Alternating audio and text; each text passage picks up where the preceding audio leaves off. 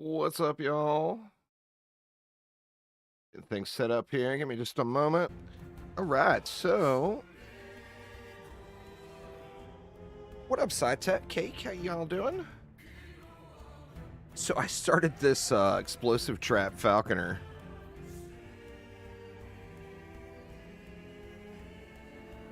and it seems pretty decent.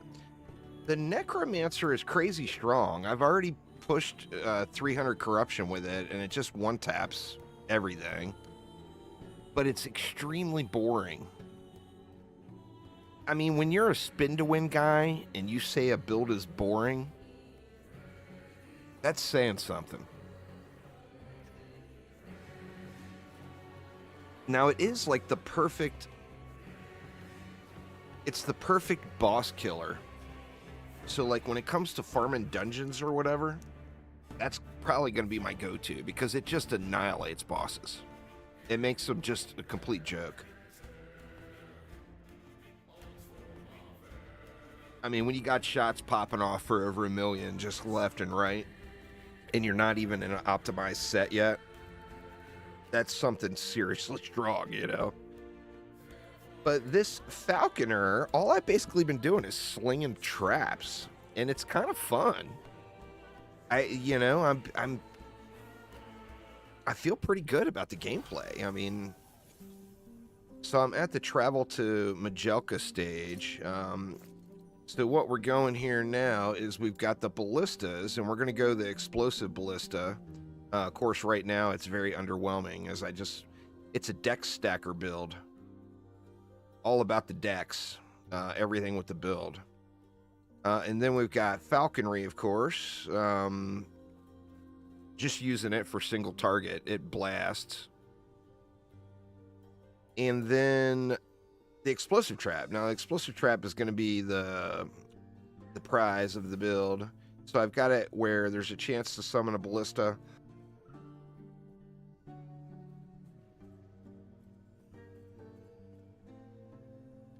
Pardon me. And we're working down to get these additional traps now. This next node will make it so every time I throw a trap, it gives me 2. And then this one, every time I throw a trap, it's going to give me 3. So my next 2 points, I want to go right there. And yeah, anyway, it's been enjoyable. It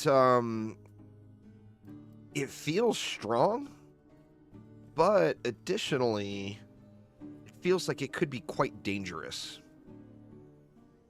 Looks like I got to go through jump through all the hoops from the Shining Cove on.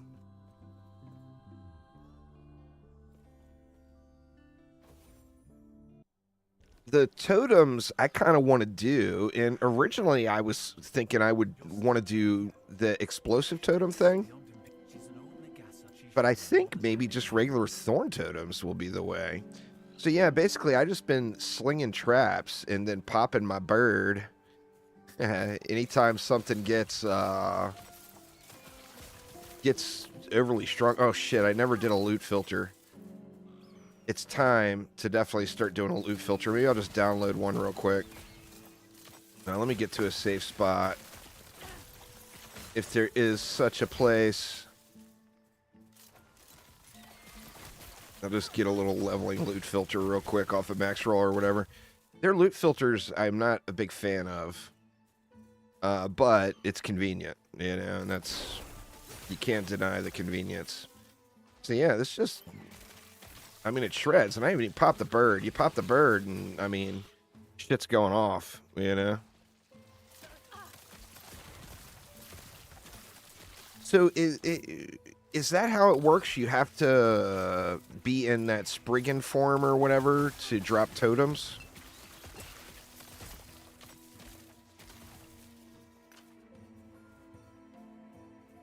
I think I might like it. I mean, I enjoy totem builds in PoE. But in PoE, you've got a whole lot of diversity on what type of totems you can do. And I'm not sure, you know, if the amount of diversity is going to be enough for me. All right. Let's grab a loot filter real quick. So then I'll just grab, yoink one off a max roll for for today. Let's see.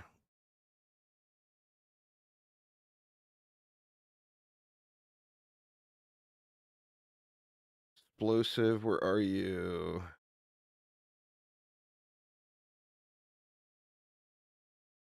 There we go. Explosive Ballista Falconer. I'll use their loot filter.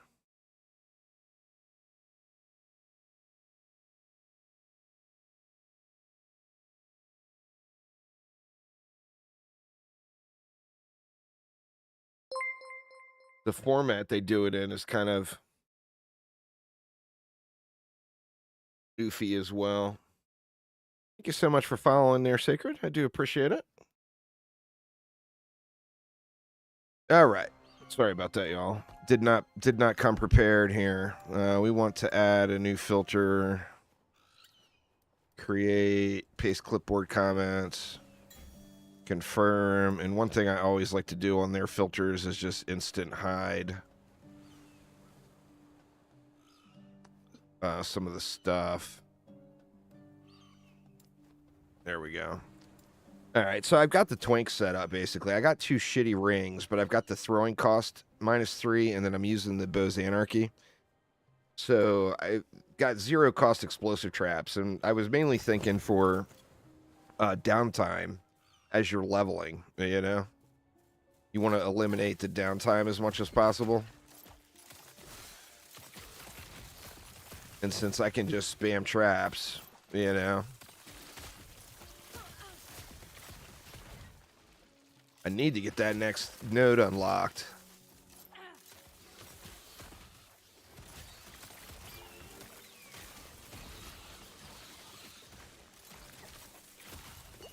The cooldown on the bird actually comes back really quick, too.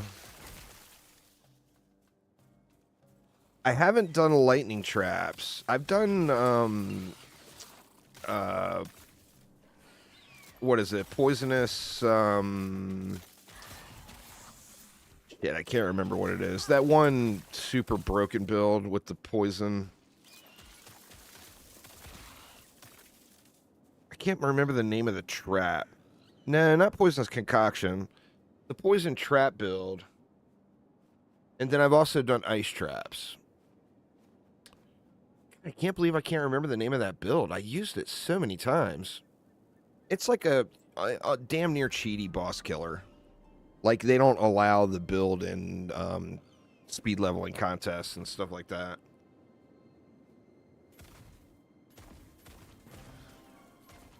I can't remember what it's called, though. It's just not coming to me. But yeah, I've done that in ice traps. This one, I think the draw for me personally is it's very visually pleasing.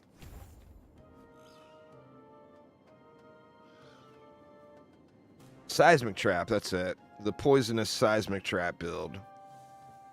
That was how I got my first Maven kill and my first I never did Uber Maven.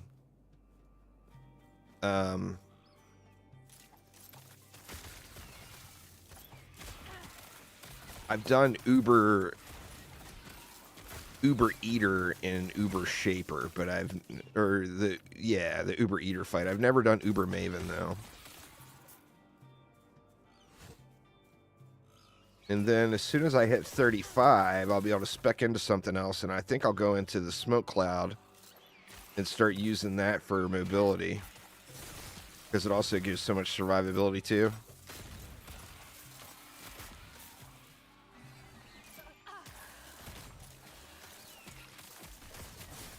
Playing some Shadow of War. Nice, Dave.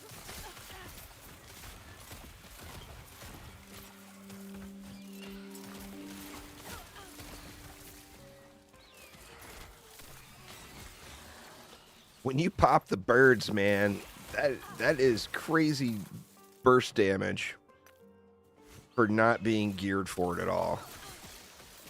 And like I said, that cooldown comes back pretty quick, you know?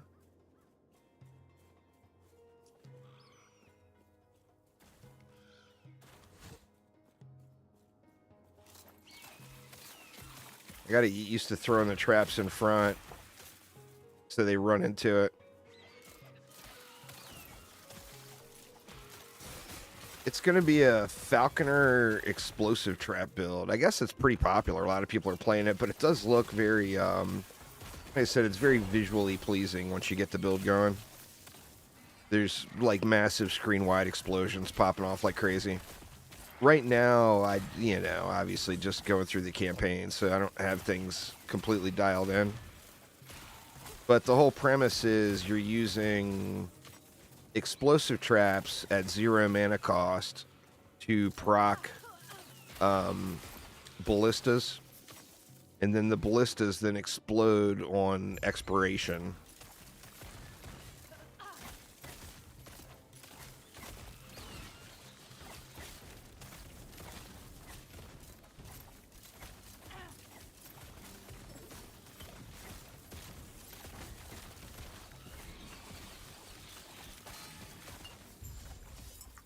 I mean, it wasn't like this guy on the summoner, but it was still pretty easy kill for that dude.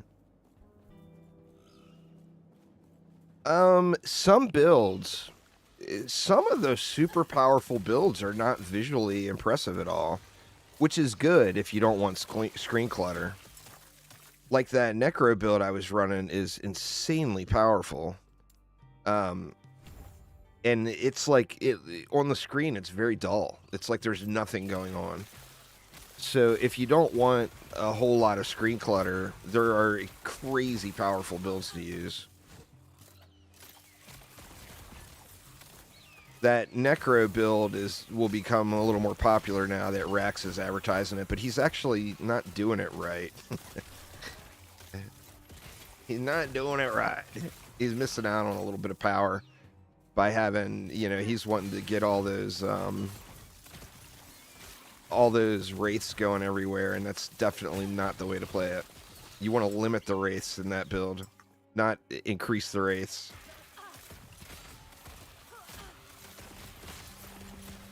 I noticed, I watched his stream for a couple of minutes, and I noticed he kept buffing the wrong wraith instead of buffing the Wraith Lord, and it's because he's got so much clutter going on with the wraiths popping everywhere. So you don't buff your Wraith Lord is a bitch. Gotta buff him.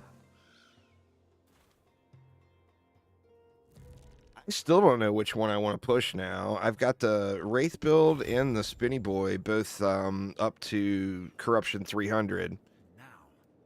I wish the Corruption was shared, and it was selectable maybe. That's probably my only real complaint about the game. Besides like the server issues they were having and stuff, but it's quite grindy getting your corruption leveled up on every character.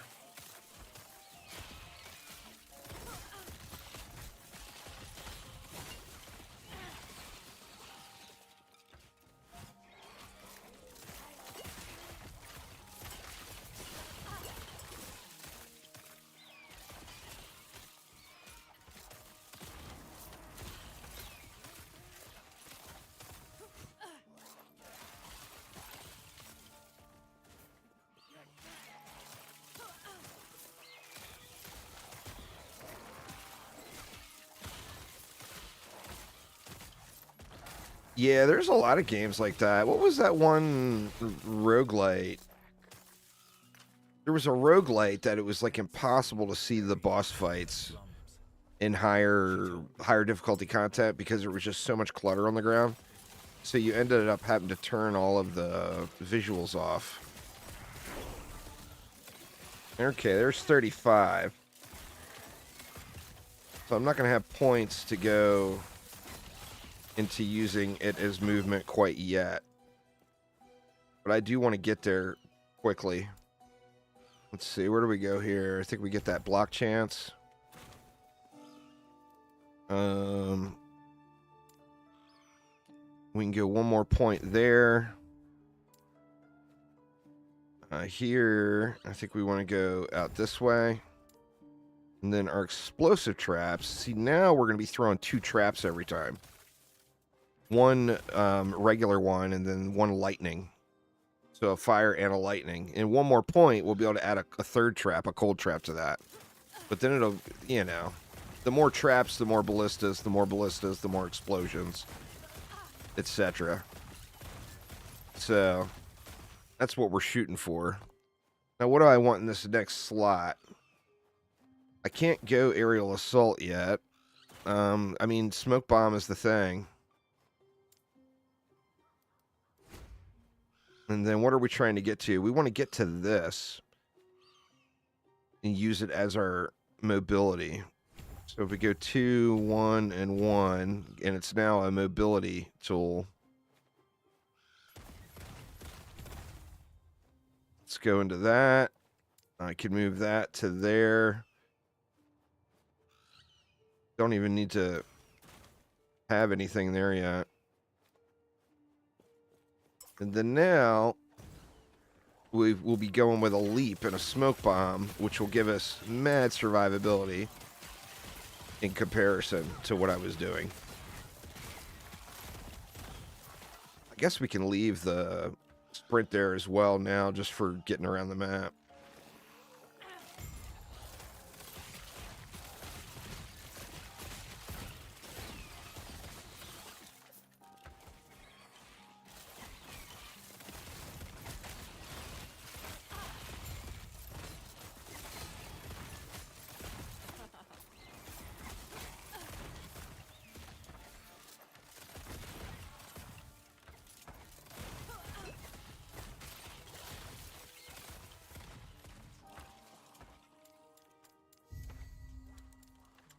Right. Got another one.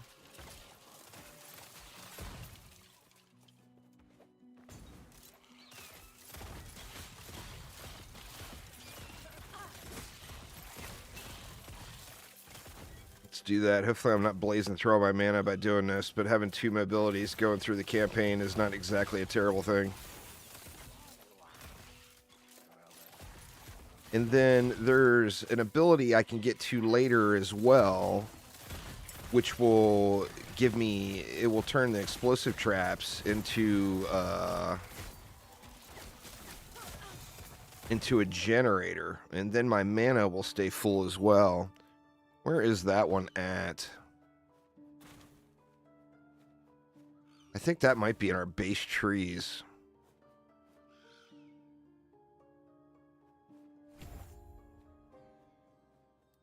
Let me see. Or is it somewhere else? It's got to be in just our regular skill trees, right? Let me see.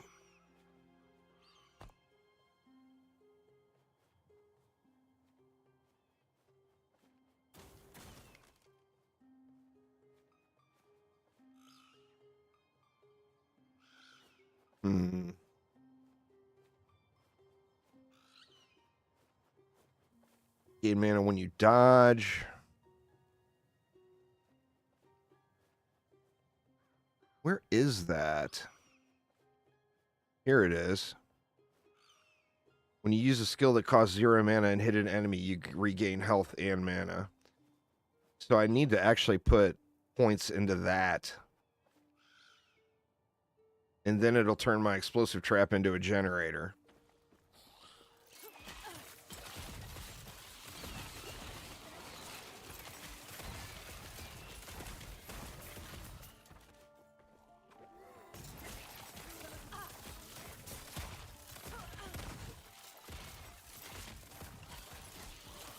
Oh, those share a cooldown, huh? I didn't think about that.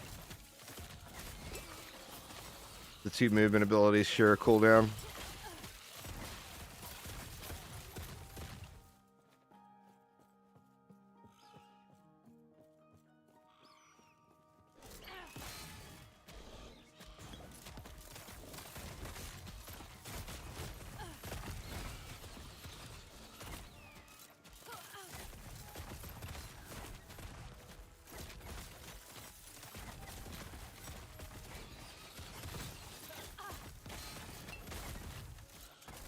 Guy not dying all that quick.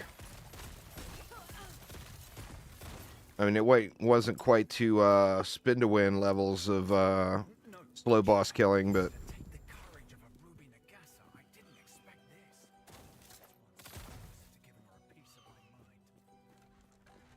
was also not super fast. I've got some rings to use that will allow me to get rid of that weapon. This is one of the challenges too, is you can't see the attack map on some of these backgrounds. Like, you have to go to a shadow to be able to really see it well.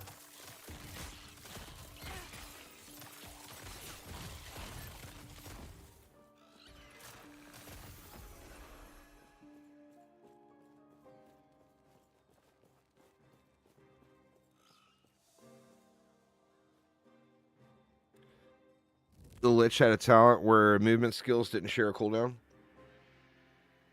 I'm not going to be using that long term anyway. I'm just thinking it would be a little level of convenience for while going through the campaign, you know.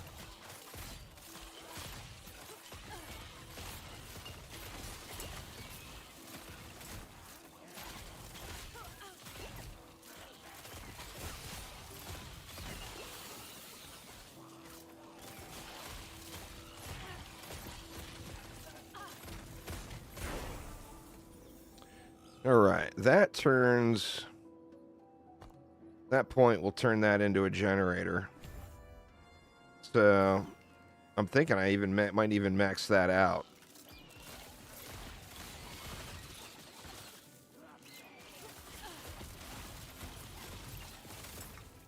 I probably don't need to max it out, but I might max it out.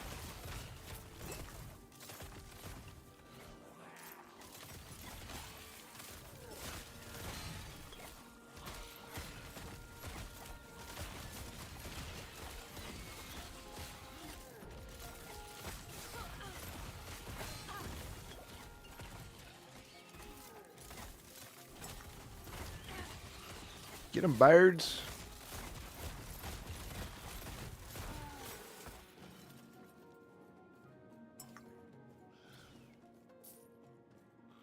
This squares. I wish I'd seen it. I can only imagine how she feels.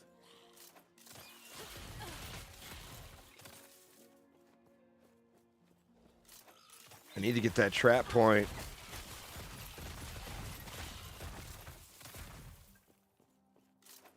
The main thing is being able to throw, besides just the damage I'll get out of 3 traps versus 2 traps, is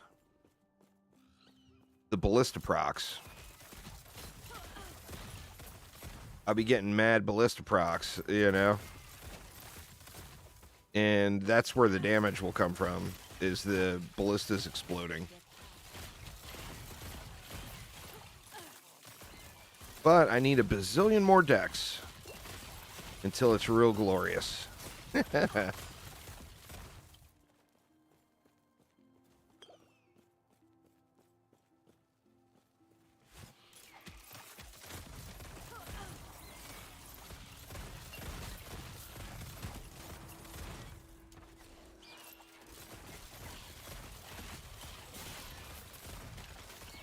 How did the totem build? People say feels pretty good leveling. How was it getting up to that point?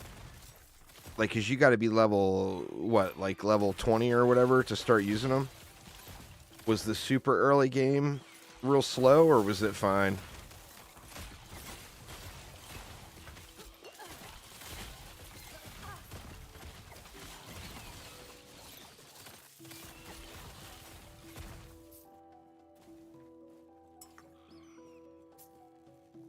You know what? I gotta take this off my bar because I keep hitting the wrong button.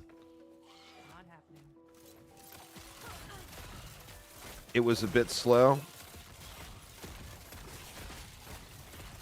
I mean, it's not, you know, of course, getting to level 15 is not too terribly difficult to do, but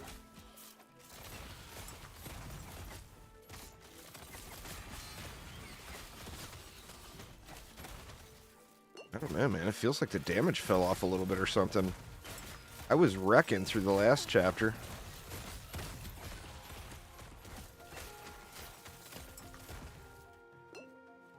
Need to get that dex flowing.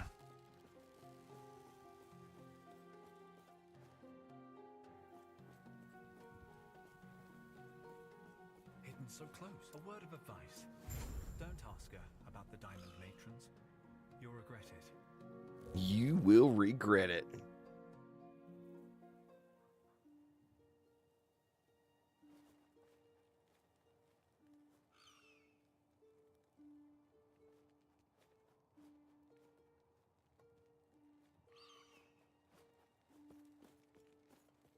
But I think getting rid of this staff will be good. But I don't remember what level I gotta get to. I think it's like 45 to use the exalted rings. Maybe it's not that high. I don't remember what level it is. You can buy some really, really good Weaver's rings for this build that are usable like at level 15. But you got to be level 10 with the trader to be able to buy them.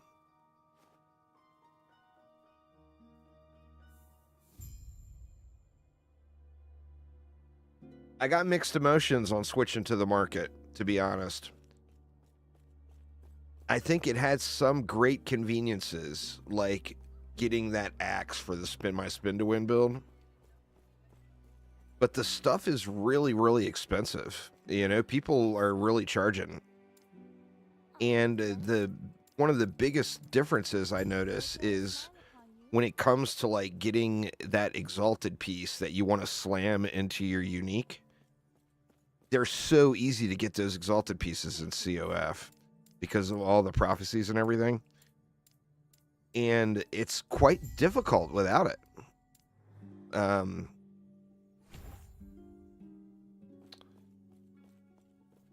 they're expensive, you know?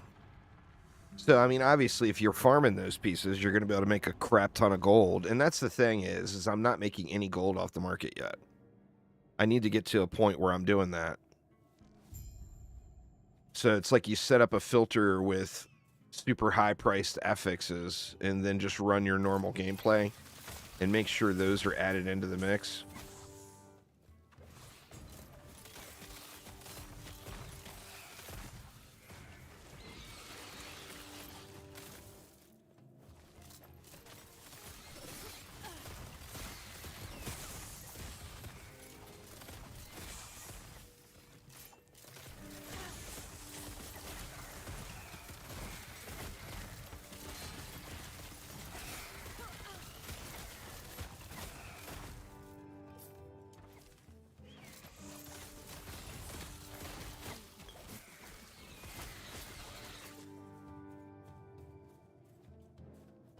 Should be grabbing all those dexterity shards I see, because I'm going to be burning through them, I think. This build definitely seems like it's all about the dex stacking. Because, like, the Falcon is minion damage or dex. The ballistas are minion damage or dex. And then the traps are dex and throwing. So you're kind of mixing it up a little bit. As far as your damage tags and your scalers. But the one thing that's common between all of it is dex.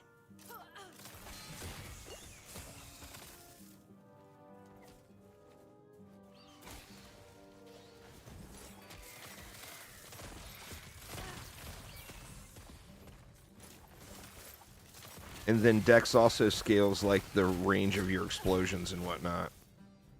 So that's when the visual feedback will really kick in. Getting that scaled up higher. In fact, do I have that all the way?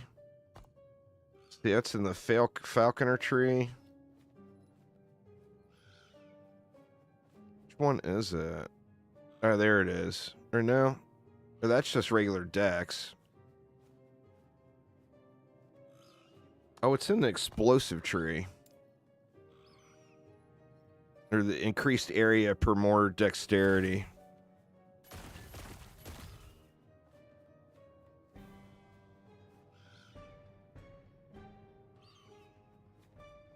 Huh. That seems interesting.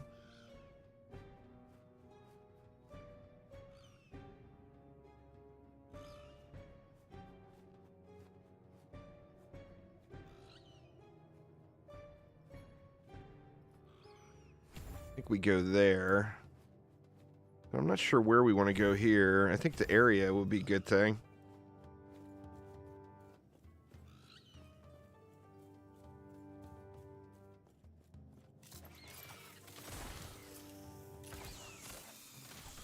I think this build will be fun once I get it going.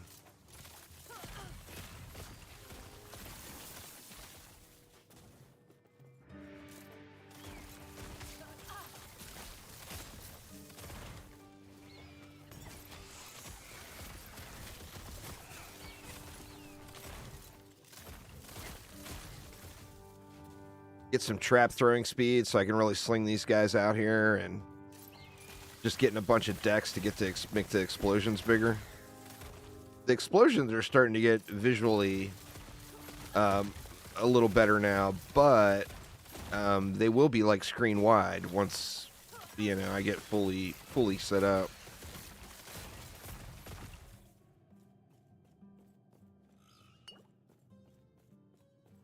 Wrong turn. Oof. No matter how many times I run the campaign, still going to be making wrong turns for days.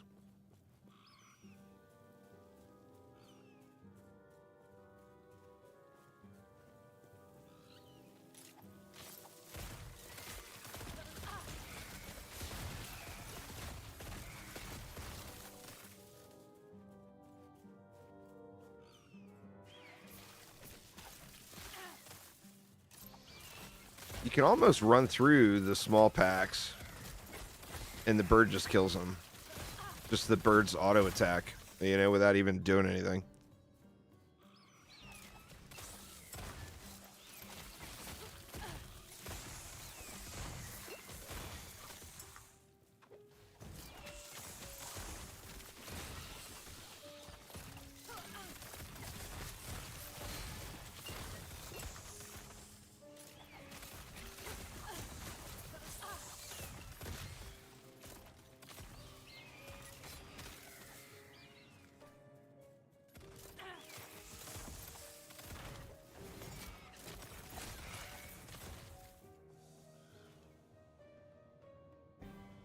See if we got that third trap yet. Probably not yet.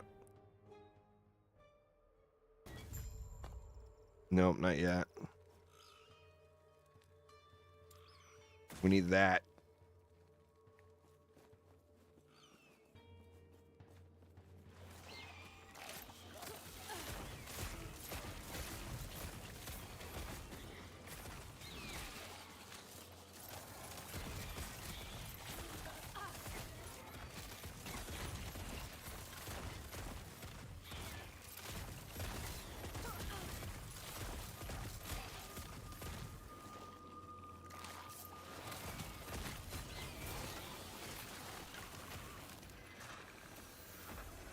We go get our free idol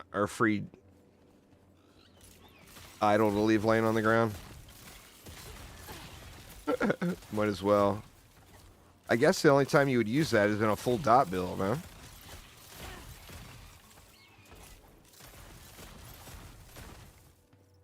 Maybe I'll start Thorn Totems too, Sci-Tech.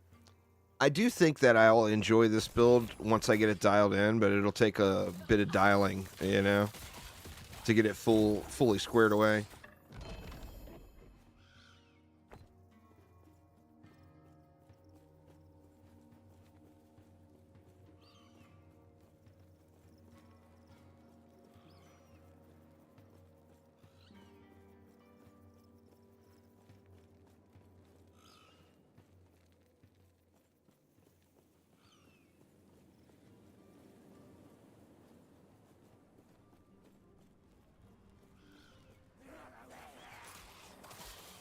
I've got that totem dagger, I think. I mean, I like the totem builds. I've always enjoyed the totem builds in PoE. I've played a bunch of different ones. I've done shockwave totems. I've done the fire totems, done ice spear totems, freezing pulse totems. I've done done a ton of totem builds, spark totems. And I've always enjoyed them, so assuming they feel even remotely as gratifying as that, I'll probably enjoy it.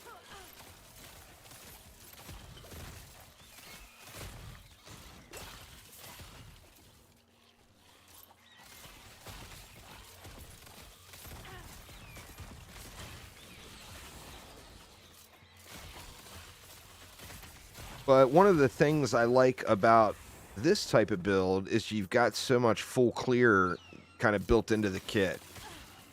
And that makes leveling particularly. A lot of people take that for granted. Like, everybody wants to see how fast they can zoom through a monolith. But when it comes to getting to 100, that is the last thing you want to do. All your XP comes from kills. It doesn't come from, it's very, very little the XP you get for completing objectives. So there's not, other than pushing for a reward or pushing for boss kills or whatever.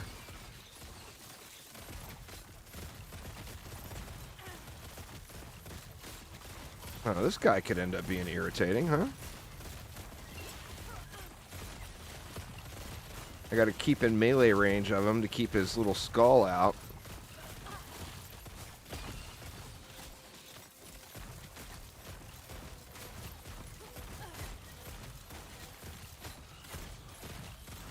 Actually, it's not bad at all.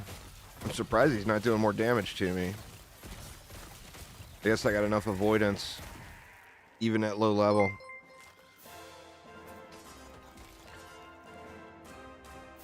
Thanks so much for subscribing there, Roax. I appreciate it. Welcome. Welcome, welcome. How is your totem guy coming along, SciTech? Are you done with the campaign yet?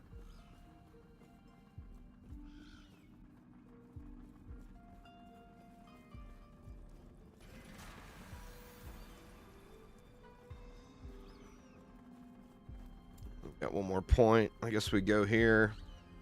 Get the full mana gain. That should make getting through the... should eliminate any downtime with getting through the campaign anyway. Want to see if I have any damage fall off issues, but...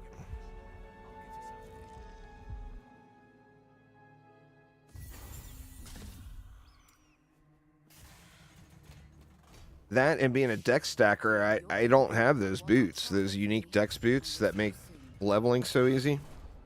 But being a dex stacker, that would have been a way to go.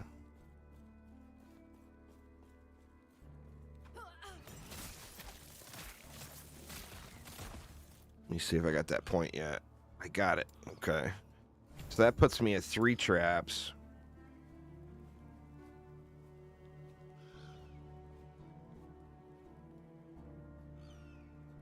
Not sure where we want to go here. That's just raw Falcon damage.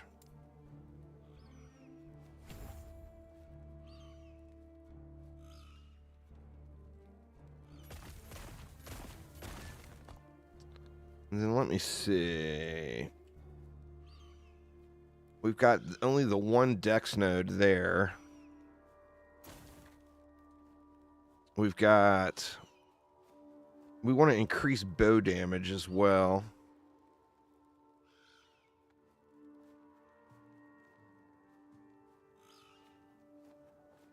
Bow damage for ballista. That's where we want to go right there. So our next 5 points will go into that. Get that flat damage up a little.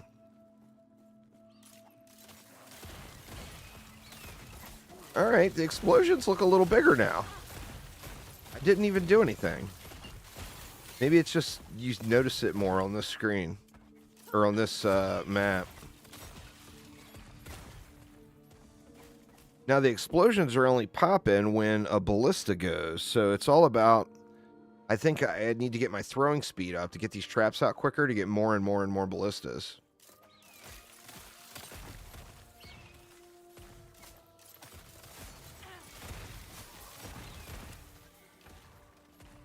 I'm seeing it. I'm seeing it.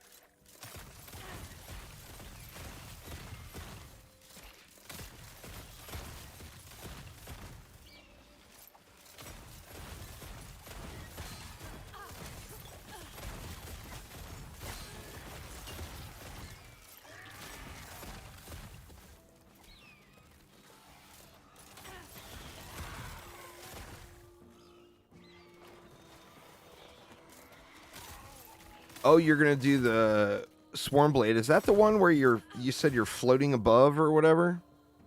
That sounds pretty cool. I haven't seen any gameplay of that one.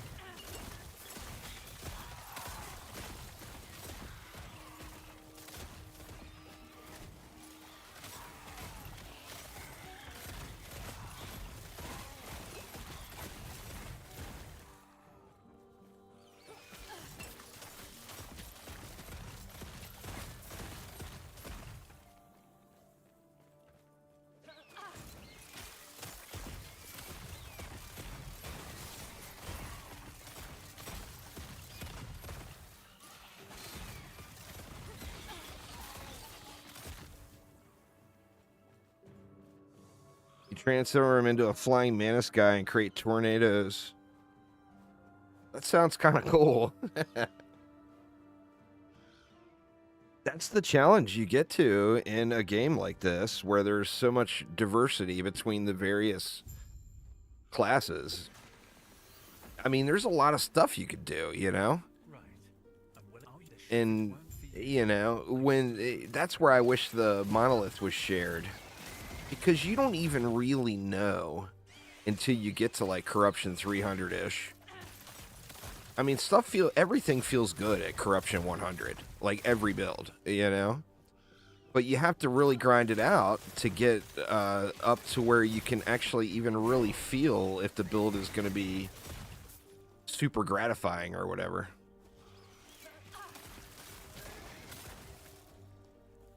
If Corruption was shared, you could set your level and go into it, you know? I think that the people will probably give them a lot of feedback on that. I bet that's something that long-term they end up fixing up a little bit better.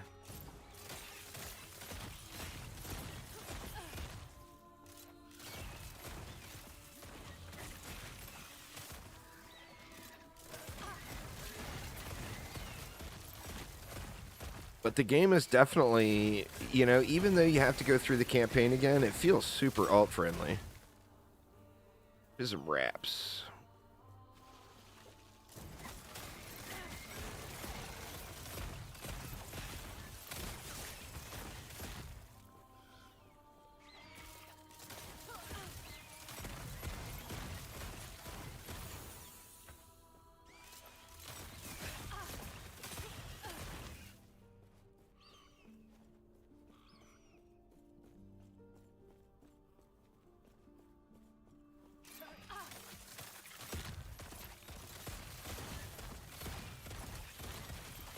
I wonder, too, I might be able to forge on these rings I have to add a little bit more power.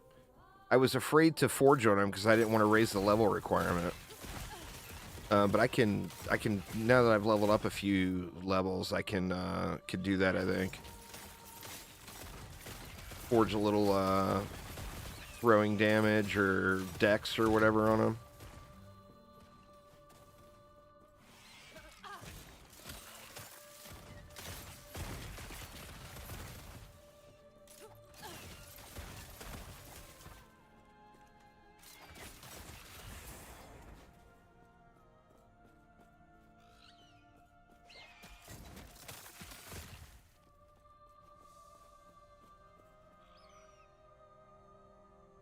The Barren Aqueduct. Not at all the same aqueduct from PoE, but, you know. Barren Aqueduct, Blood Aqueduct, you know. Seems a little inspired.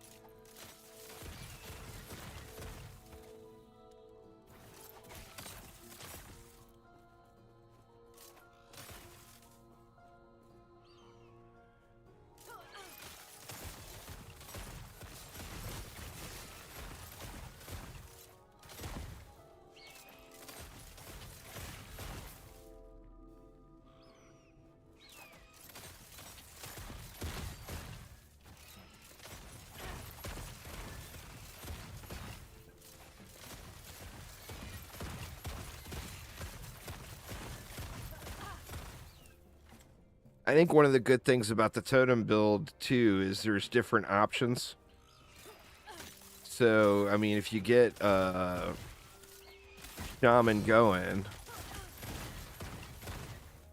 you know, if you want to tweak the build or whatever, like my Pally, for example. In my Paladin, one of the benefits I have with the Pally is I almost don't need to really even make many gear changes to get him going right away. But I'm going to switch that over to a Judgment Paladin.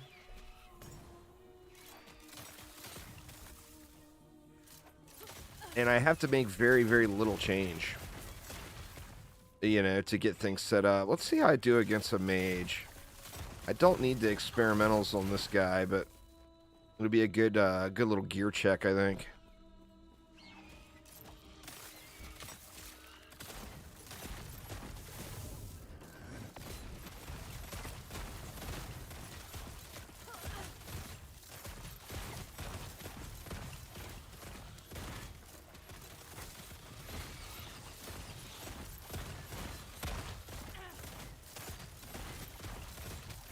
Well, it's definitely that. That is no fast killing.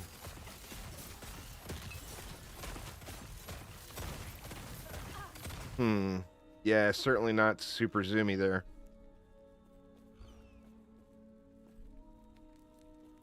Just needs more dex.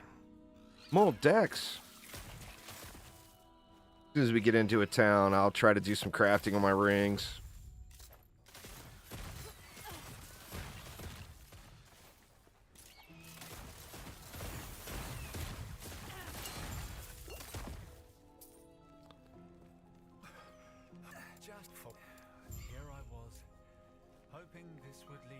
Well, we wanted flat damage, right? We might have no choice. Where was the flat damage at?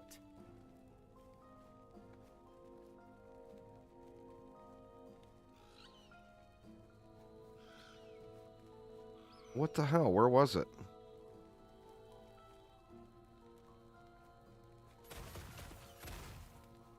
Oh, it's right here.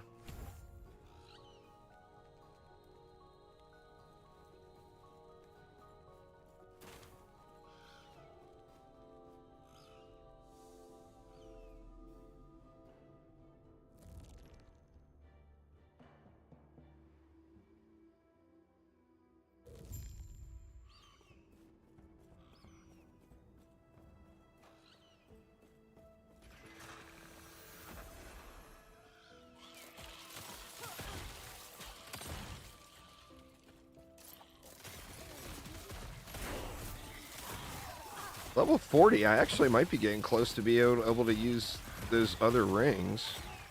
Which they're not great, but I do have rings that will allow me to ditch this weapon. All ready to go. And just using a different bow will be quite huge.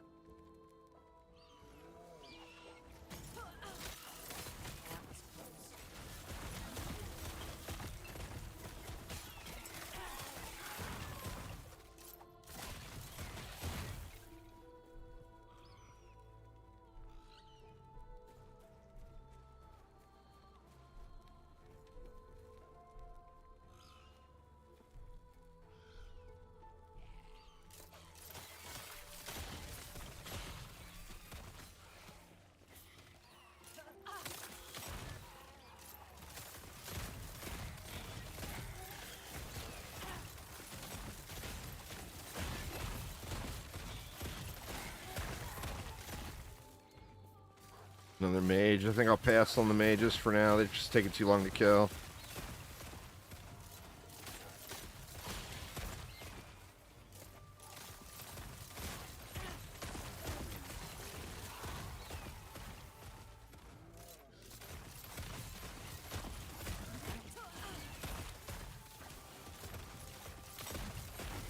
Everything else is dying real nicely. It's just the mages. I mean, the mages are always a little tanky, but...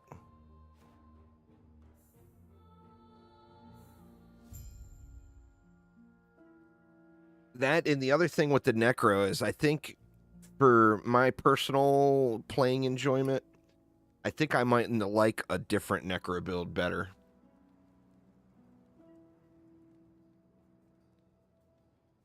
I'd love to do like a Zoomancer Necro, but I guess the Zoo builds really fall off bad. Like you can't keep your minions alive, even with like thousands of % minion health.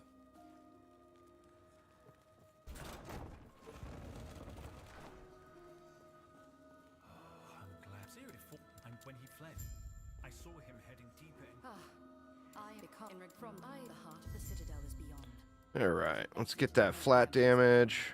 Giving you a chance to strike. We got more ballista juice. What do we want to do with the ballistas, though? I mean, almost you can't go wrong with extra projectiles, right?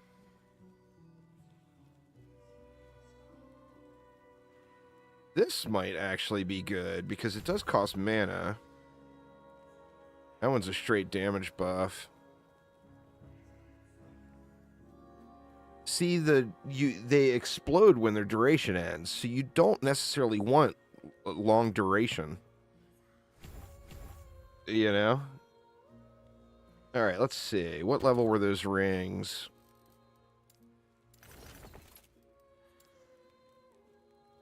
Uh, 42 and 45, so can't use those yet, but I might be able to do something to this.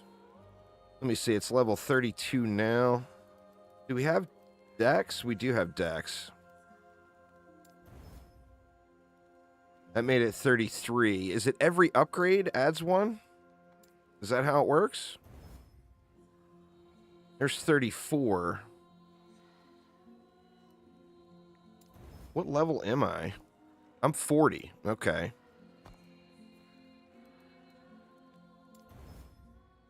That's 39.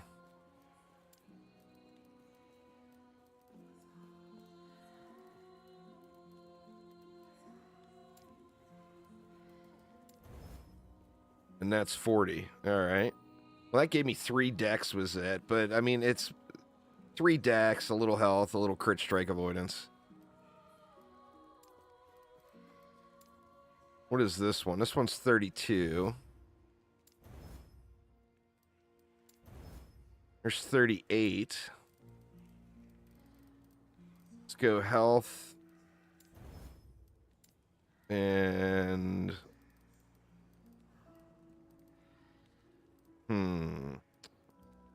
What resistance is the lowest? Void is the lowest.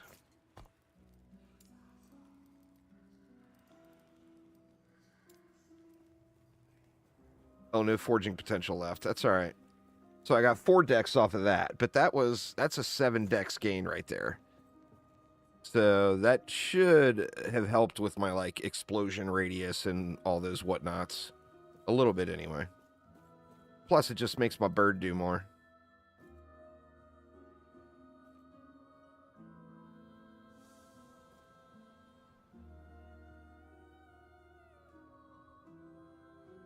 The bird is pretty mean. I can see why people are all into it. It's not invasive on your screen, so like you never really notice it. Like it's not getting in the way or whatever.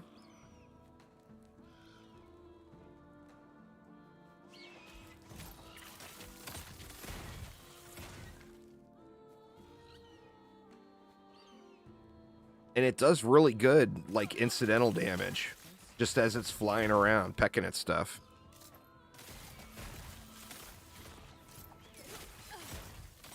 If you could only name your bird, I would name him Little Pecker.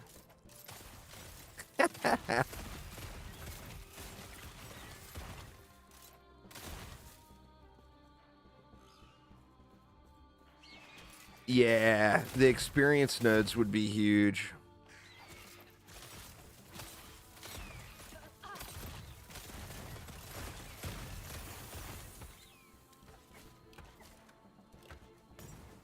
Things are starting to feel a little better here.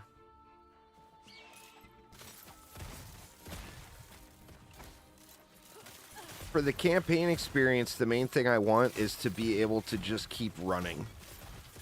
Like, I'm doing this stutter step thing now, which is fine. But I want to just not have to stop, you know? I want to be able to just keep moving forward, even if I'm doing the little stutter step or whatever.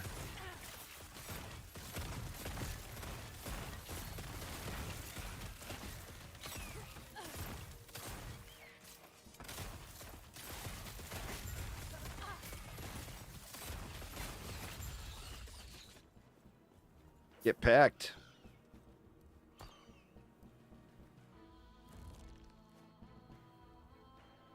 Oh, I'm not judging. He's doing some fine pecking there, Aramir. He's doing fine pecking.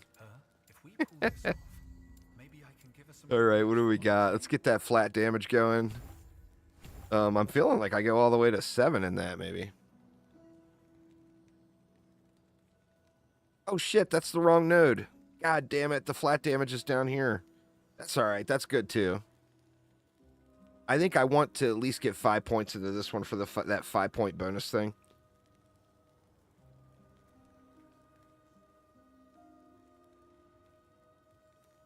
Mistakes were made.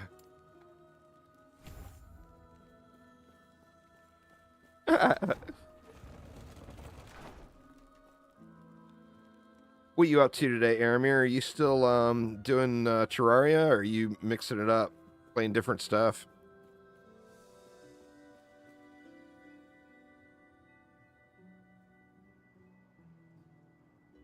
We're getting close to Stardew time. Another less than 2 weeks.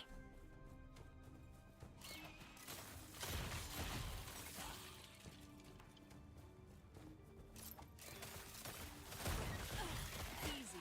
Too easy.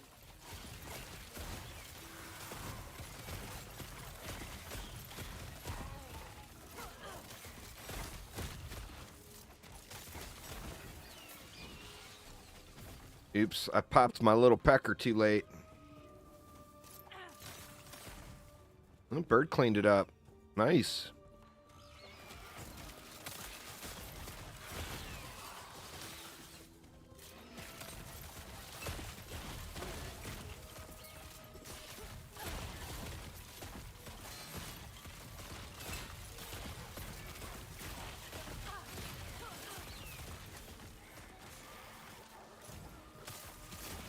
How soon can you, on those Thorn Totems builds, how soon can you get that going? Like, you have to unlock the Spriggan form or whatever. But can you instantly start using them for damage, or do you have to have a bunch of points into the healing totem or whatever to get it switched over to a Thorn Totem? You can start using it right away? That's a good thing.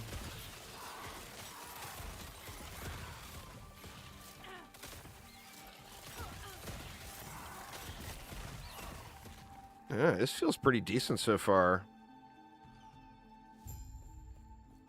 It wasn't fast-paced face slapping, but it did well enough to progress. Yeah, people say that it's a super smooth leveling experience with the totems. I've heard that from a bunch of people now. Movement speed is always just one aspect of it, you know? Like, if you can blast through maps and blast the objectives, you know, obviously that gets you through the campaign quick. But then when you're done with the campaign, are you at a level that feels nice to be starting with the monoliths and whatnot, you know? Shoot, I think I should have went over back here.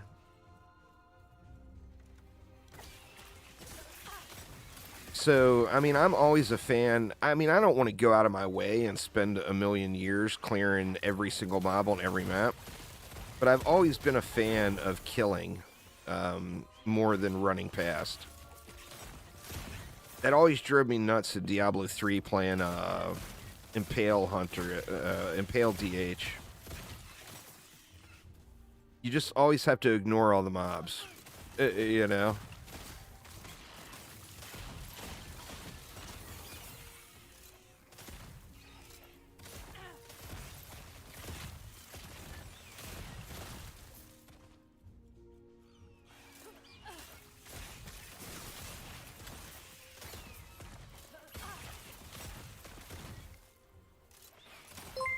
No Phones with the sub. Thank you so much.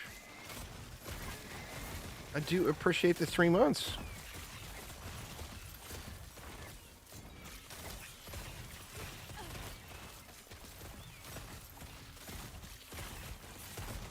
I mean, as far as just progressing through the maps, this feels pretty good.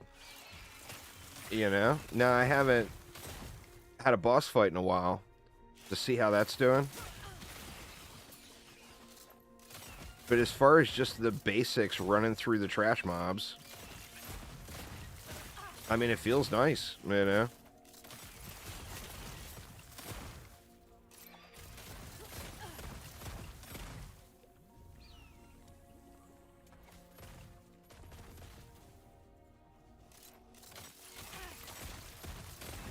I just got to get used to not overthrowing the traps. I'm doing that real bad.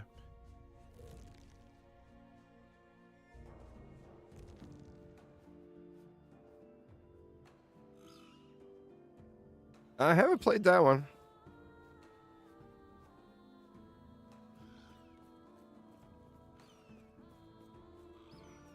I mean, it's kind of conventional ARPG themed. It looks a lot like Diablo or Path of Exile, you know? A more modern version, maybe, than Path of Exile's visuals, but Path of Exile always looked nice. It never looked really bad. You never felt like you were playing a super dated game, even though the game is pretty dated now.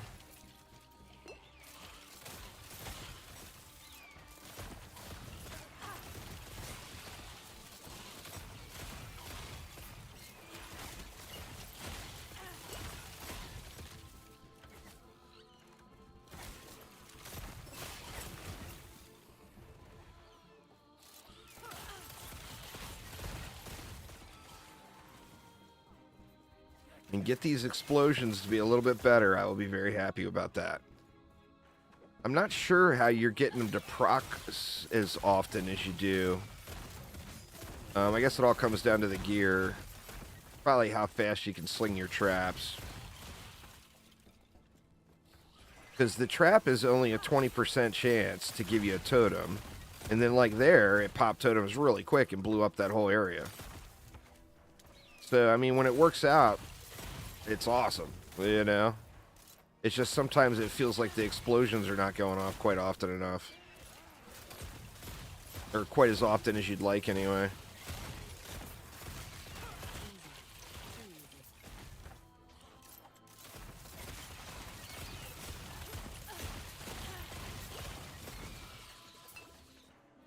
I mean, in those situations like that, it does really good, you know?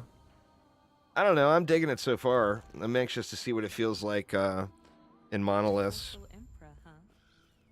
This is probably my biggest hit yet. Alright, here we go.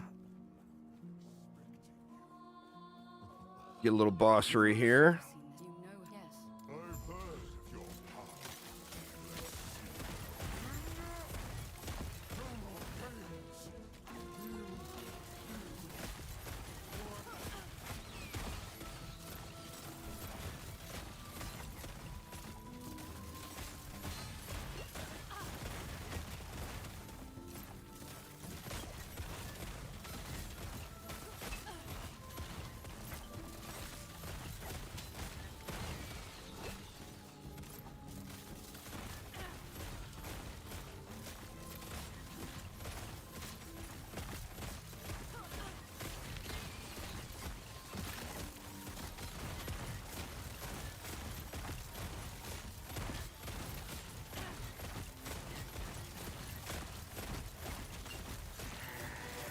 I mean, that's not really that bad.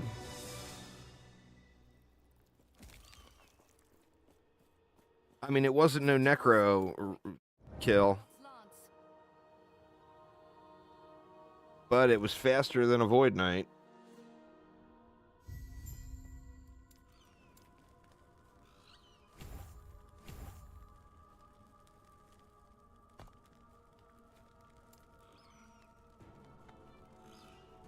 Extra projectiles. Oh, here we go.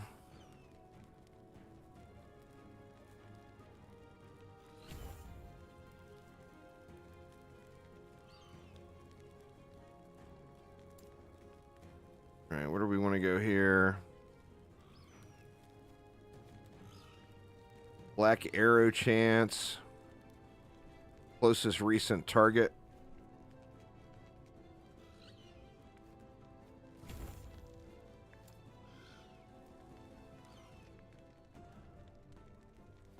I think we want to get both of these filled out, maybe just to get the elements applied.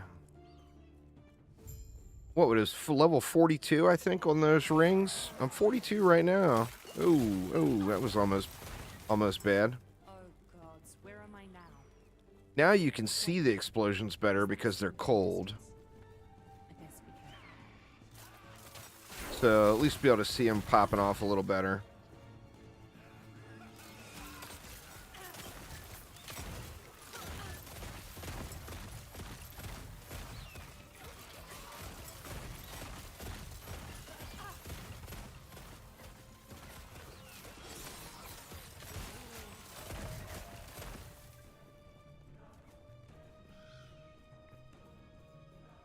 Needs more decks.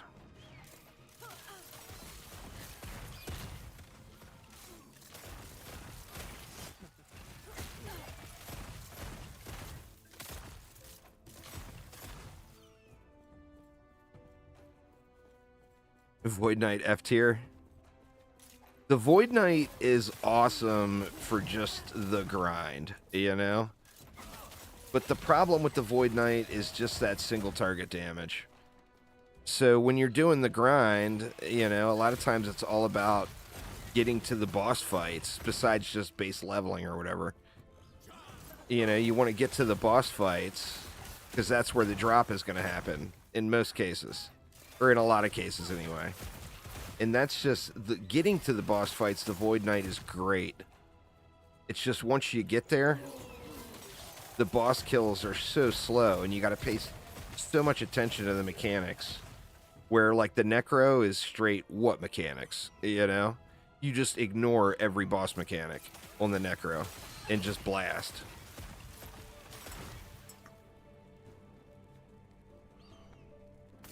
Well, I mean, might as well use it, right? We got +1 on the bird. +1 birdage.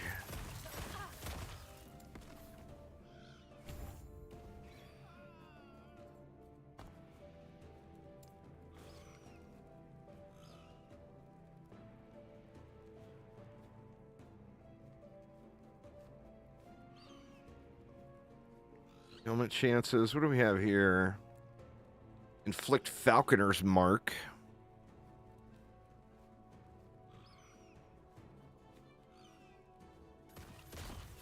When you consume Falconer's Mark, you gain the Falcon's Wake buff. I mean, buffs are good, right?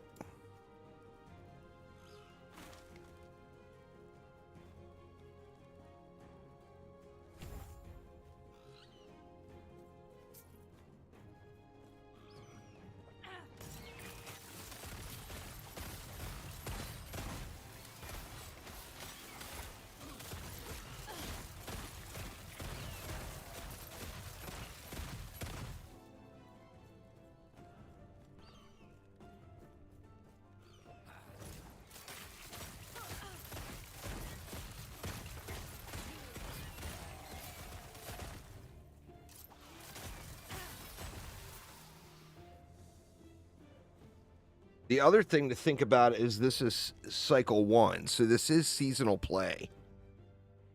So, like, at the end of the season, I will never play these characters again. Because I'll be starting new ones for the next season, you know? So it just makes you...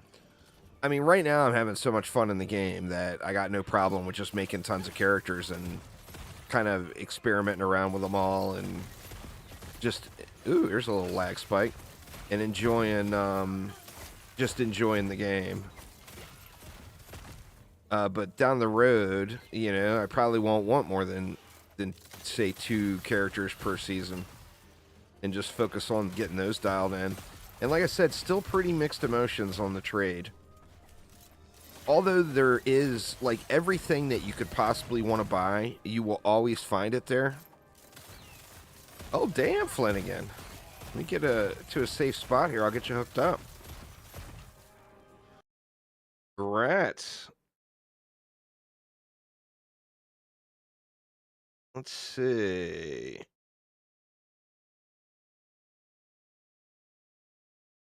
There you go. You are VIP'd.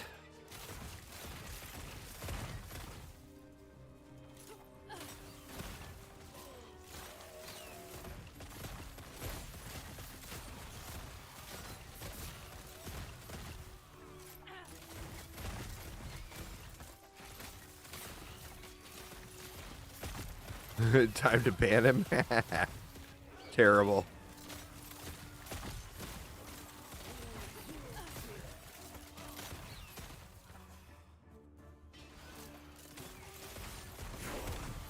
All right, we are actually getting through these tougher mobs pretty easily.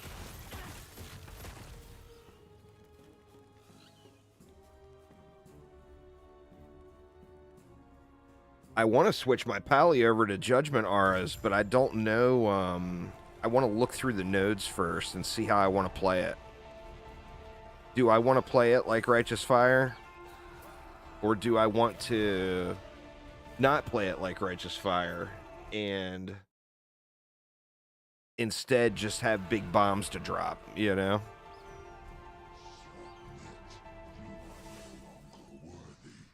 You can do Judgment as like a single target blaster where it does big bomb damage. But you can also play it like Righteous, like RF. The RF variant seems a little bit tedious, but is it that tedious, you know? I think I might still really enjoy it.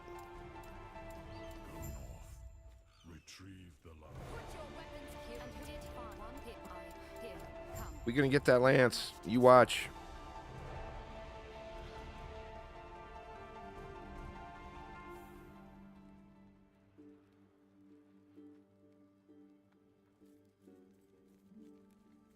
All right, and I'm at 42, right? 44, even better. I think I can swap to these other rings now. That one I can't yet. That's 45. I really need some dex on that bad boy, but I'm afraid to mess with the levels too much. Let me see.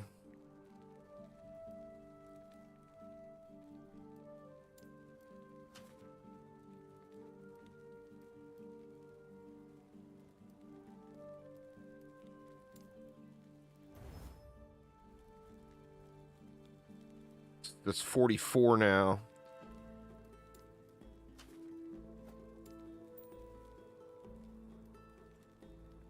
That one's got 4 decks. We'll keep the 4 decks. We get more flat damage out of it because of the plus 20 versus the plus 11. Where I think that's worth, even though I lose 3 decks. I'll put this one back here. So I might use it for leveling other characters.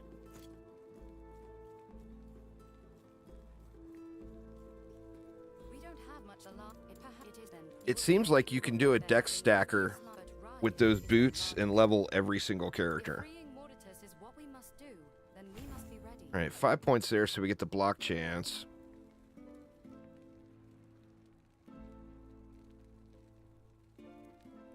I think that might make my explosions bigger. I'm not positive. Does the ballistas have... I don't even have them on the bar. Don't need them. No, it's not area damage. That's weird. Well, I guess because it's the explosion.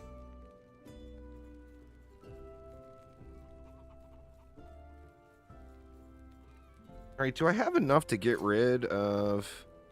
I got 4 there and 3 there. I'm 1 mana shy of being able to get rid of this Bose Anarchy.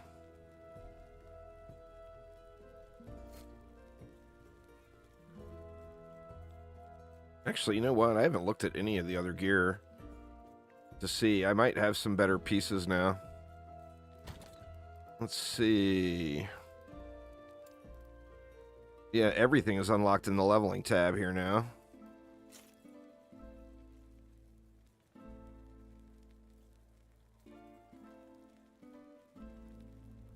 I need to get these rings squared away. 2 LP ring there.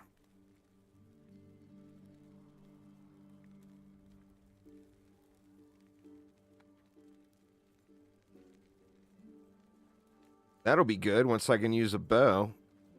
But I just can't use it yet. See, that's plus 18 flat damage right there. That would be such a huge damage gain, but I can't lose the mana cost yet. I got to be able to equip that other ring first. One more level.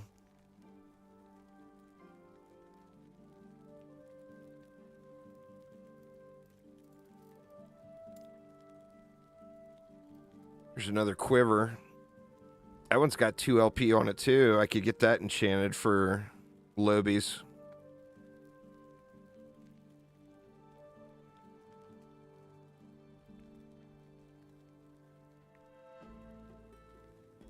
Plus 2 to falconry off those gloves with 2 LP on them. But I'd lose that 89% increased throwing damage.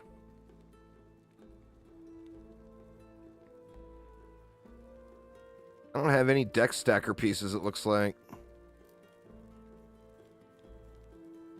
3 LP on that chest. What is the level requirement of that chest? Oh, wow, it's only level 15. That'll be an incredible leveling piece once I get it dialed in. I'm not seeing anything else I'd want to use.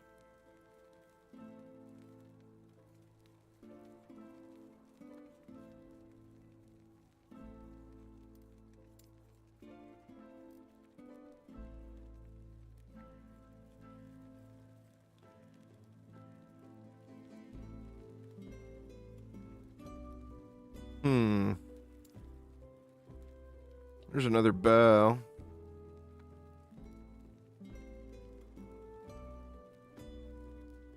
It's all about the fire damage. Oops.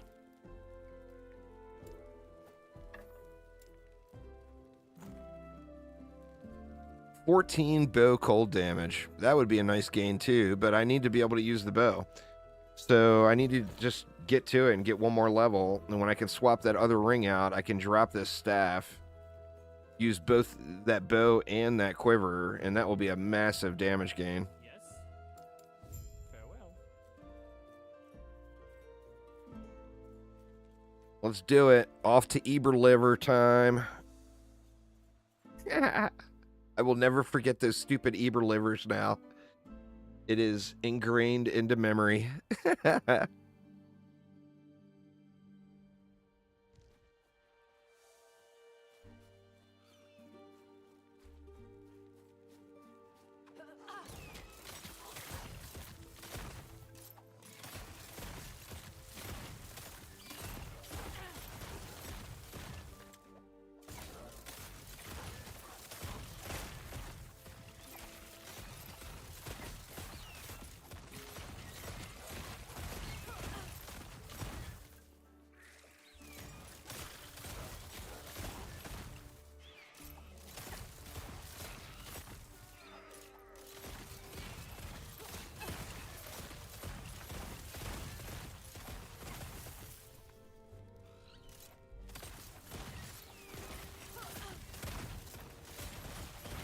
Easy.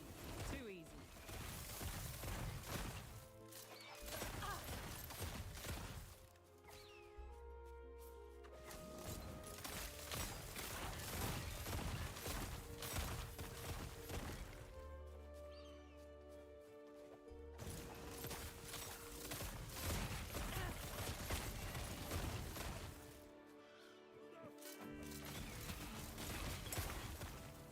It's going to take some serious getting used to. I mean, you'd think I'd be used to it because I always play rolling magma to level in PoE. You think I'd be used to throwing ahead of the enemy. But for some reason, I'm just wasting tons of traps constantly.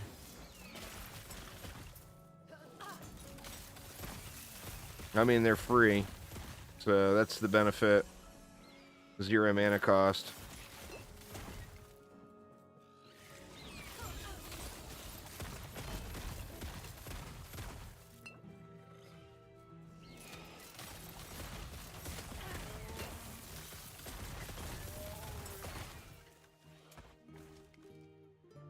You definitely get a lot more visual feedback on the explosions now that I've gone into cold. And I definitely like that. Okay, we got 0 points. We got 0 points. We're at that stage. The points will be fewer and further to come. Fewer points and harder to come by.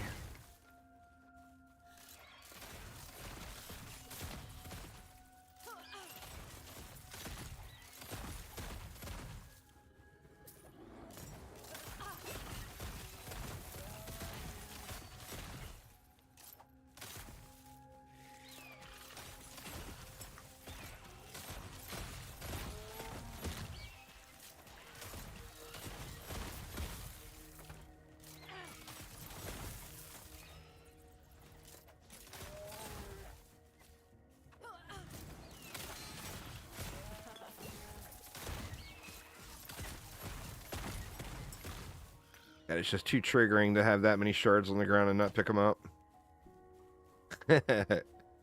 Can't cope.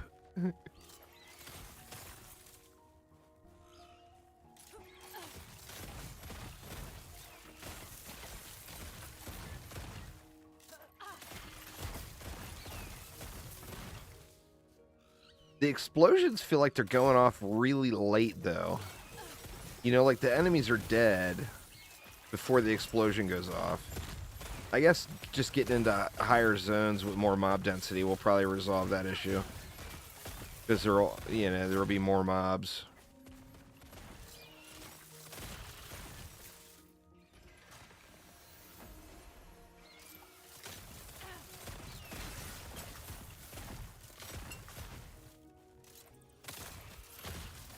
You were playing Acid Flask, Cold Trapper, but the items were just crazy. Yeah, some of the builds are so gear dependent, or they don't really shine until you get, the full kit going or whatever.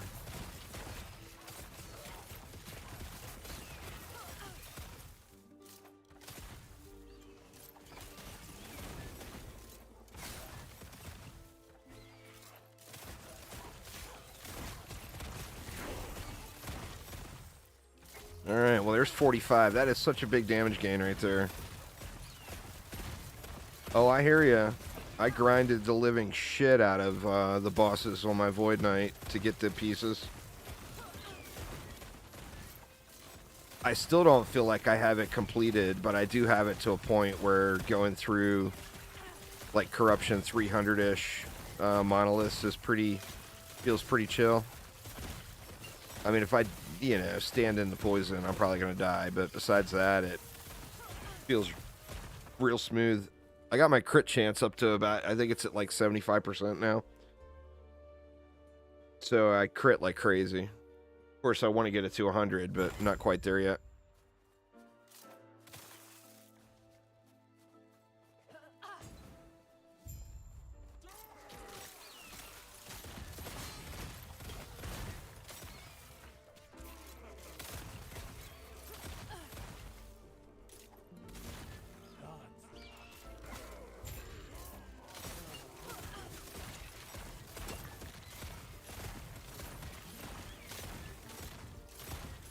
Yeah, that's what I'm looking forward to, getting those big old screen-wide bombs.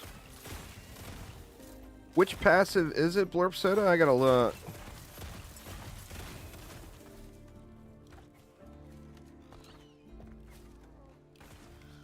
Do you remember which tree it's in? Or is it this one, Blast Radius? Oh, it's on the skills.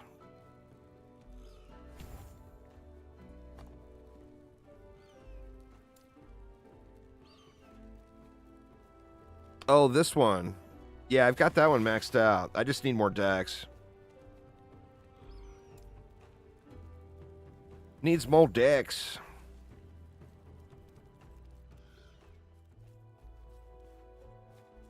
Definitely in one of those deck stacker builds for sure.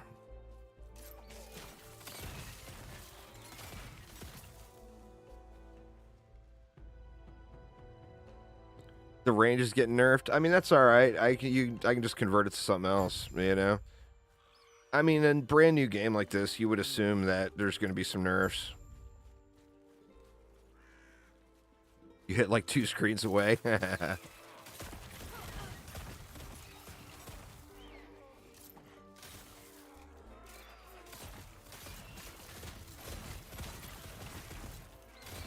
I'm getting there, man. I'm getting there. I'll have big boom booms before long.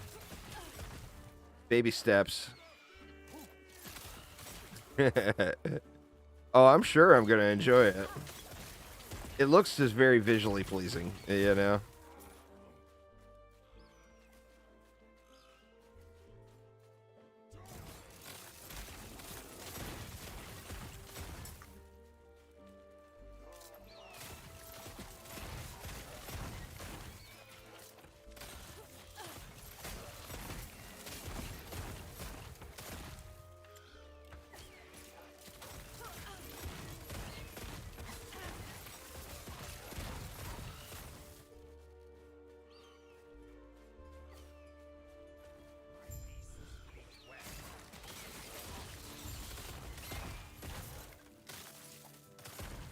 Gods.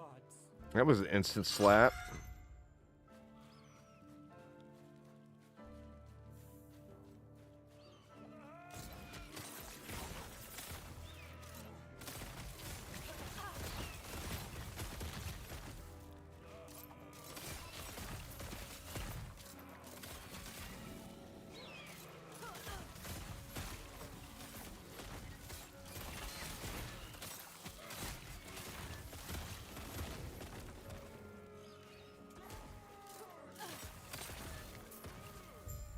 See what we get here.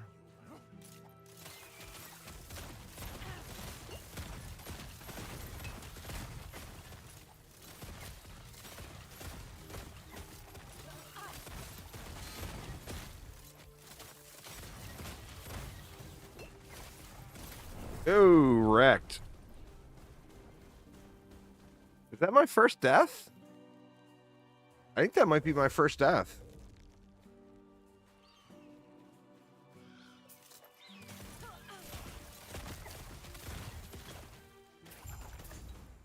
Oh, he was so low, too. Do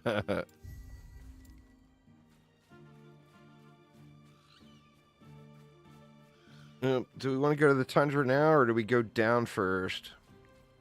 We need the Wingari Bile. Let's go yoink that real quick.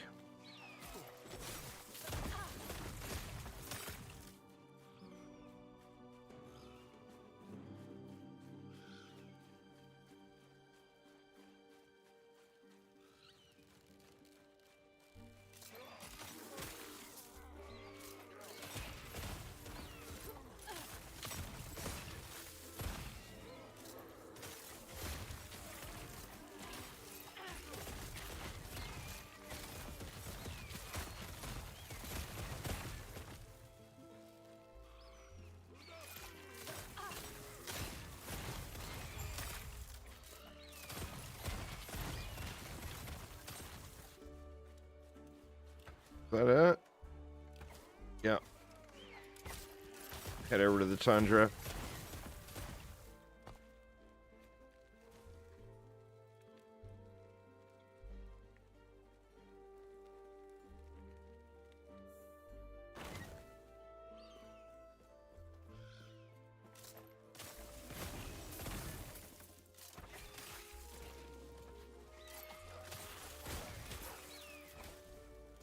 Is there a way anywhere, Blorp Soda, to make it so you have a greater chance of proccing the ballistas? It feels like I don't get enough explosions. I want small explosions. But when I look through... Oh, wait a minute, it's on the trap tree. Like, that's all we got. 20% chance. Is there a way to get that chance upped anywhere else? Explosive trap has additional chance to drop a fresh explosive trap.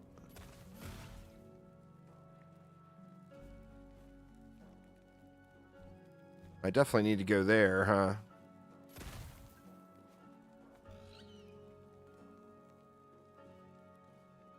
I've got mana sustain now.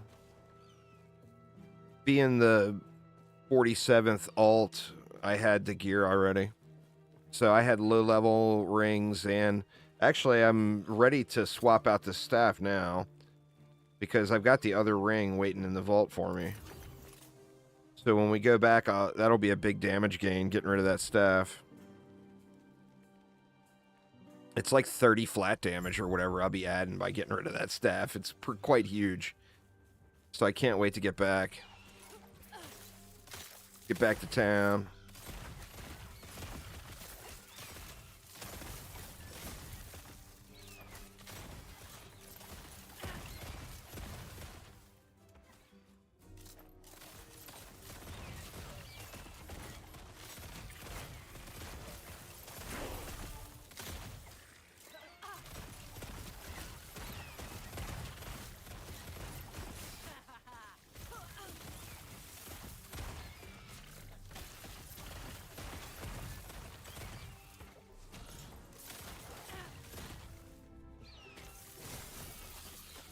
Get them, birds.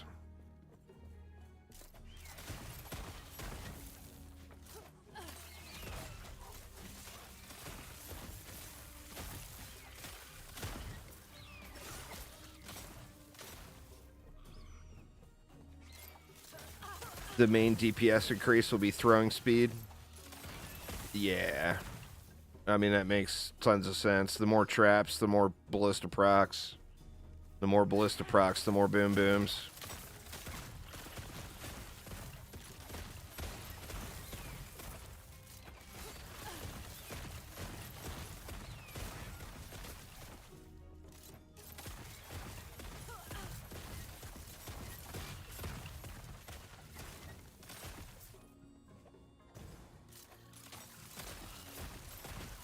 The good thing about like the dex stacker type builds or the int stacker, like the Wraith build is kind of an intelligence stacker. The good thing about those builds is it feels like it's so easy to get those stats up if that's going to be your main focus. So I should be able to get to a pretty comfortable spot pretty quick once I get the campaign finished. Oh, did you? You're not using traps?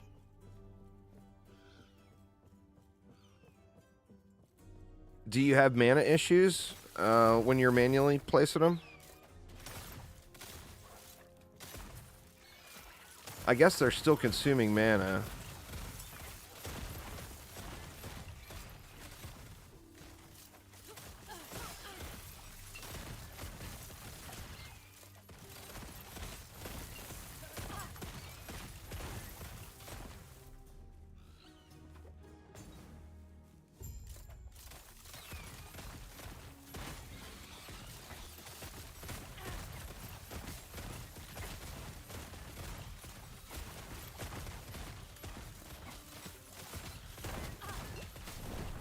God dang it, man. No resist for the loss. Can't be face tanking.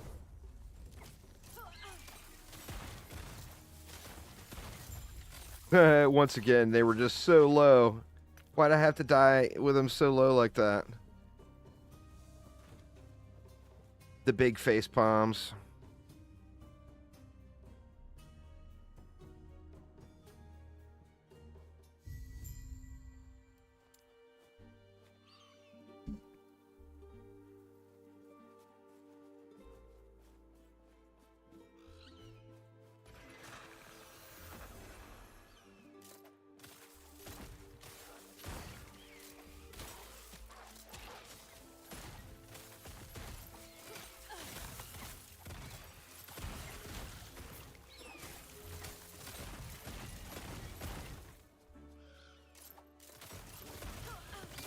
Damn Ebers.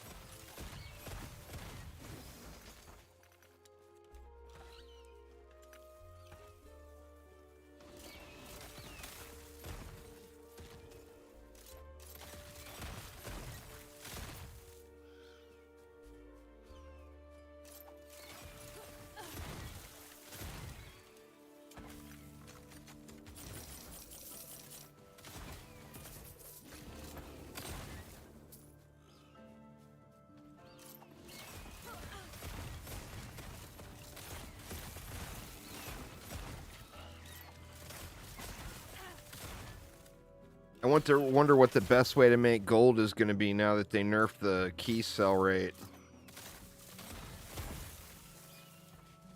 Oops. Went the wrong way, huh?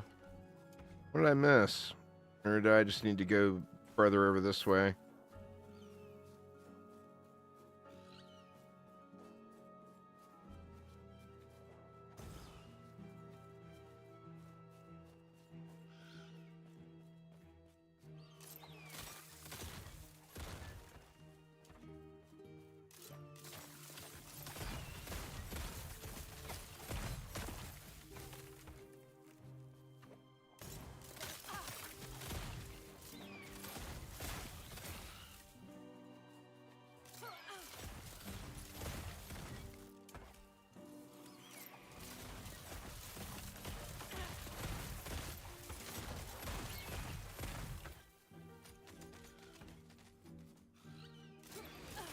I need to get a forge guard going at some point too.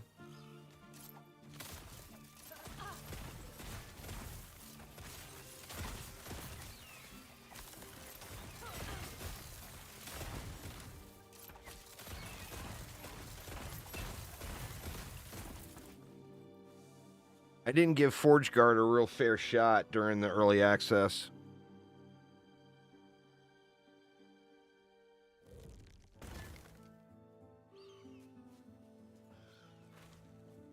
You're alive, but I am alive.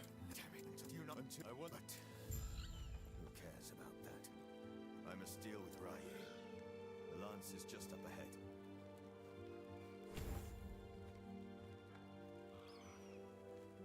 See, I wonder if this it counts for the explosion, because that's not actually an area skill.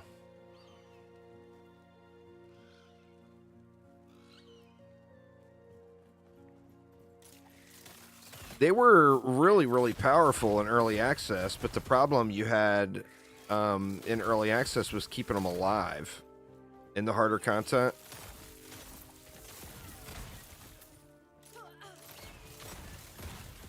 But they did some serious boss damage.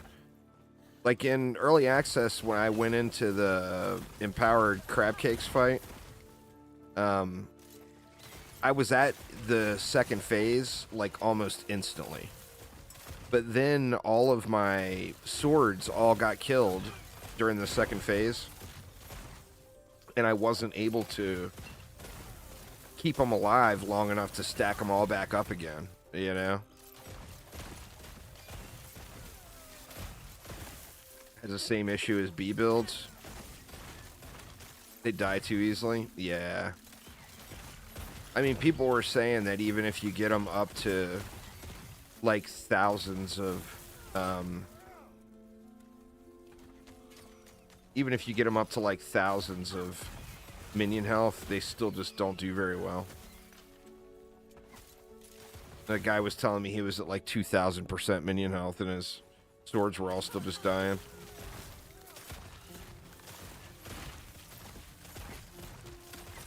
That would fix it, because they do an incredible amount of damage.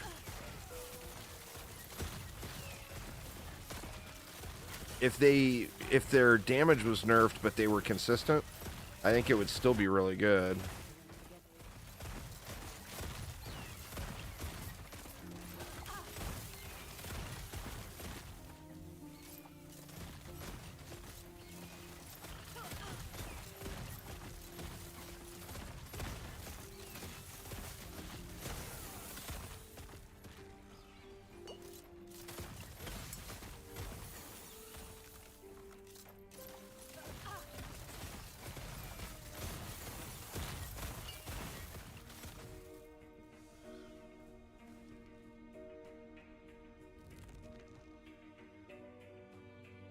What's left is locating the lance. Good old Morditas.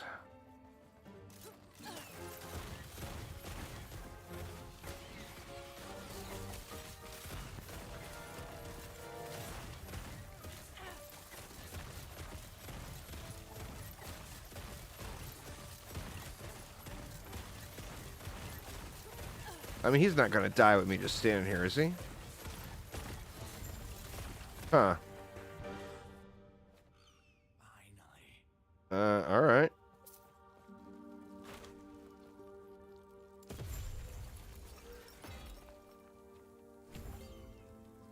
Ooh, I got dive bomb now.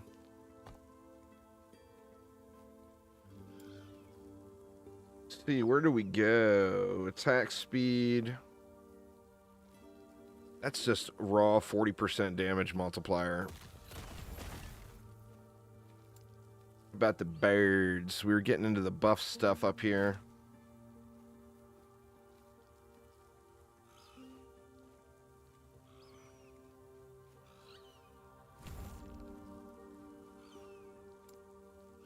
And then I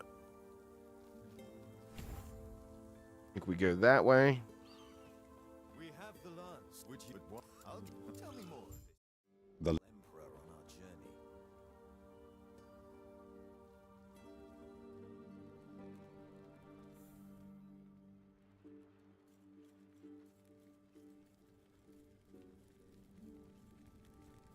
Yes. Probably time to look at my idols again too. God. Yeah, we're gonna get a bunch of idol slots here. All that, yeah, if to be, of course. All that is left is to take the lance and bless it. And now I can get rid of this staff. Farewell.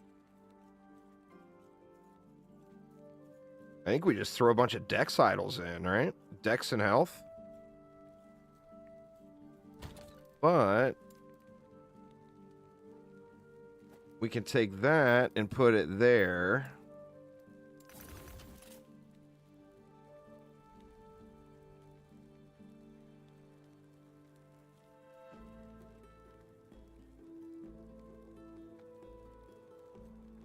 I think that 48% and 60% increases on the implicit are going to be better. We'll throw this on the ground. And now I can get rid of that.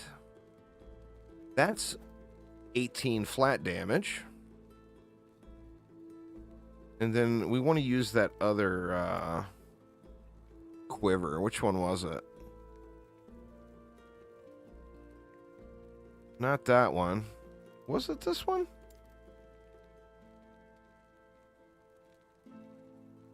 No.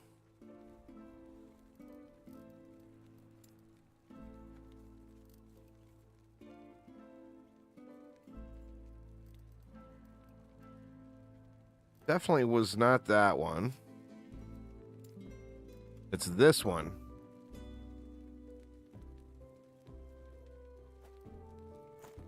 That should be a big, big damage gain between those two things. Alright, let's check the idols. Let's look just for straight decks. See what we can add into it. I probably got no usable idols for it. Oh, no, I don't. Look. Holy shit, I don't have a single dex idol? Really? Oh my god. Not a single dex idol. What about throwing damage? Looks like we got some throwing damage stuff. All of that's all locked to other classes. Sentinel, Sentinel. Sentinel. Everything's Sentinel. Oh no, it's almost like I played a bunch of Sentinels. I'm not gonna buy idols. They just drop so much. I mean, I stopped picking them up. So I won't buy idols for sure. Let's just stack health.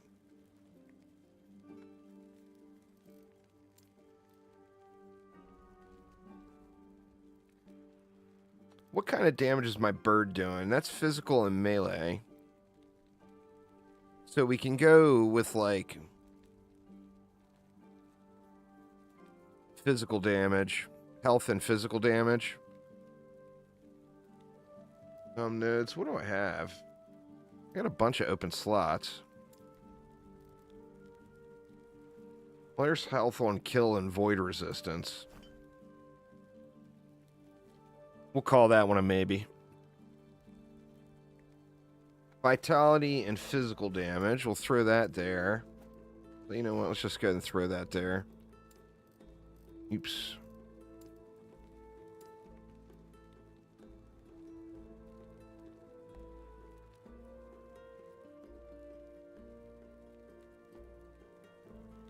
I mean, health and just flat elemental resists. It's not a terrible thing to have at this state in the game.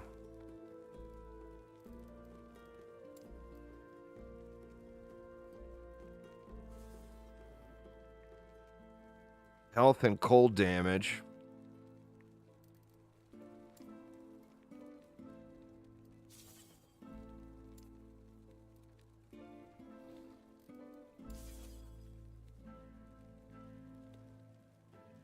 I guess let's take that one and throw it in that slot. We got one more little single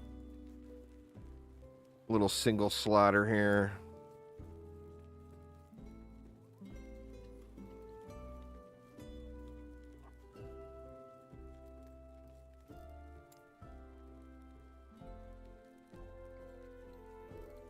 Maybe.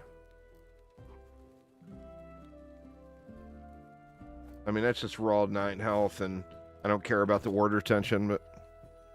Alright. Now, that should have been a pretty big damage gain.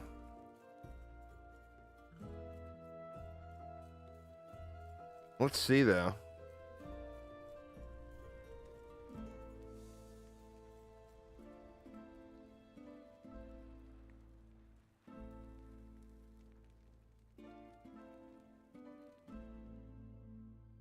And I can't, my little game room here can't decide if it wants to be freezing cold or too hot.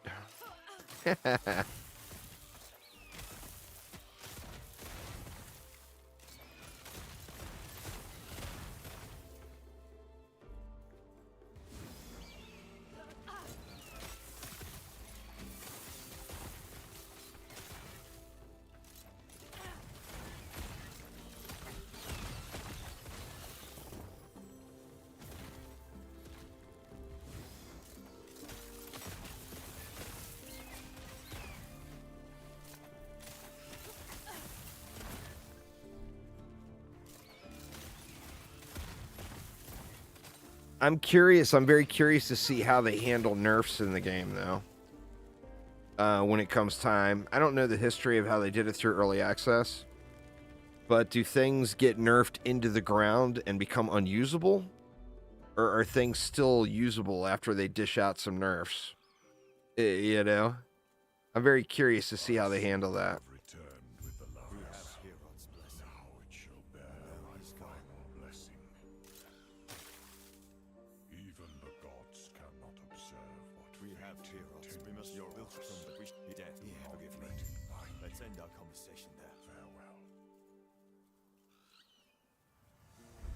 Deep Harbor.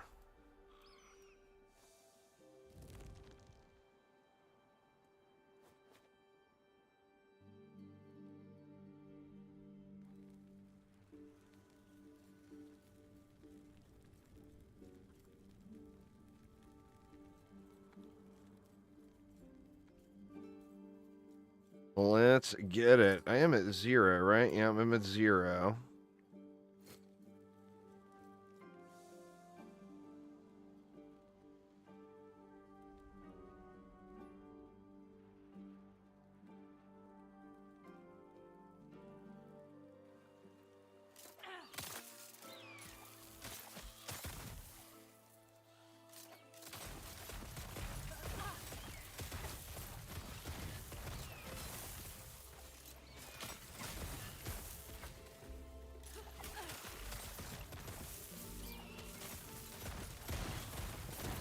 That's a big old boom.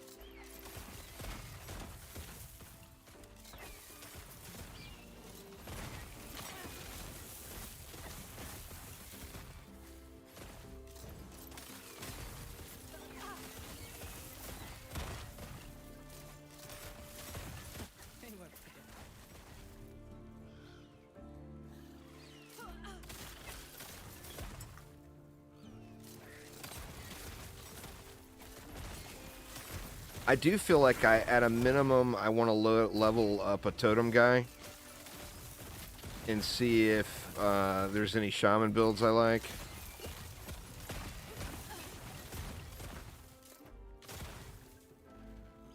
and then I'll play with the Pally. I may or may not do the Forge Guard. I mean, if people are saying the same thing is happening that was happening in early access, with the swords dying on the Forge Guard, I think I might be able to just take a pass on that one for this first season.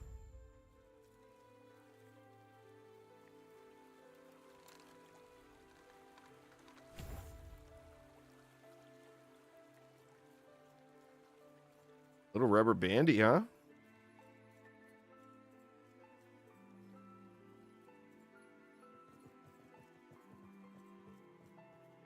We have a problem. It is. Are you then? They're holed up in the pier. If you think you stand a chance, show no mercy. The connection issues only seem to be when it's in town. Like when you're in monoliths or if you're out on a map, there's like no latency. And the thing is it's showing me as a good latency, but you'll get a little rubber bandy when you go into towns, it seems like.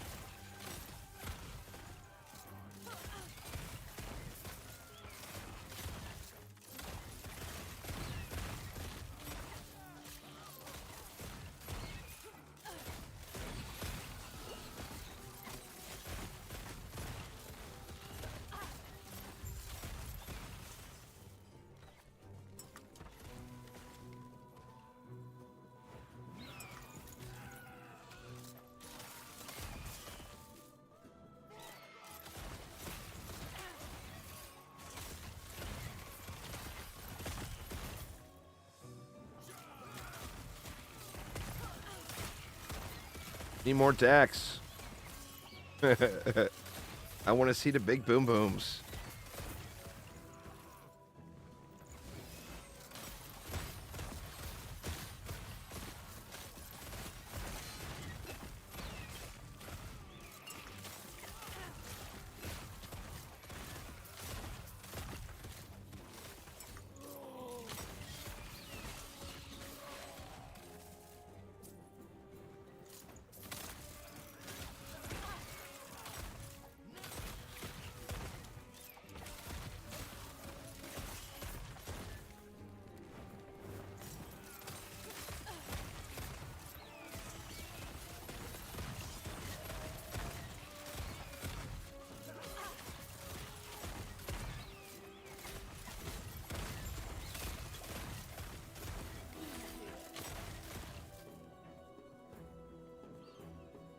Oh. We already completed the objective. I'm looking around for more stuff to kill. Can I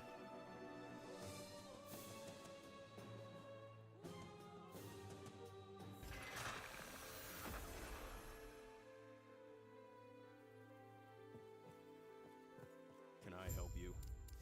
Yes, you may. Give me a ride, dude.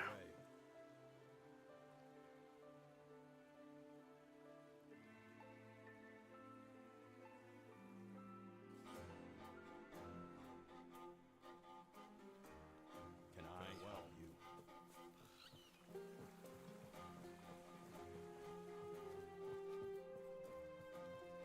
All right, we should be getting into an area where we can really get some XP flowing here soon.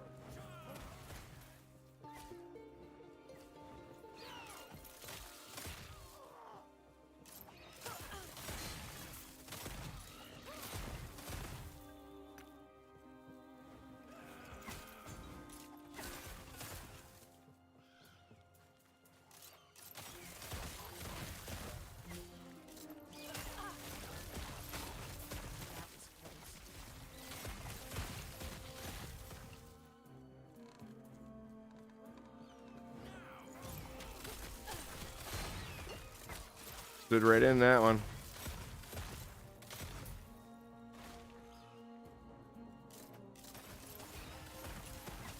Another thing with this build is it seems very important that you never lose your cursor.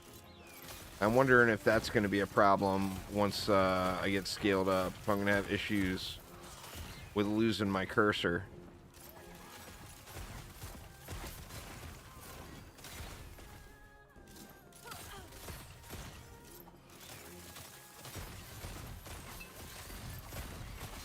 YOLO mouse. What is that, a mod?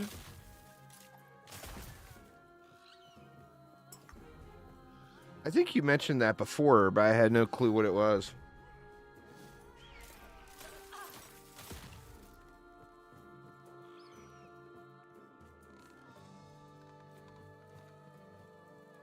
A tool for modding your cursor?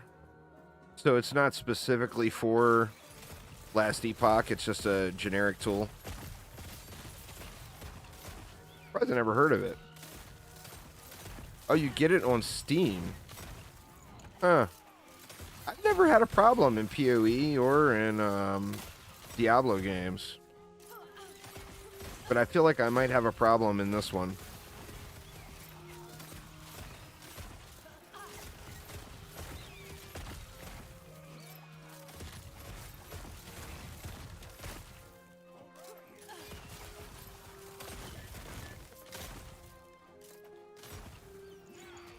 Well, I mean, I've played blow screen up builds, but they've just not been builds that it's been very important if you lose your cursor, you know? Like, you always have the general idea of where your cursor is just by which direction you're running. One of those sorts of things. But yeah, I've done some pretty obnoxious builds before. Let's be honest, I'm always spinning. You never lose your cursor in a spin to win build because it's over there, the direction you're spinning to. That's where your cursor is.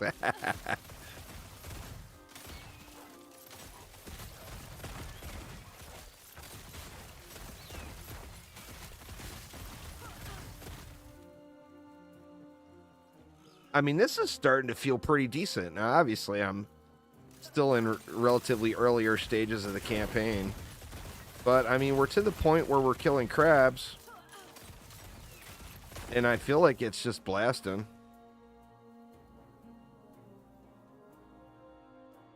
Yeah, I've never used that YOLO mouse, though. I'll have to check that out.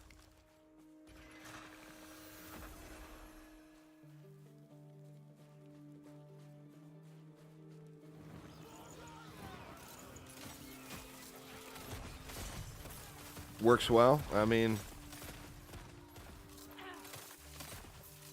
Oh, you can even make it like bright green. Oh, wow. So, yeah, you can definitely hook it up then, huh?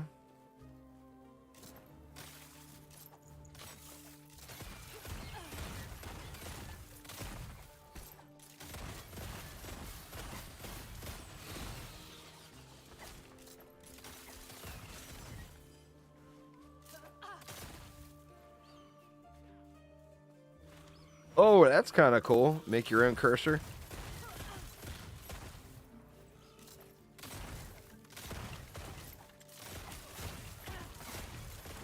Yeah, I'll definitely have to check that out. I don't ever look through any... I'm sure Steam has some really good utility type software there, but I never look through that at all.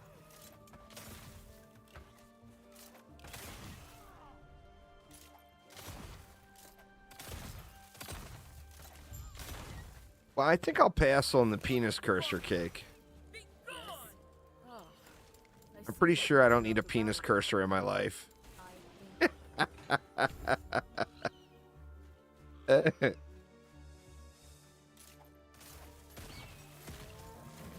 Not so certain that needs to be a thing.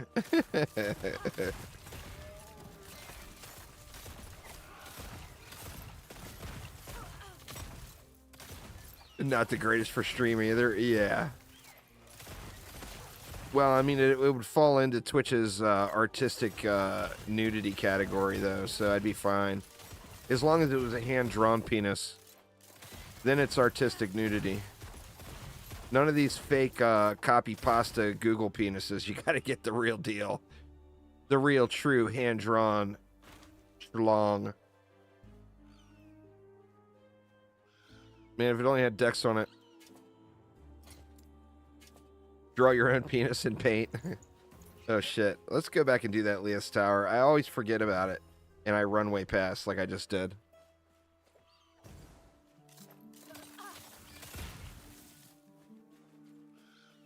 It's actually right by the waypoint, huh?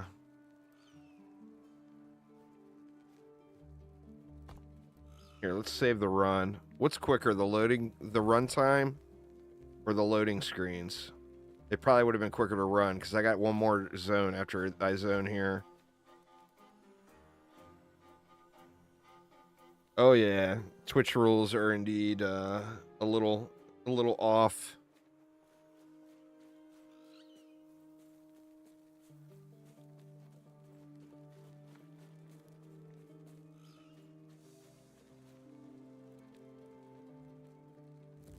I mean, I almost wonder why they even put mobs in this tower, because you can, like, accidentally not engage them at all. Especially if you're using a dash. You know, oops. Accidentally didn't engage.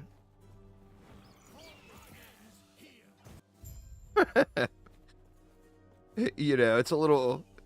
Why did they even bother putting mobs in there?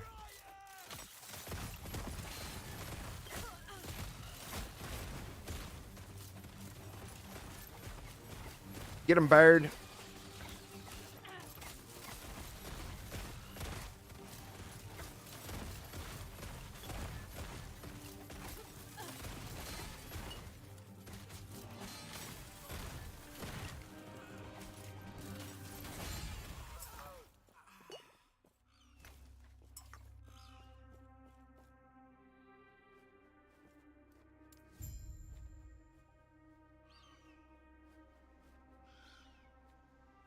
Shift has better mana gain for a mobility skill.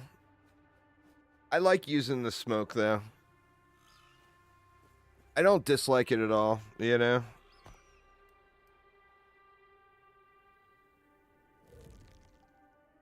I mean, I don't dislike shift either.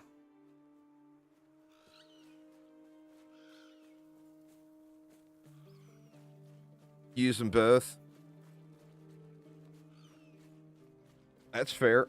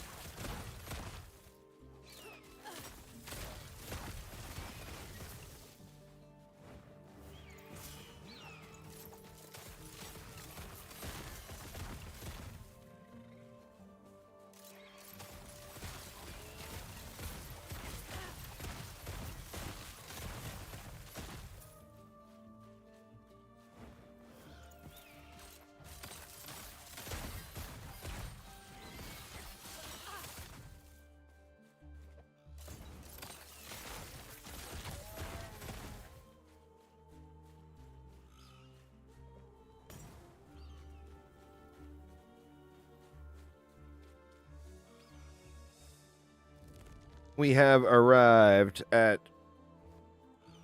Are we in Thatima now, or is this not quite Thatima? I don't remember. We should be getting a little closer and a little closer to crab cakes, though. I'm wondering how that fight's going to go.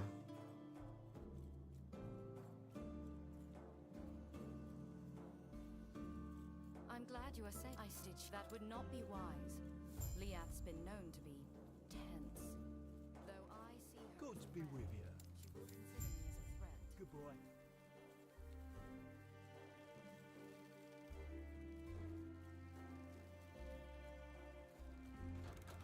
May I help you? Should be my last idle slot, I think. Let's see. Oh, we get more block chance. Added throwing damage conversion to Falcon. I mean, that's something I want long term, huh? And then I get the +2 throwing damage per point too, so more flat damage. Farewell. Farewell.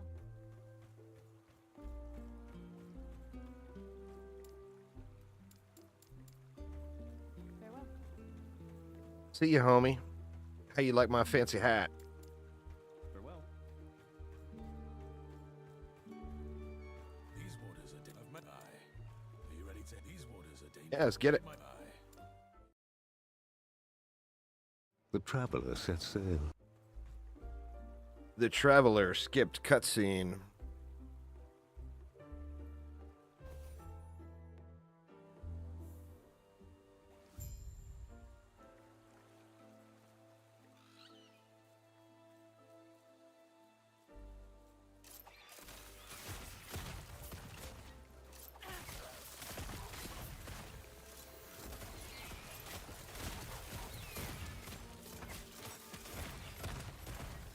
Got the right word in the title, dexterous. Yes, please. Would love. Oh, it's an acolyte helm. What a hunk of shit.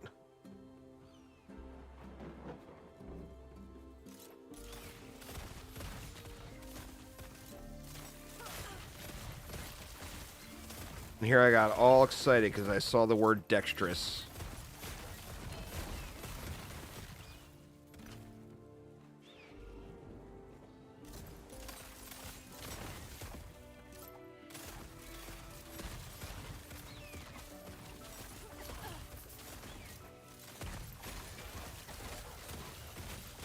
A little better mob density now. Hopefully we'll get to see some boom booms. I started off, I'm doing everybody trade right out of the gates now. I started off the magic find, and it was really good. But the problem with the magic find when you're fine tuning and you're looking for LP2 or LP3 items is you get more junk. Now, does that mean you're getting more chances? Yeah. But like my LP2 axe on my Void Knight, I grinded that boss like 14, 16 hours a day for about 3 days and never got an LP2 version of the axe. I got LP1 versions of the axe and then had shitty RNG when it came to creating the legendaries. And I switched over to trade, and at in the time it took me grinding to try to get that axe, I had made like 4 million gold. So I sunk 1 million gold into the axe, and I ended up getting like a super crazy, ridiculous axe. And then also got the lucky 2 LP legendary conversion. And I got the number 1 stat that I was looking for and the number 3 stat that I was looking for out of the 4 affixes I had. So I was pretty pleased with that. All right. We just got us another skill slot. In this one, we want Dive Bomb.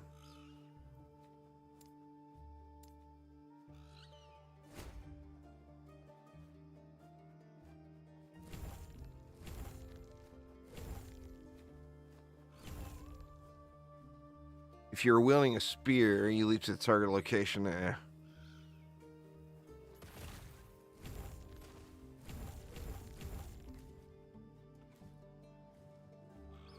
Shadow Falcon. I don't have shadows. Slow stacks. Cooldown recovery speed is always good. Alright, let's throw Dive Bomb right here. We don't need that on the bar either. I think just leave Ballista on there for now. Alright, where do we go from here? There's Dex.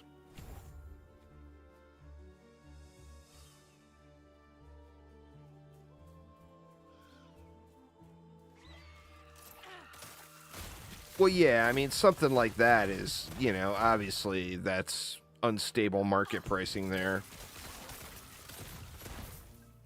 But the thing is most of this, you know, like that was probably an exception.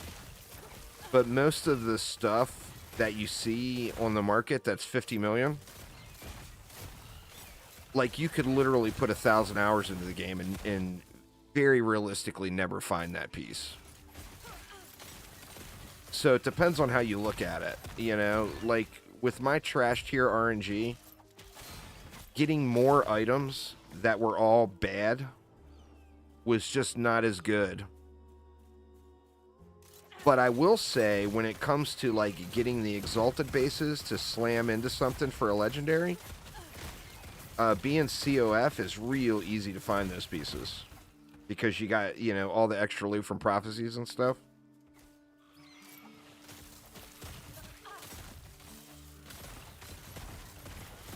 Well, that's the thing, is it's not necessarily, because you realistically could never find the pieces. So, I mean, if you want to take a chance at possibly never getting your build maximized, then COF is better. But it's 100% not better for endgame than trade, if you actually want to get your build min-maxed. I mean, the chances of getting like that 2 LP axe that I spent $1 million gold on, the chances of getting that are like 0.06 or something like that % chance.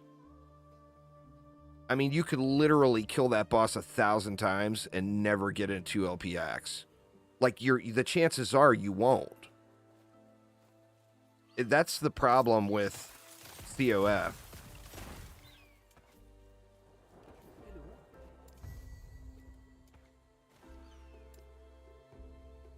No.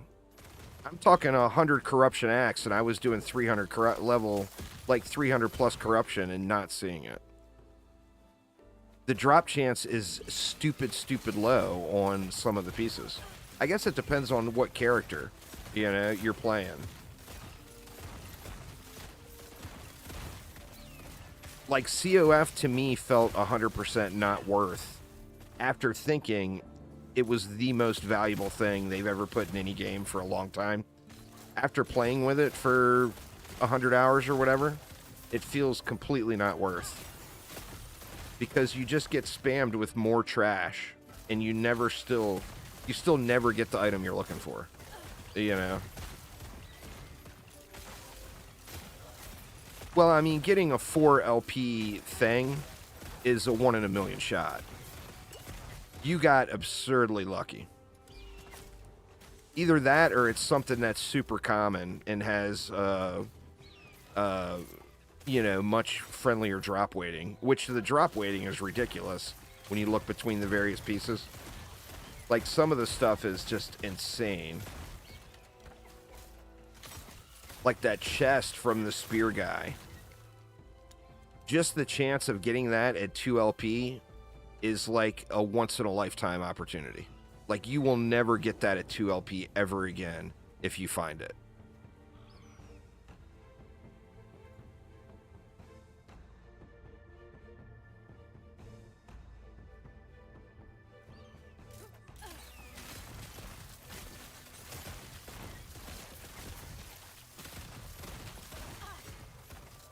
So yeah, I mean, I've just got mixed emotions on it. I mean, like I said at the beginning, I thought it was incredibly good. And I do think it's incredibly good for finding the exalted pieces to slam into other pieces. But as far as finding the stuff, I mean, you know, of course all of us have different experiences with RNG. But, I mean, I just wasn't getting anything. With all the bonuses, with loading up massive prophecies, I'd gotten up to, I think I was level 9 in the faction already. I had done so many prophecies and everything. And I had so much gold that I could switch over to market, not even spend half of my gold, and have my character fully decked.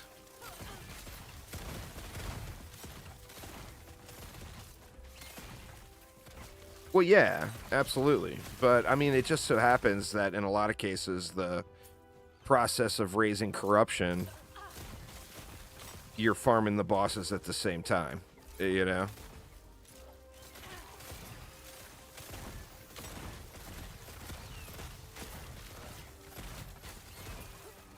Yeah, but that's just because 4 LP is ridiculous. Thinking you need 4 LP anything for a build is real pie in the sky chances. I mean, that's crazy. The fact that you got it is absurd. You know? I mean, that's literally like finding the best thing in the game. How do you do that without putting in thousands and thousands of hours? Well, it must be a super common 4 LP piece then, like I said. But the pieces I'm looking for on any of the characters I've done, none of them are super common high LP pieces.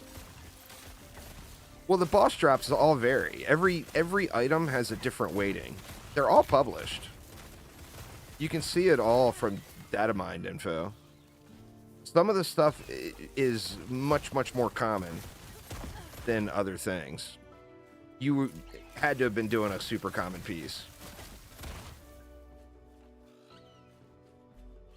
Yeah, most of the bosses have a small drop pool.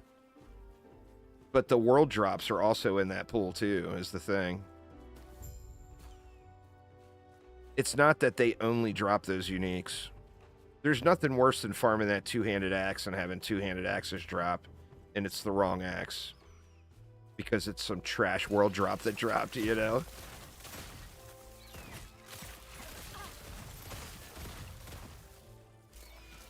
And then you've got the other side of that, like the boots for the low health build.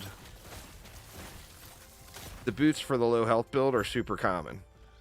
So getting those at 2 LP or 3 LP or, you know, is going to be super, super easy in comparison to like the axe.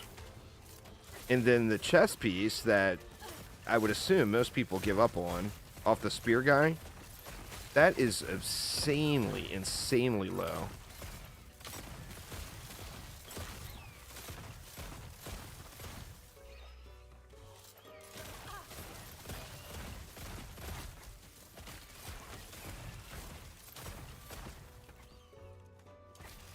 Oh, for sure, for sure. But, I mean, just having the expectation of having a 4 LP piece in your build, unless it's a super common piece, that's like pie in the sky stuff. It's just not going to happen. You know? It's like finding a relic in DD2 that has a 10 out of 10 defense rate, anti-melee, and anti-chaos already on it. I mean, is it possible? Sure, it's possible. Is it realistic? No. You know? At least for the builds that I've been looking at anyway. Like, I've only had one item that was a common drop. And that was those boots for the low life build. And those I got super quick. I actually got them super quick playing trade. I didn't even need COF. But like I said, the bonuses from COF, I mean, I'm not saying it's bad. I mean, obviously, you get a shitload of loot sprayed at you. But if you have trash tier RNG in video games and all that loot is all just more junk to siphon through, it does no benefit, you know? And that's why I switched over to trade. And no regrets. I mean, everything I've wanted to go get, I've not only had more than enough gold for,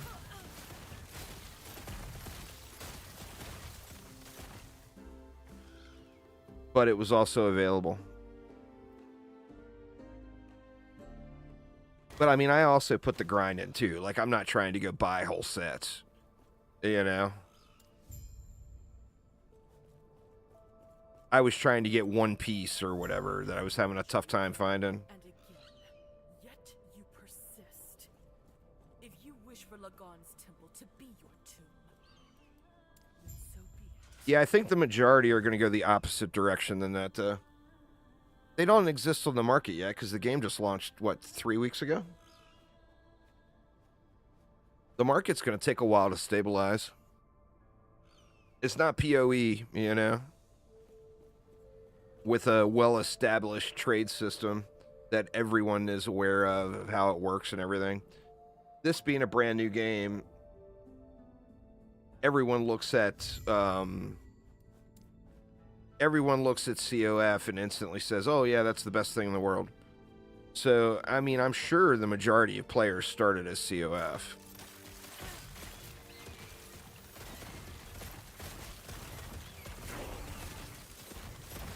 I mean, all of the big name YouTubers were putting out videos like, who would be crazy enough to choose trade? And now you look, all those guys are all trade. You know?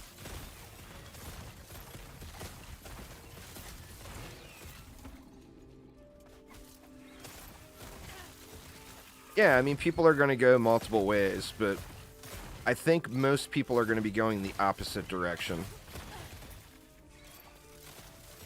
Personally.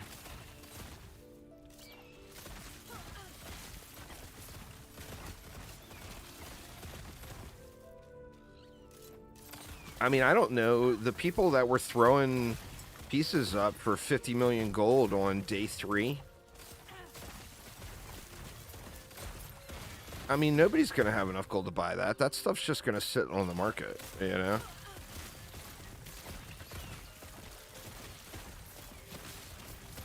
Oh, see, I found all my idols. Like, I've got full min-maxed idols on 2 different characters now. And I didn't purchase a single one. For me, trade is not about buying everything. It's about buying that one thing that you can't find. Because, I mean, you know, I'm just like every other Dungeon Defenders player. I grind a bazillion hours. So, I mean, I get most of the stuff myself. And I guess, compared to what other people are saying, I guess I've just had really good luck with idols. Yeah, I mean, obviously you want max rolls. You know, my Void Knight is fully dialed, and my Necromancer is probably 90% dialed. And I didn't, all of that was just found idols. So maybe I've had good luck with idols. Compared to the majority. But I can tell you for the weapons, stuff like the axes, I mean, my luck was just so terrible.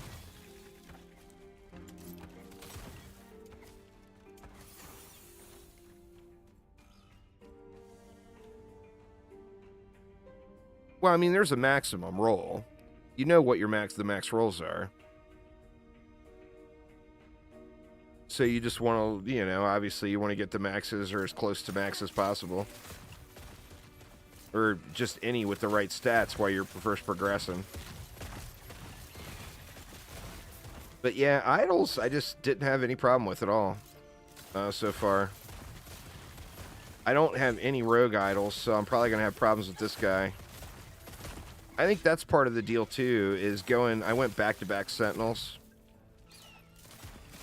I think with the Necro I just got lucky, but with the Sentinel I went back-to-back Sentinels. Where I had a Paladin and then a Void Knight. So I had a shitload of Sentinel loot. You know?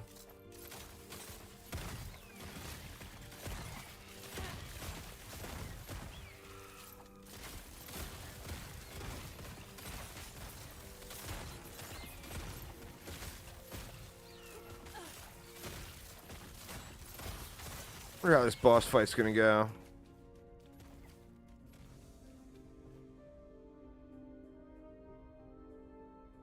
Yeah, I don't know.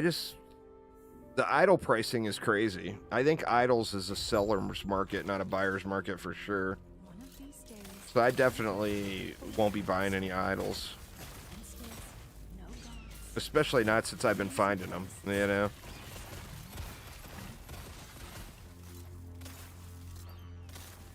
You were a support pally?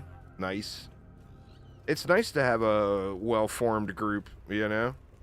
To play with.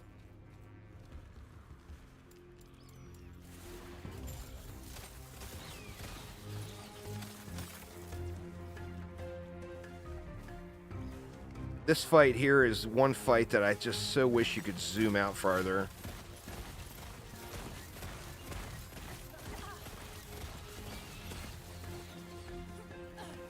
Unless she's shooting at you, you have no idea which quarter she's in, you know?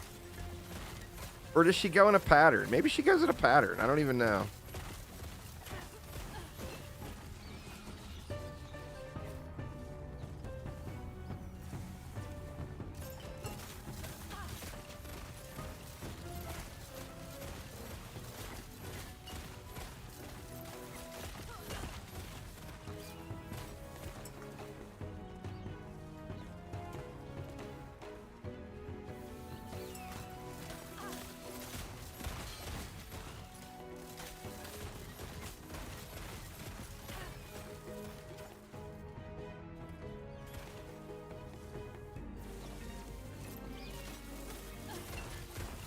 Oh shoot, I forgot about my dive bomb thing. I just haven't even used it yet. It's supposed to be the big blaster. I completely forgot it exists. I was trying to Your falcon ascends high into the sky.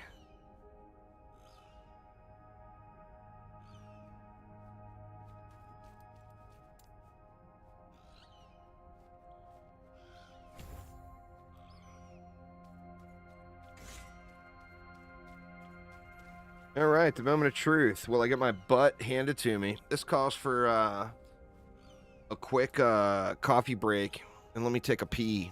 So give me just a minute, y'all. I'll be right back, and then I'll let Crab Cakes beat my ass down. Be right back in a minute.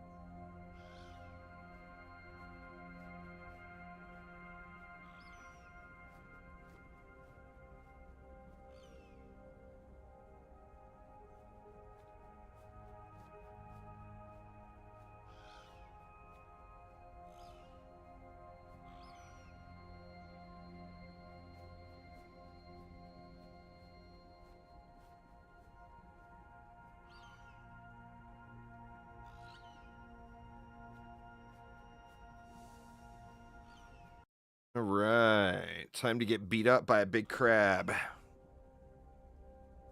See how this goes. I haven't even looked at my resists. Oh, they're awful. 5% lightning resist. Here you go. Can we beat Crab Cakes with 5% lightning resist? At least I've got the cold resists up there. This could be some getting one-tapped. Coming from a Necro, then doing this build.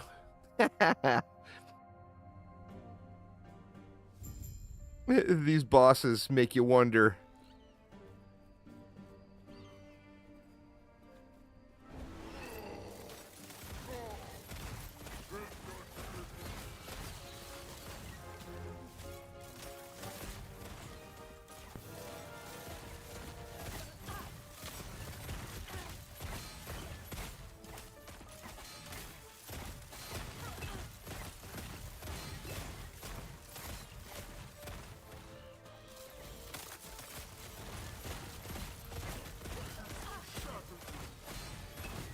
Whatever, Crab Cakes.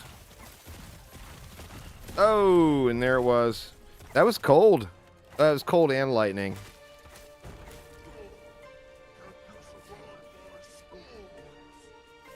The slams I can eat. The slams are no problem. The problem is the lightning blast. I mean, that one I was clearly standing inside the circle. So, you know, I mean, what can you do? If you're gonna stand in the circle, you're gonna get slapped. See, where do we go here? I mean, the mana cost is not going to be a bad thing.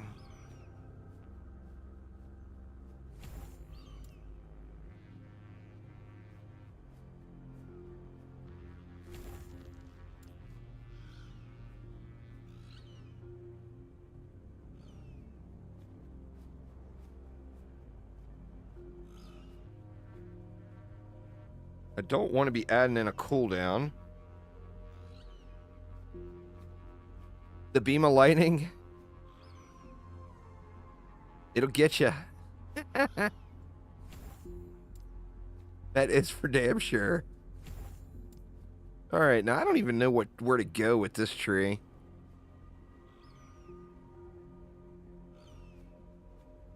Less mana cost. I mean, that's not a bad thing. Smoke bomb duration.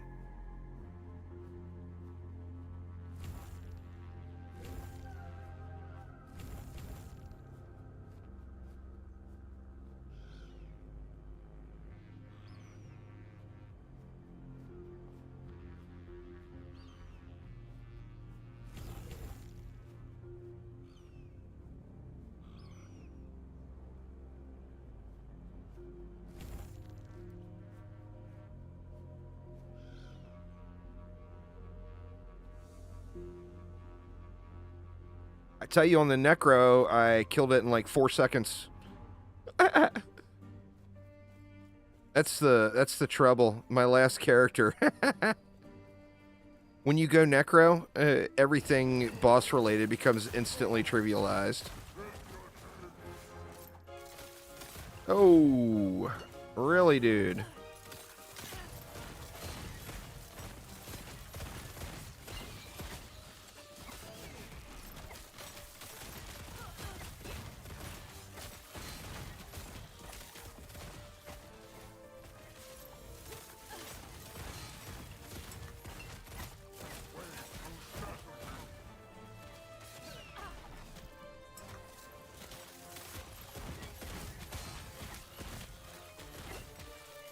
Uh-oh. Oh, there we go. We got out of it. Oh, no, we didn't.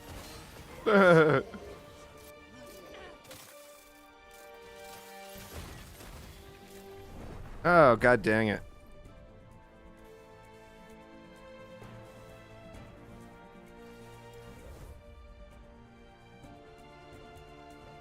Oh, you do this guy with the Necro, you do this guy, the highest I went was 300 because it's so boring.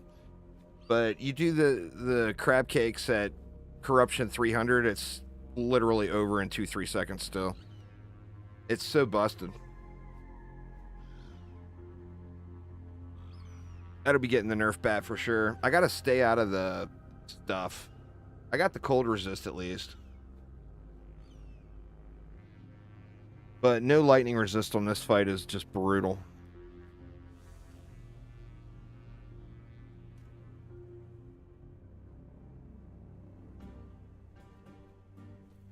The Necro is definitely the perfect boss killer, I think.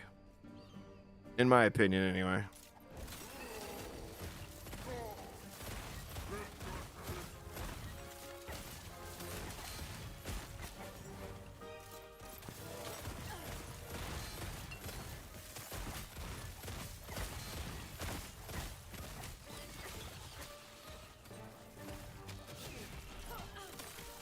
Falcon thing doesn't seem... Ooh. Wow, that was close. That Falcon thing doesn't seem like it's hitting that hard. It's hard to see the number. Oh, shit. Ooh, just barely got out of that one.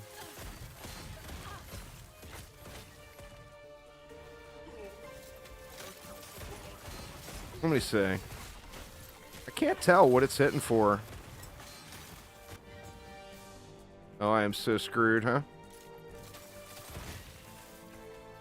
I just look at one of these waves and it's over.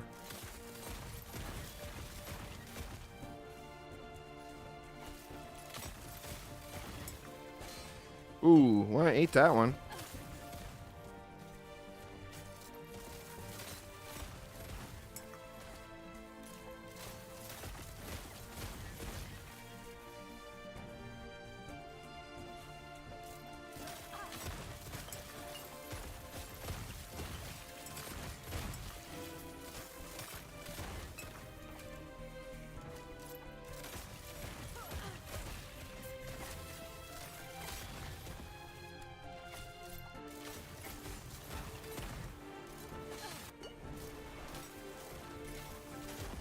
All right, is he opening with his move?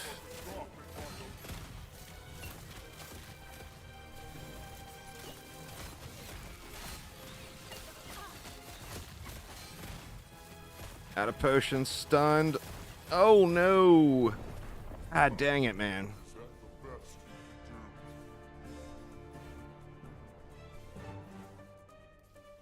Well, as it should be. Every player in the group should have to double the boss health. It's the only way to make it even remotely fair, and that doesn't even include synergies. If it's a well-formed team, then it should be tripled or quadrupled, you know? I mean, if you're doing twice as much damage, the boss should have twice as much health. That's just, you know, not even including the synergies. I don't know if I'm going to be able to do this with that cold resist where it's at. I might have to do some idle swap in here, which sucks.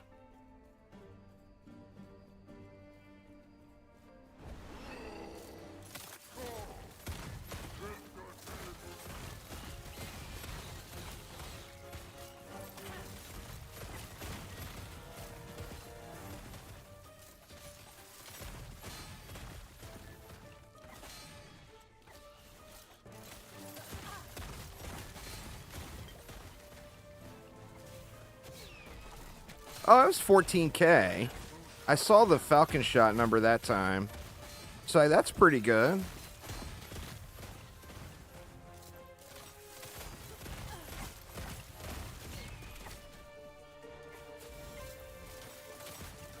Yeah, I'm just eating way too many potions.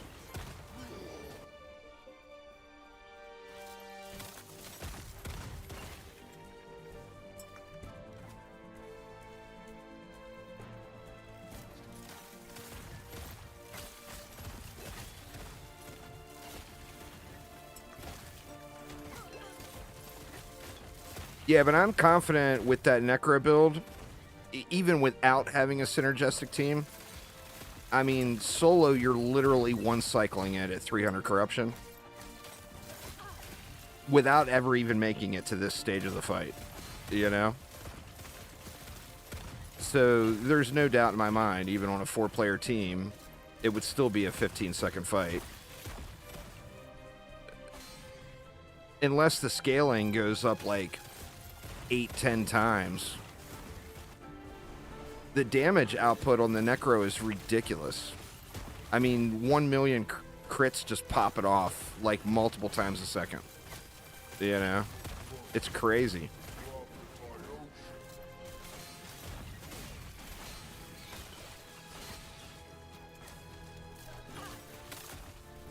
Is there a few builds? I know the Judgment can do it as well, but I don't know how the build works.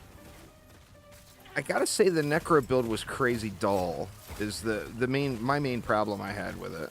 It just wasn't fun to play, you know?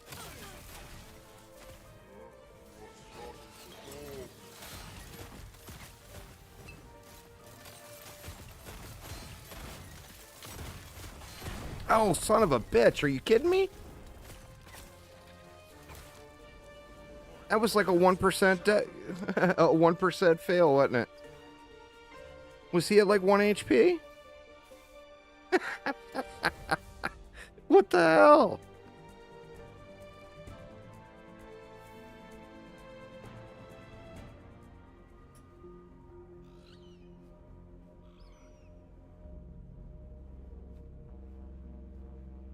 A 100,000 ward? Yeah, it'll get it, huh? 100,000 ward would be good. I got up to 10k ward is the highest I ever got, but the thing with that Necro build I keep raving about is that was 100% unoptimized. Well, the problem you run into with the Necro is there's a built-in diminishing returns mechanic on the bosses.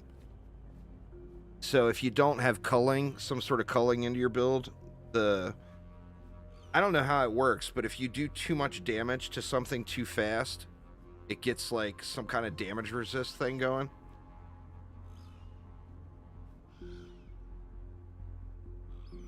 But those 1 million shots I was talking about was at 300 corruption. I'm not talking about anything in 0 corruption. Anything at all that I've mentioned was 300 minimum.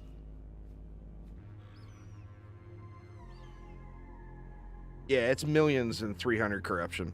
I mean, literally, the crab cakes fight was 1 stage. It never made it to the stage 2. It was so refreshing after struggling with it on the Void Knight for so long. The Void Knight, I ended up, I want to say it took at 300 corruption, it took me like 10 kills, or 10 attempts. This one, I'm just too goddamn squishy. So I gotta watch everything, which is, you know, has never been my strong point. Paying attention is hard.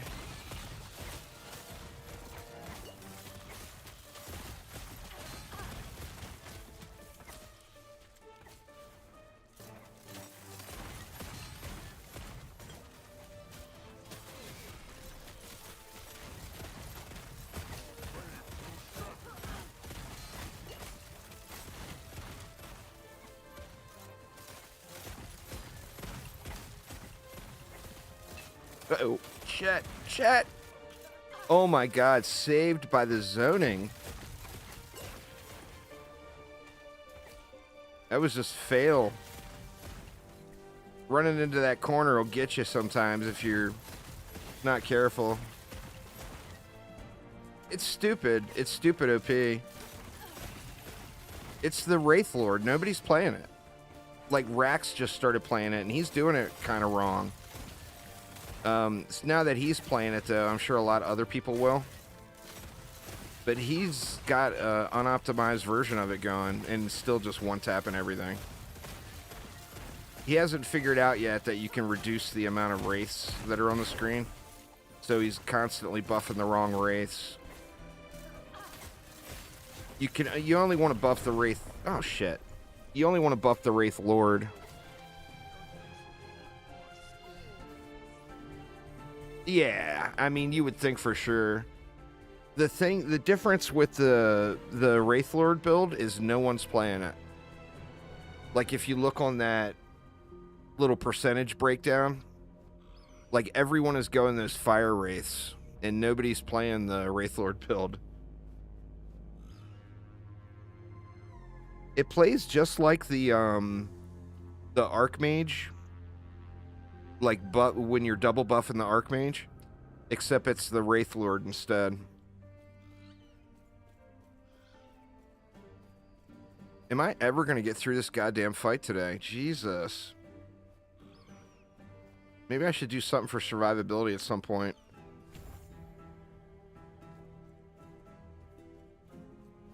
I'm excited to get this build to that point. I mean, right now, I'll be stoked if I'm able to do boss fights fast. That's my main problem with the Void Knight, is the bosses are so slow. Like, you really got to pay attention to every mechanic. In the Wraith Lord, you completely ignore every mechanic. So it's a pretty big difference going from one to the other, you know? I'm screwed.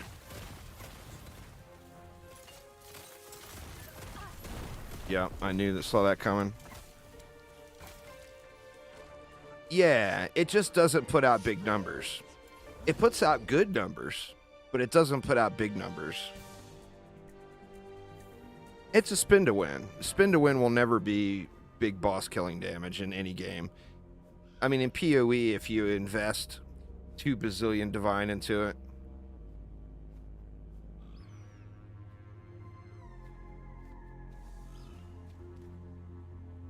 This one is just straight irritating. I might end up getting him a little better gear.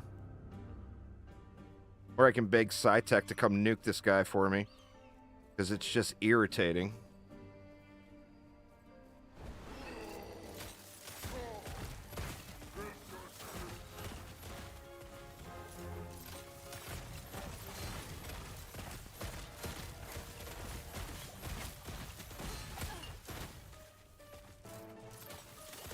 I think the problem is I'm getting stunned so much.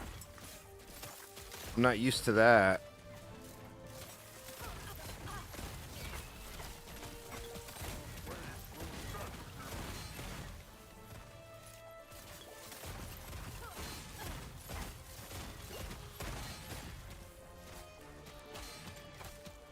I mean, there's a lot of clanks going off, you know?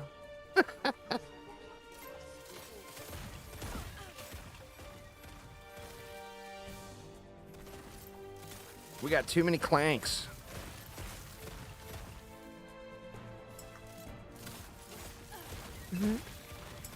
It's weird that that's the noise they chose to represent you being stunned.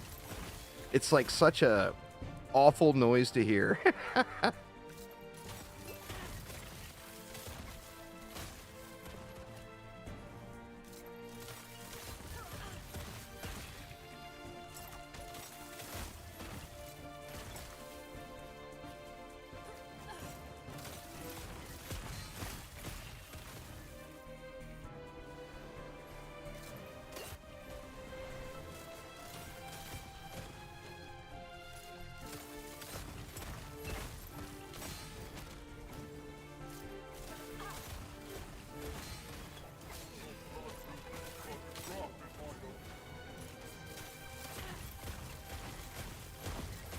It's like my regen is real bad too.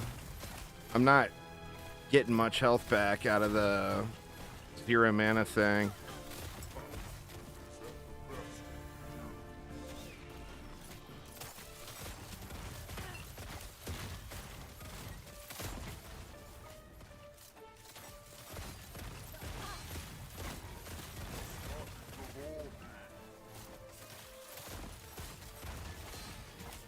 Ah, shit.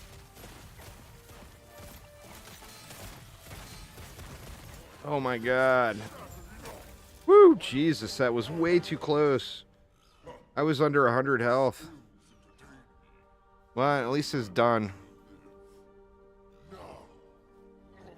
Oh, I've got shitloads of open mod slots.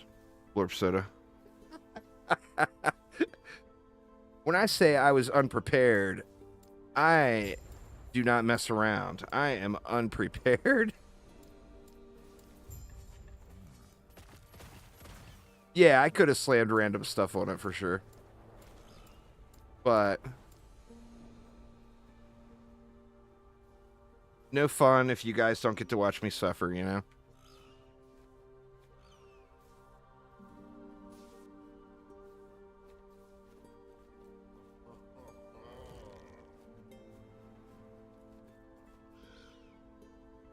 All right, come on, Portal. You can do it. They're not going to let me use it? Oh, there we go.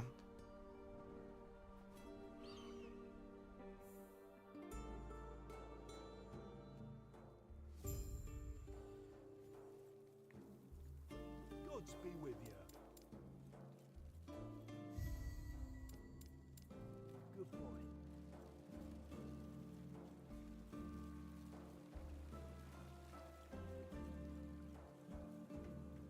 You're back. I own sure next. It will be a long road to Majelka after, but you That it will.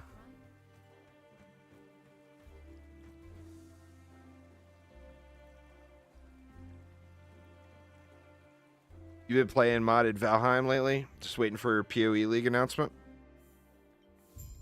Valheim's a good game.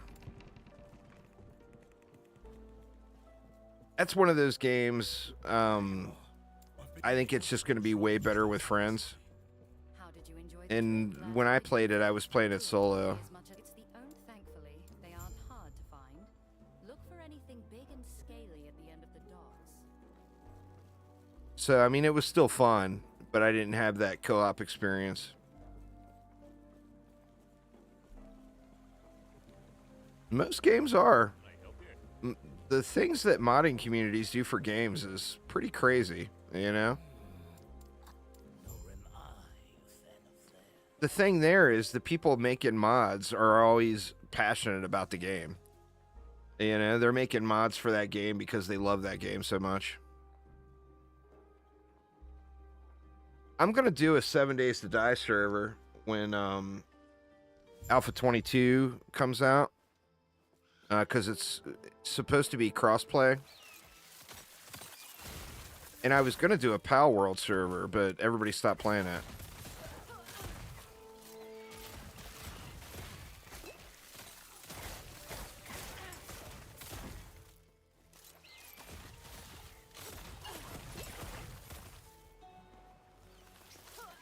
That's the problem with Power World, is it gets real boring. I'm fully decked in Power World now. Oops. Full kits all the way around. Every worker min-max, the whole 9 yards. Well, I mean, you could turn the egg incubation to instant in the settings. That aspect of the game was crazy addicting to me. I watched, what did I watch? I think I watched all of Season 4 of Star Trek Voyager while eggs were cracking. But you can turn that to instant in the settings so that the incubation insta-pops. And then it eliminates that, that pain.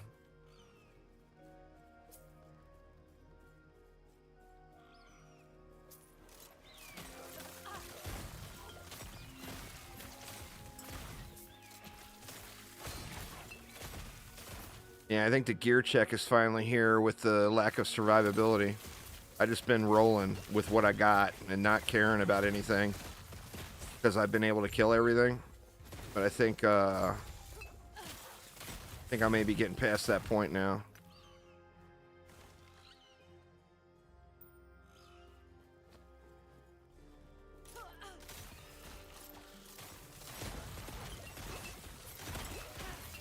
The problem Pal World has isn't that, in my opinion, because I found that aspect of the game very fun. I mean, it was AFK, waiting for stuff to incubate, you know? But the problem is there's no challenge. So, like, there's no boss that's hard. Once you're decked, and nothing is difficult.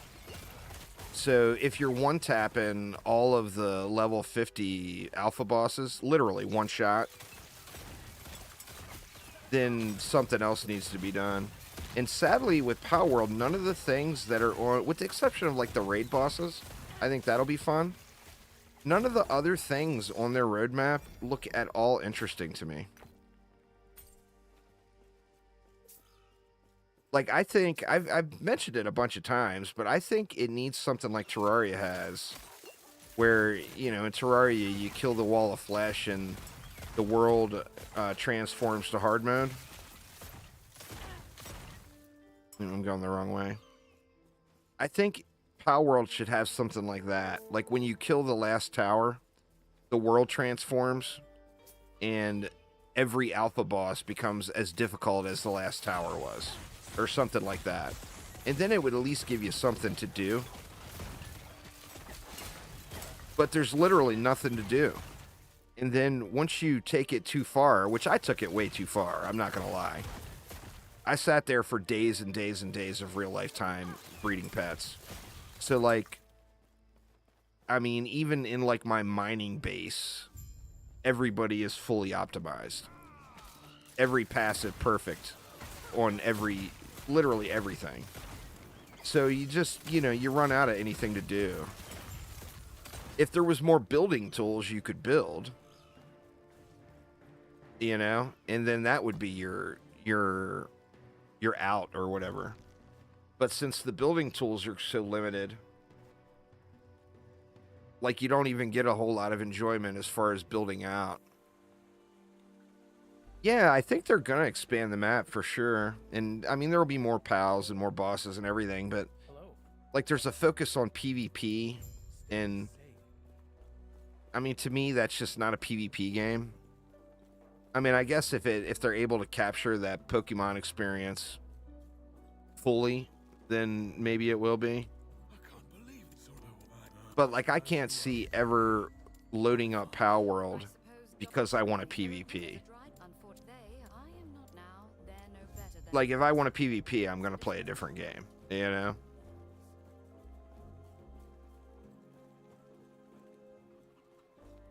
Yeah, I mean, that's fair, but that's the answer.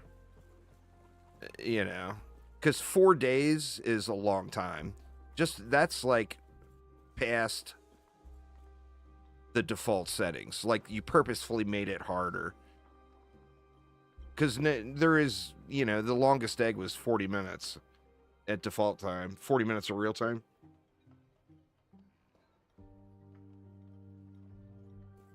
But yeah, it gets to the point where you got 60. See, I didn't even know about that setting. I did it the hard way too.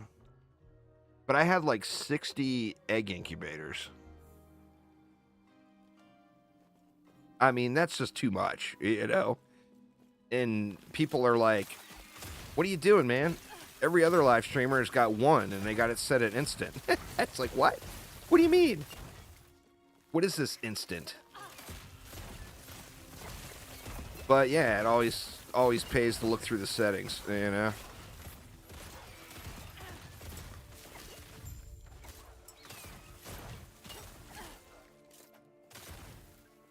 I mean, it was nice when that 40 minutes went up and you had, you know, 40, 50, 60 eggs to look at. That was awesome. Yeah, man, the lack of survivability is catching up to me big time. I'm gonna have to start using my little smoke screen more, I think.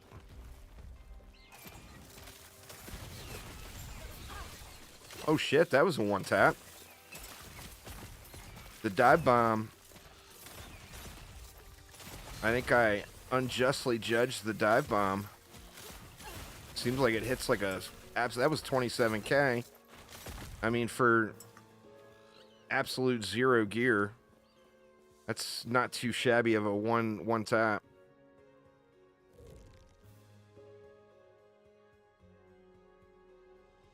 Everyone gets all the good base locations. Well, I think if you're gonna... The ideal way... I guess it depends on how big the group is.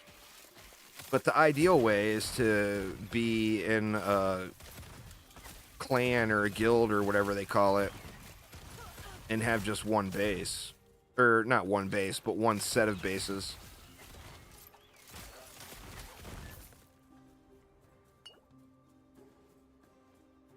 There's a lot of people in the server. Yeah.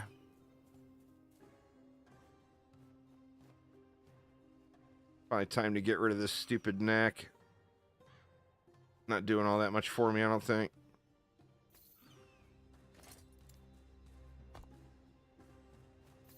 What can we do with this? Physical resist, poison resist.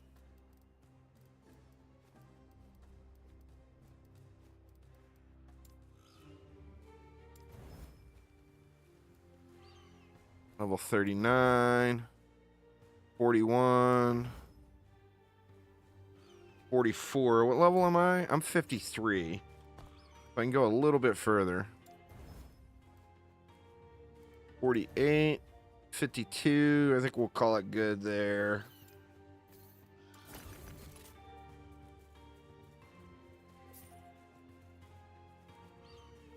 You hold the score group on one server? Yeah, I mean, they said to hold like 30 players, right?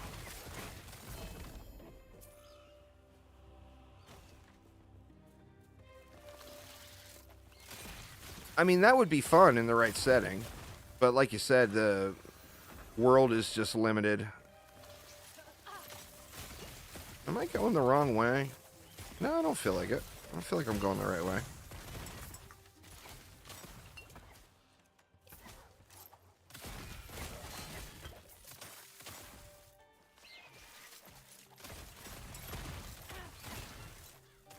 Well, see, that's the thing. I don't think the PvP is going to be like that.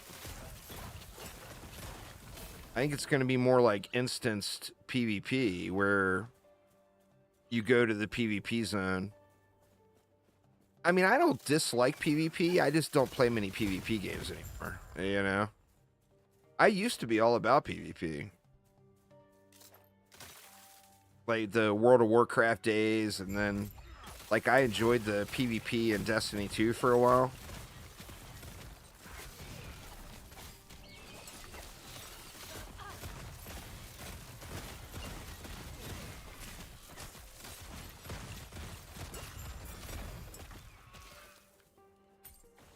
No point in picking up all these keys again, now that they're worthless, huh? Thank you for this. I could have got... You happen to perhaps... well, I can't complain about that offer. You ready to head out then? The scale band were never meant to be common. Well, I mean, is it though? They haven't given any information on what the PvP will be.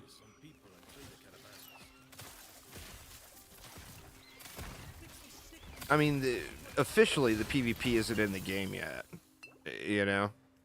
So we don't know what they'll have in mind. I mean, if it's like Ark, more people will like it, I think. I won't, but more people will. Well, yeah, but that's like adding a mod to a game. That's not the experience that the game has to offer. The impression I got is it was going to be more Pokemon-ish. And I think either way, it would probably be a good call. I mean, the Ark, if they make it exactly like Ark, it will encourage more Ark players to play it, you know? And then if they make it exactly like Pokemon, then that'll encourage more Pokemon players to play it.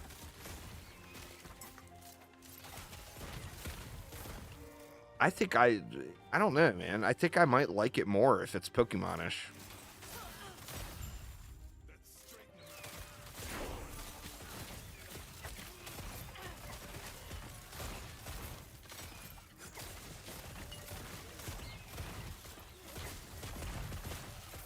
I mean, we'll see what they do. The thing is they made an assload of money. They got enough money to put in all the systems. I mean, there is nothing that they should underdeliver on because they've got so many millions sitting there from how successful the early access launch was. What are they going to do with that money? You know? Are they going to reinvest a bunch of it? Or are they going to go buy yachts and hookers? You know? What are they going to do with the cash? But, I mean, they've got enough money. They could put in a full-blown Arc-type system and a Pokemon Gym-type system. They could do it all. And still have, you know, hundreds of millions of dollars left over. But what will they do? Is always the question.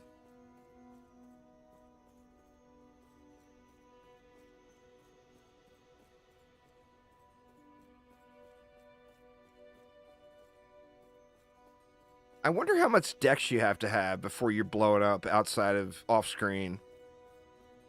I know it's all about the dex, right? I wonder what you got to get to before you're blowing up off screen real nice.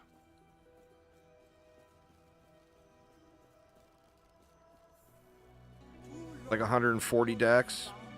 Yeah, see, I got nothing. Compared to that, I think I'm at like maybe 50. Well, I mean, overkill is exactly what I'm looking for. I mean, I overkilled the min-maxing on my Void Knight for sure. But it's nice being able to spin through packs doing, you know, 10k plus on every single hit, and they're just going pop, pop, pop, pop, pop, pop, pop, you know? Was it just me, or was that... If we're not... I think they did spin to win pretty good in the game. It's just the nature of spin to win. It will always be a farming build. It will never be an end-game boss rusher or anything. Like I said, I mean, I guess Path of Exile has end-game spin to win builds, but they require the most ridiculous investment, you know?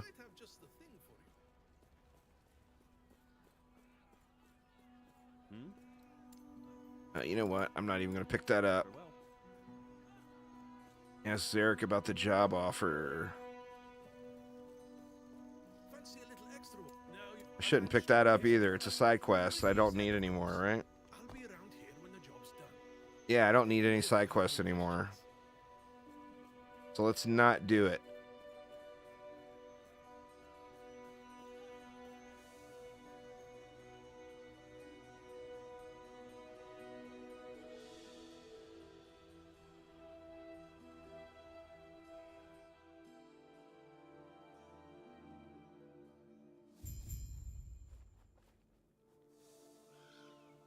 Yeah, that's definitely the call to make, I'm pretty sure.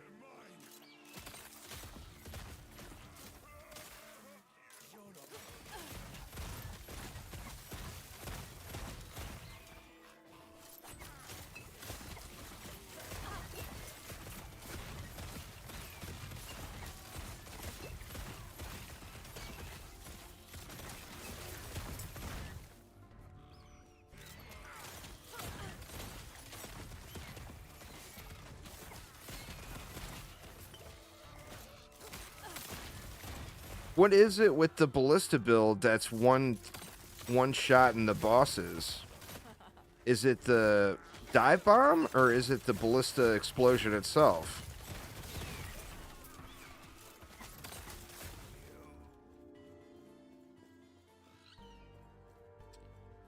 Shit, I went to the wrong objective, didn't I?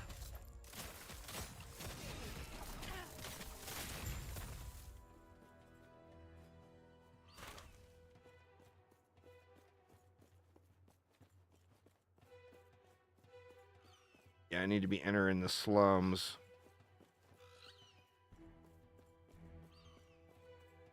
It's so huge, what you can do with block in the game. I went block based on my pally, and it's... I mean, shit, at level... I'm at like 70% block chance, and I'm only like level 70. Ooh. This is death, isn't it? I spam too many potions.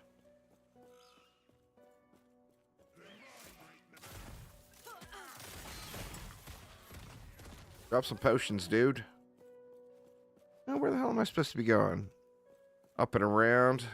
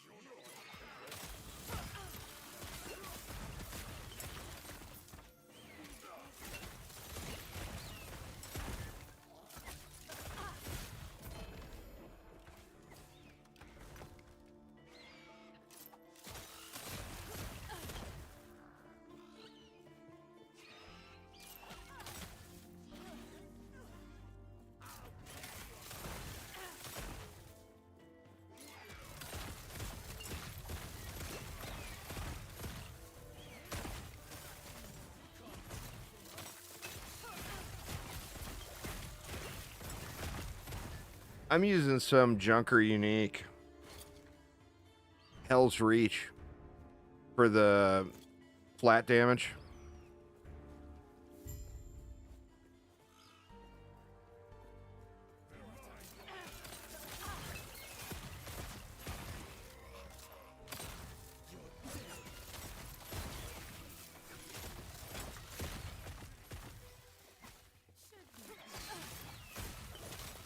Oh, does it? The things that scale ballista don't scale the explosions? That's weird.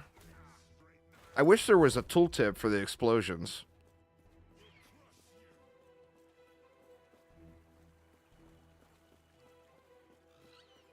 Huh. Yeah, it'd be nice if they'd explain things in the game a little better then. Huh, that's weird. Even the max roll guys got it way wrong then. I flipped through the little max roll list and they're suggesting flat damage on everything too. They've got quite a few of their builds not quite right in Last Epoch.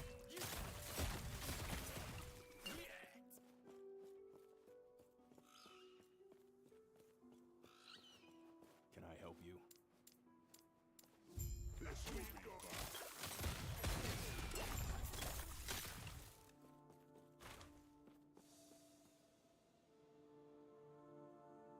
Yeah, there's just no in-game information on the explosion. It'd be nice if you could see the scaling tags, etc. I mean, what does it even say in the description? Now, also explodes when it expires or is destroyed. Explosion deals more damage. See, it just says multiplicative with other modifiers and hits enemy in a larger area based on your dex.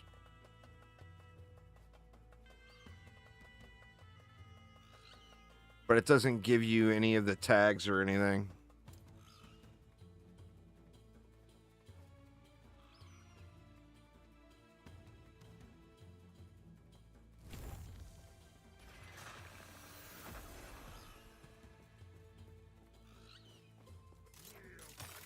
I mean, most of the things they do pretty well with compared to other games.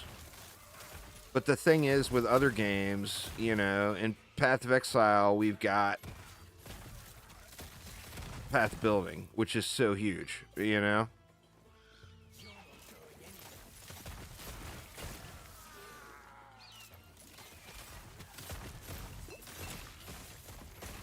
I mean, I'm sure that there will be a tool like that for this game eventually.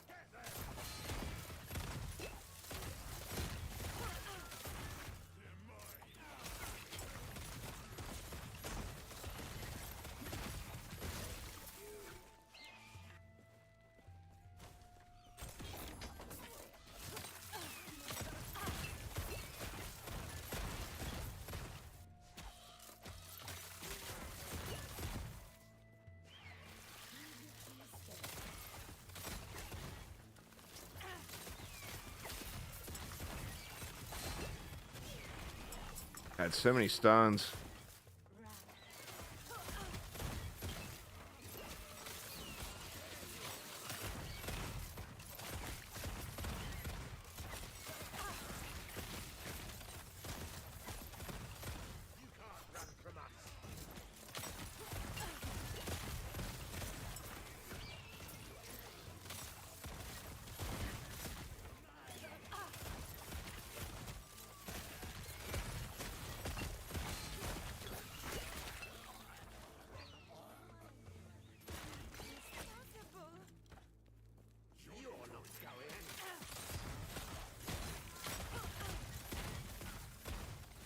Uh-oh. I'm dead. Can't survive the poison, can I?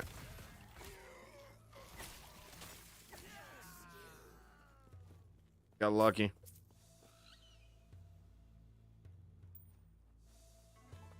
Gonna have to regen the good old-fashioned way. You can rip in characters entirely for profiles. Yeah, but I just mean the path of building is such an incredible tool. And it gets into so many specifics with all the numbers, you know?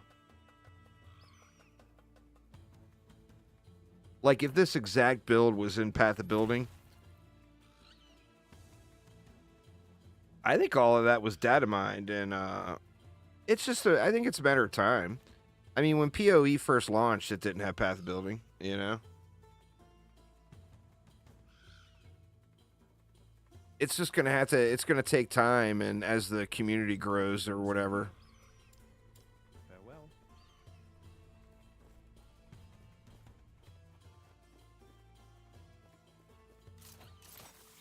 But yeah, the base, like, calculations and path of building, I'm sure that's all data mined info. I think, anyway.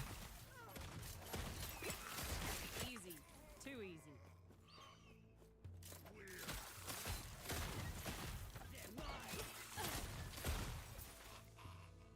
And then the ability to import your character to it is the API portion of it.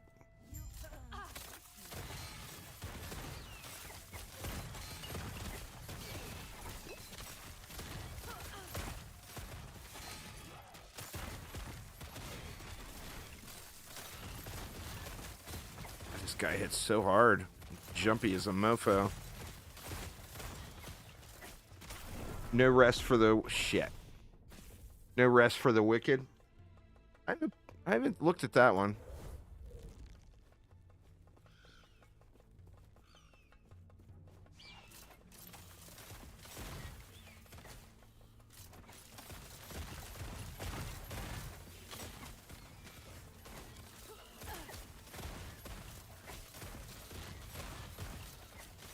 Yeah, don't go in melee range. Game easier.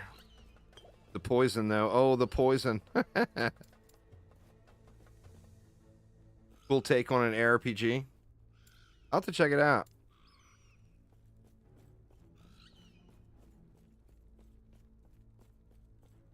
All right, return to Majelka.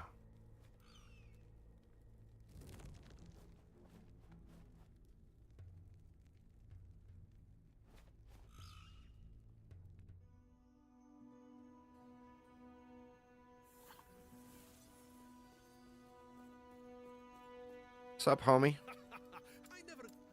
After you're done with your business in the Despite all that, I know it. Win-win. All right. Once you're done after that. Oh, come on. Where's that fighting spirit? It's going to work. It's not like you've got any other. It's not going to work. Not happening.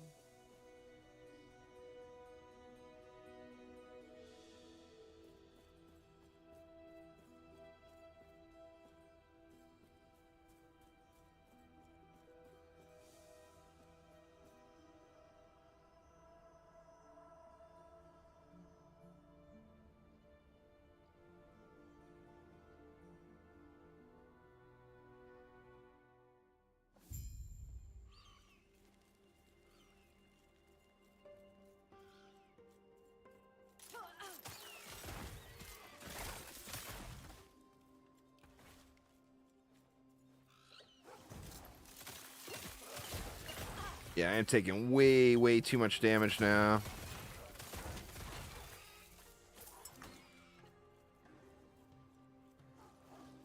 Not even gonna bother with that mage.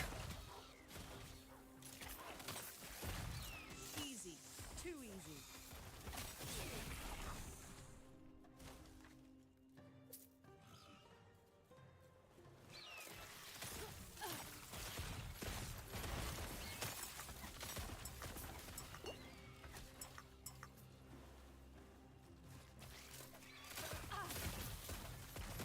The wrong way.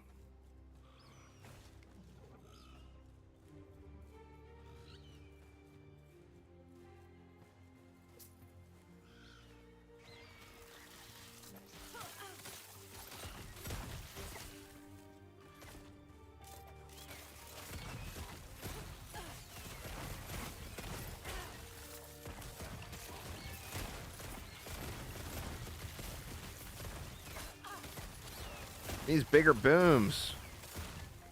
Gotta get through this and start getting my dex gear squared away.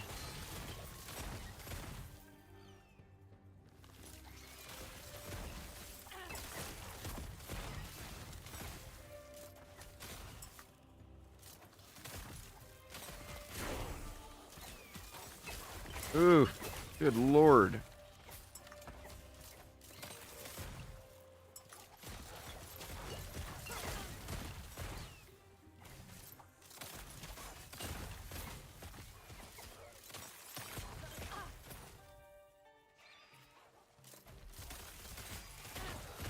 I don't feel like we're getting much healing return out of that one node. The mana return node seems great for mana. Seems bad for heals. Need to do something else if I keep taking all this damage. Well, I mean, you know. I got like a 1% chance to dodge right now or something stupid, I think. That's part of the problem.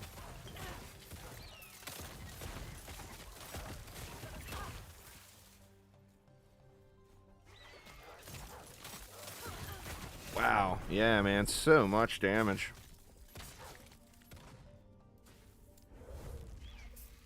How bad is the run going to be?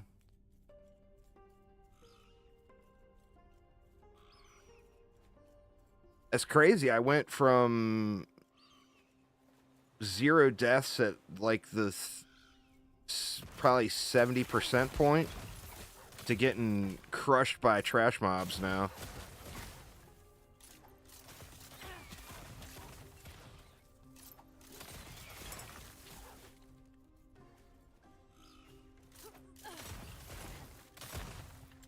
Why is this area blinking? Is there a boss gonna pop here? There he is.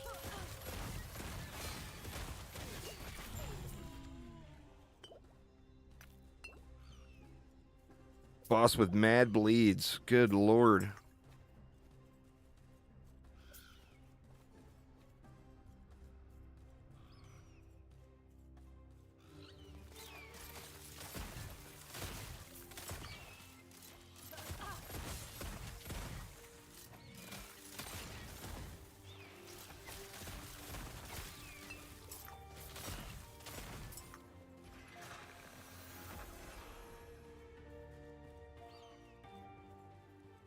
Good day, traveler. Farewell.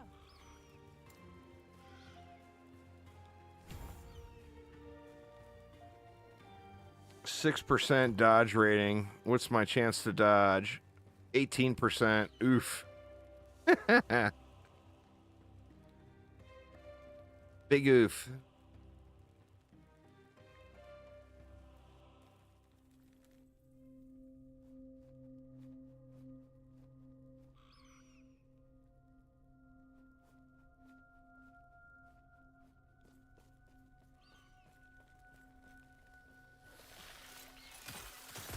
Somebody posted up a ARPG info in Discord yesterday.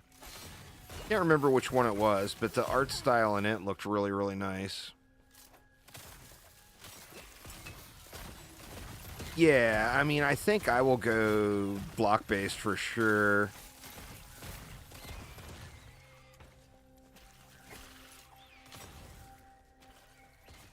Don't care about that side quest.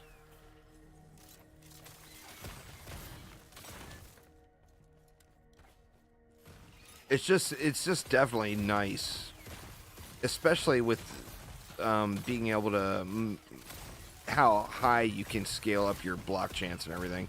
Being able to go to 100%. Definitely seems like a good call.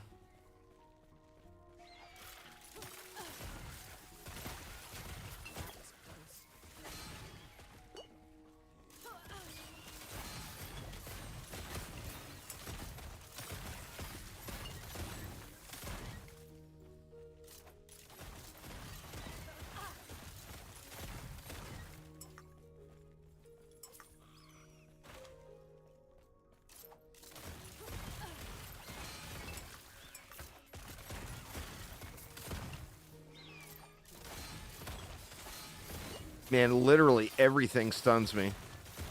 Every shot stuns me. It's crazy.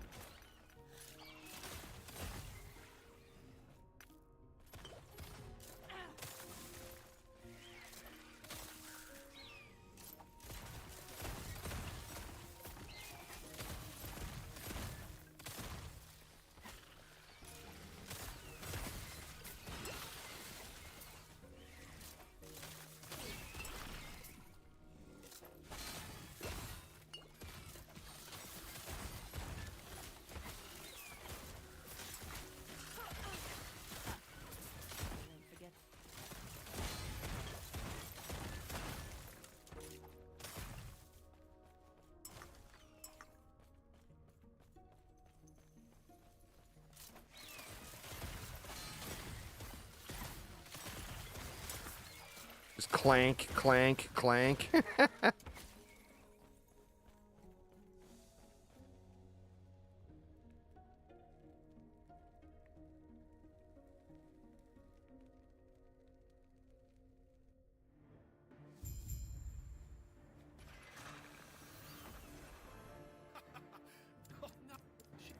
Let's go on a bird ride there, homie.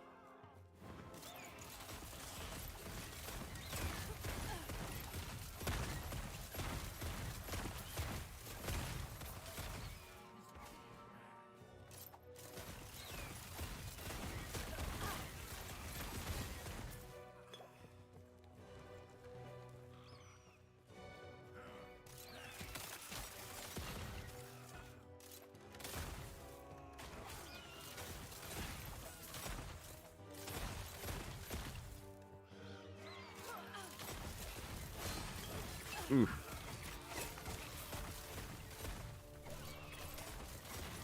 Am I going the... Or no, I gotta go up and around, huh?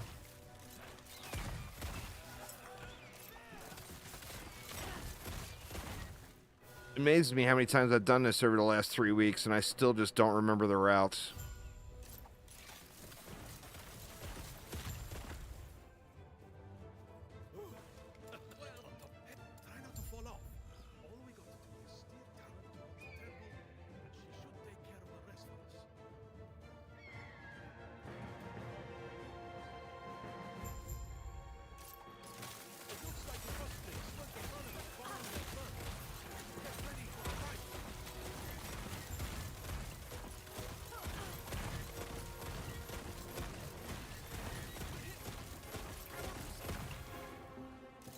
All right, Cake. Have a good night, man. We'll talk to you tomorrow.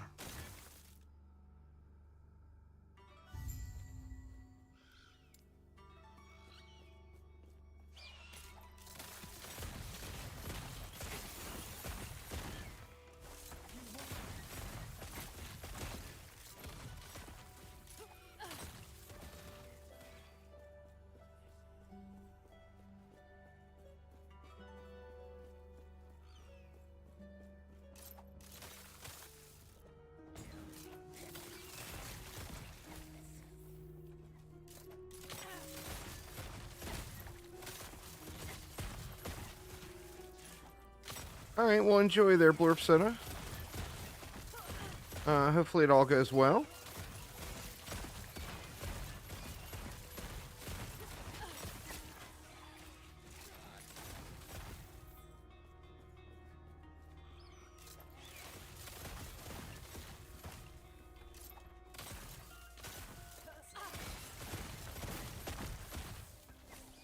Appreciate it, man.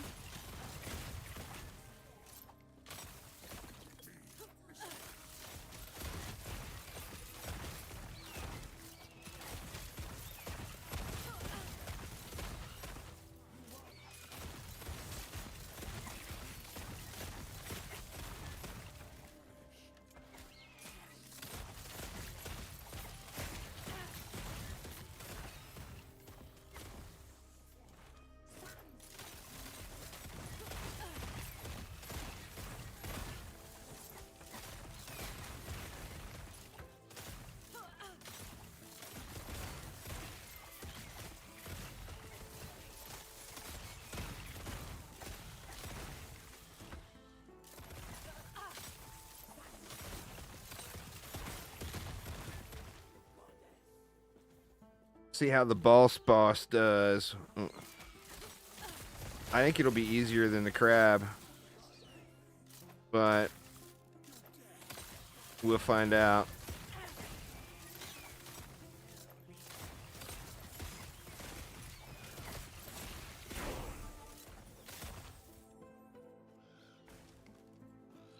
This is about the spot where I've been finishing the campaign, level 56. Seems like on most of the characters, the campaign's done right here.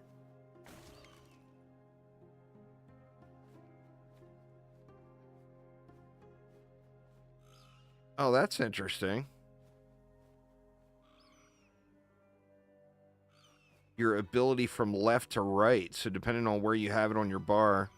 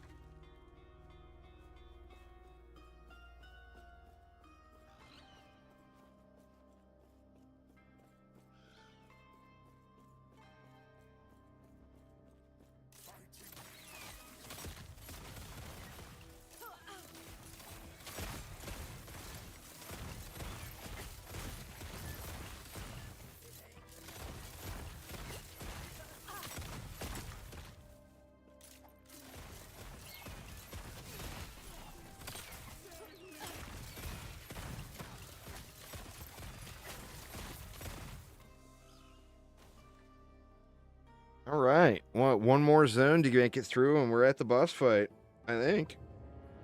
Pretty sure it's at the end of this zone.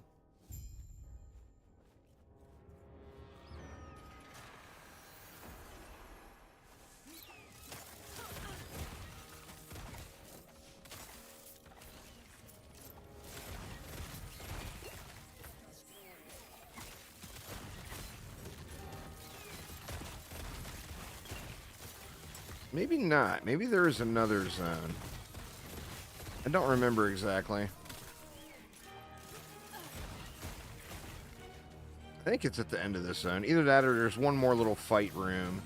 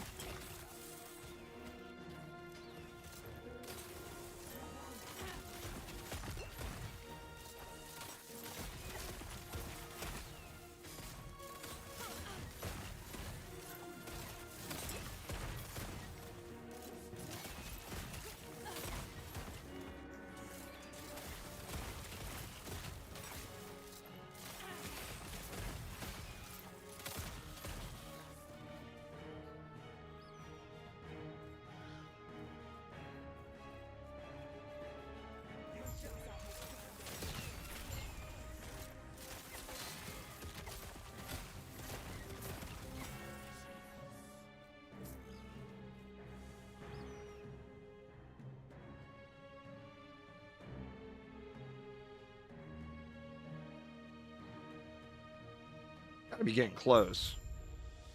Or yeah, here's the fight room, and then the next room will be the boss room.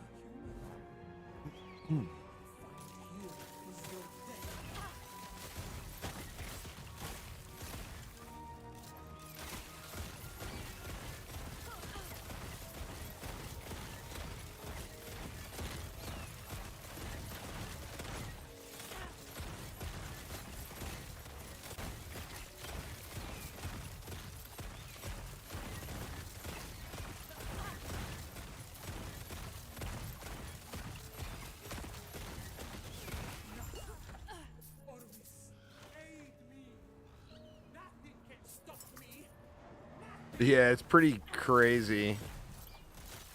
And I've got like a real bad setup going now too. I guess these explosions end up going like 1.5, 2 screens once you're all dialed in.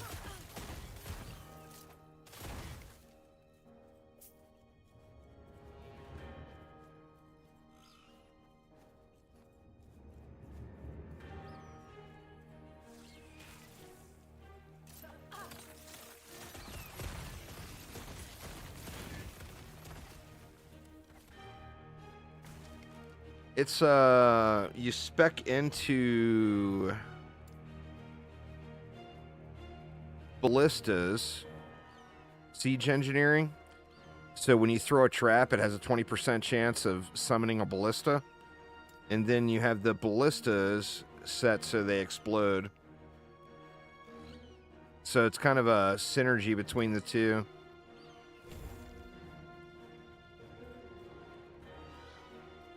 All right, the moment of truth. Trash tier resists. Unoptimized set of gear. Can we kill the boss? I am breaking the cycle. I refuse to be your sacrifice. Disgraceful. Rage is unbecoming of you, child. This is not rage. For millennia, the vessel maidens have died so you could live. Now feel the unending abyss of their despair. What are you doing? Why don't you show us the torment that now fills you? What I think I might start a totem guy after I finish this. of my mind? I'm not sure yet.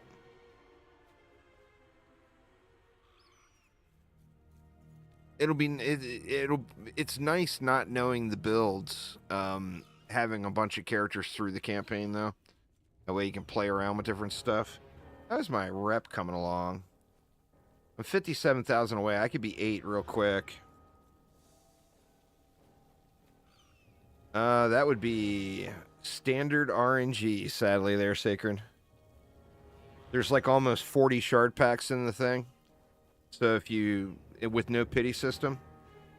So if you look at the actual probability with no pity system, you have to open, I mean, you don't want the math. You don't want to do the math.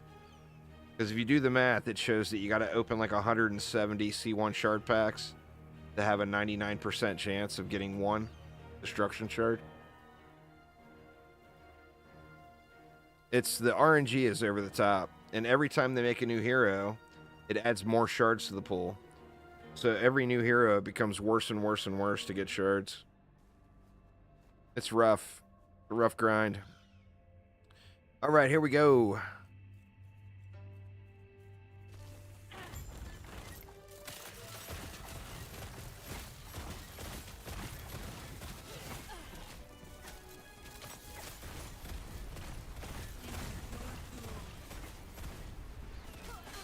Oh, whoa. That was some hefty damage. Shit, I'm out of potions already. And stunned. Oof. And dead. Yeah, that did not go well. I think I might even have fire resist. Let me see.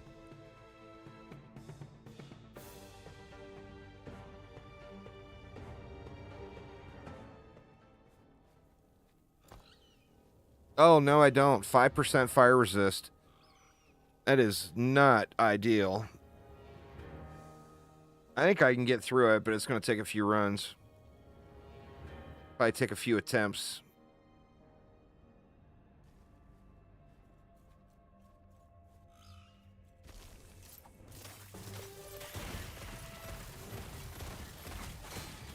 The stuns too, man. The stuns are real.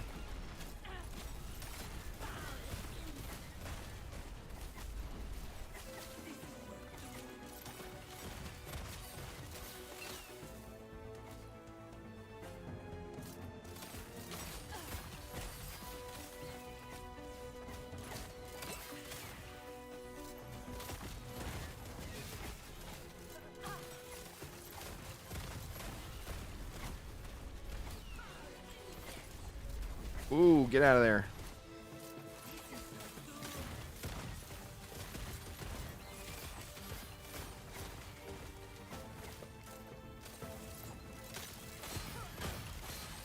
Oof, my God. Every time you hear that clanking sound, I'm getting stunned.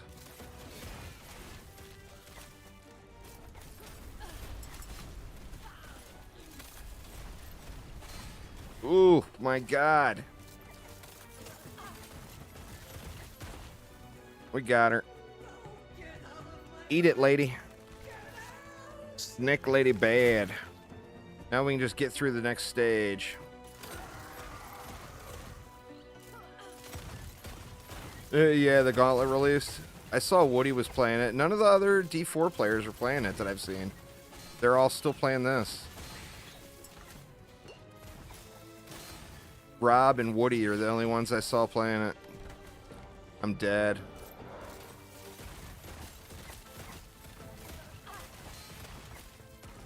Too many stuns, man. Yeah. Is it bad? I don't even know what it is.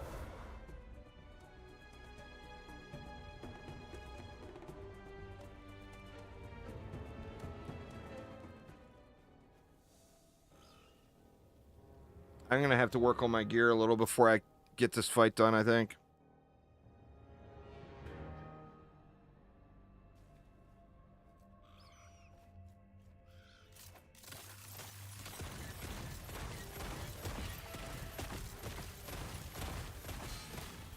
The stuns are just intense.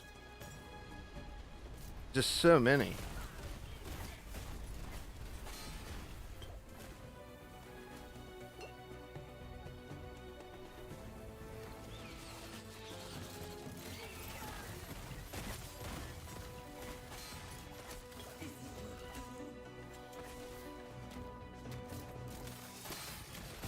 Yeah. Yeah, I think this is a nope with 5% fire resist. I'll try it one more time. I mean, I just got to get absurdly lucky with potion drops. I'll have to come back to this one after I get actually take a look at my gear. Try it one more time.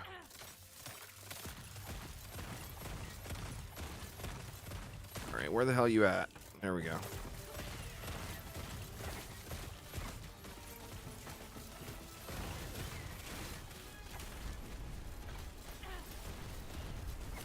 I feel like I got good burn, but my survivability is just so bad. I can't, yeah, I just can't survive any of the hits.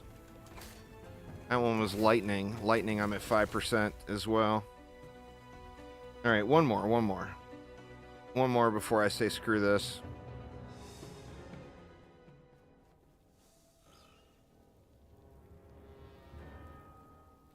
The problem is by saying screw this, I got to run through that whole gauntlet to get to this stage again, which sucks.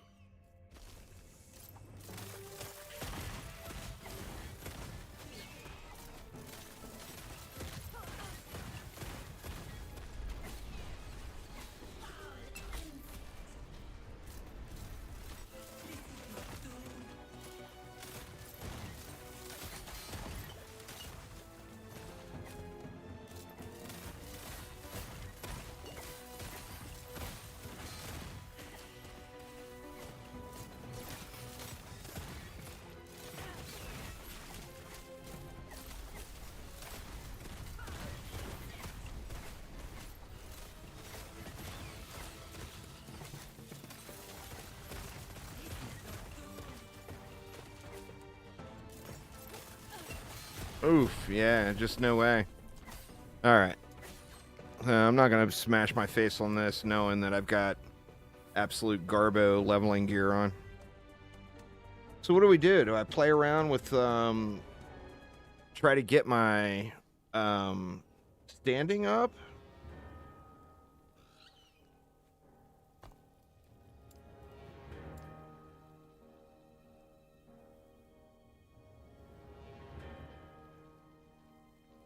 Do I play with the Necro some more? I think maybe the Necro might be the play.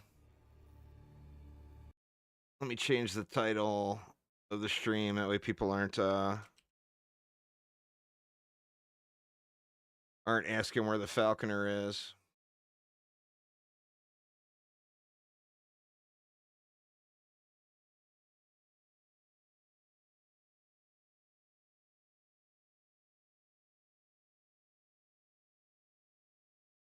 Got the stream titles changed.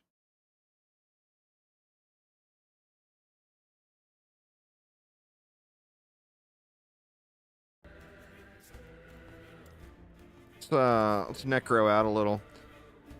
Get a little, go from undergeared to undergeared and still crazy overpowered.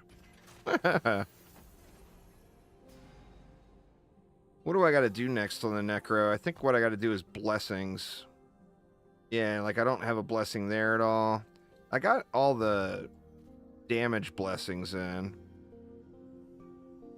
I think what I want to do is farm this one.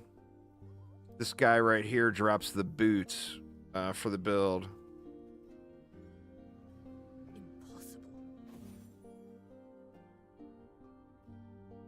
You guys will see what I'm talking about with the Necro pews.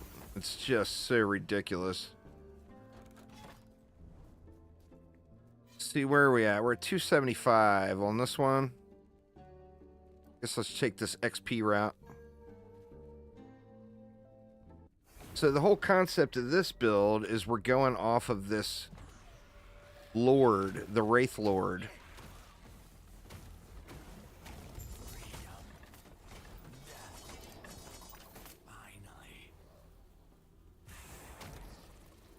Oh, I'm done. That's so funny. The boss was right there where I spawned. That's so stupid.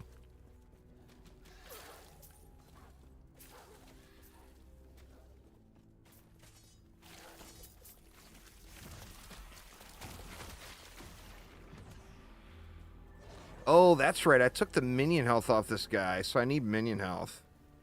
Anyway, we got this one cleared already anyway. Let's just take the reward and move along. See, the deal with this is when you buff your Wraith Lord, you see his health going down. You got to constantly provide it with souls.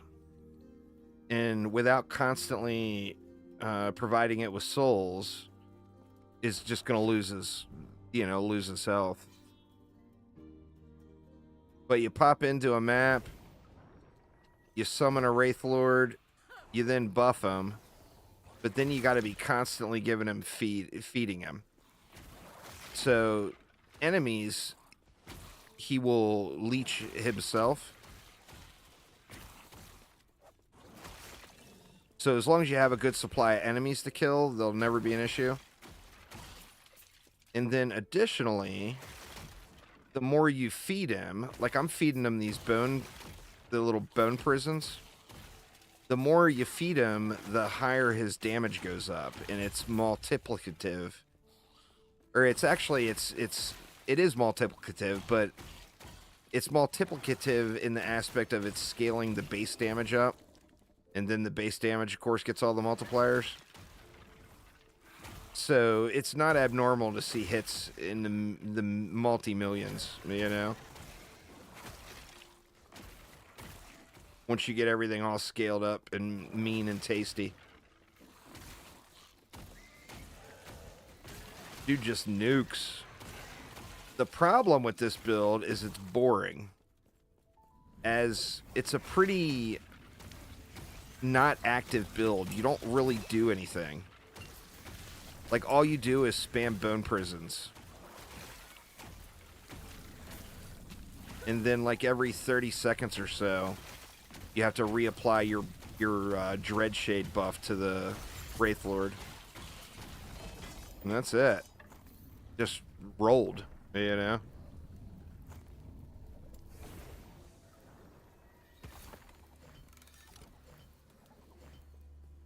Just crazy powerful.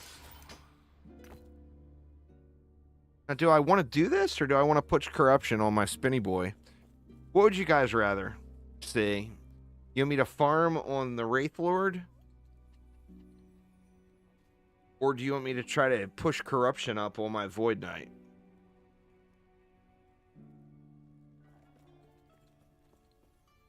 Figure I got about another hour left.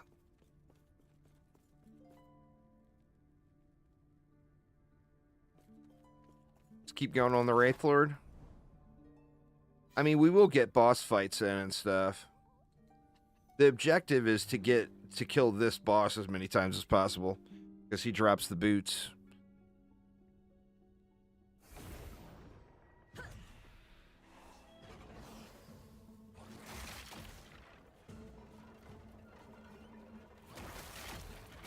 So this build is about cooldown reduction. The more you can feed your Wraith Lord, the more damage it does. And it just keeps scaling up and up and up and up and up. So you want to get your cooldown reduction as low as possible. That way you can continually feed him. And you're not waiting for the cooldown to feed him more. It's each one of the... You see all the little segments of the bone prison? Each little segment or little health bar on the bone prison counts as a minion. And it's 10 flat damage for every minion that it consumes.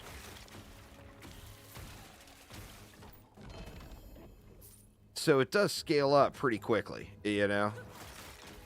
But it only lasts 10 seconds as well.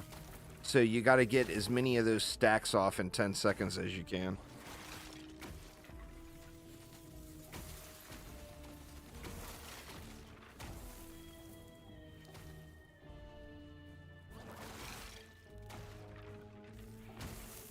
But it's slow firing, which means it's not super visually appealing.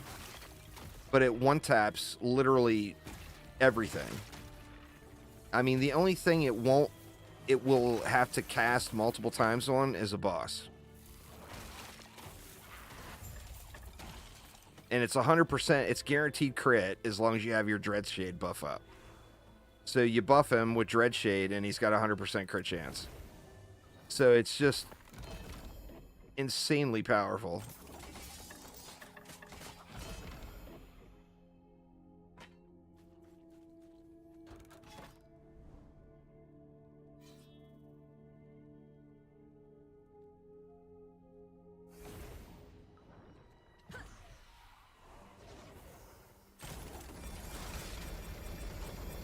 Oh shit, we got a bunch of tier 7s. Let me just yoink them all and I'll look at them later.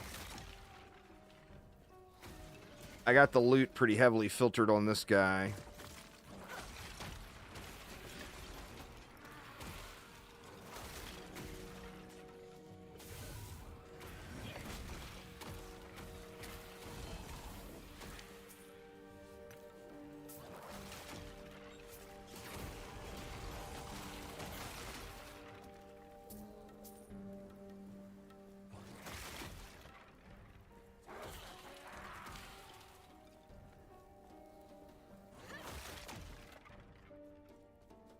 The thing I need here immediately is minion health. I ended up removing all of his minion health inadvertently while adding more damage on.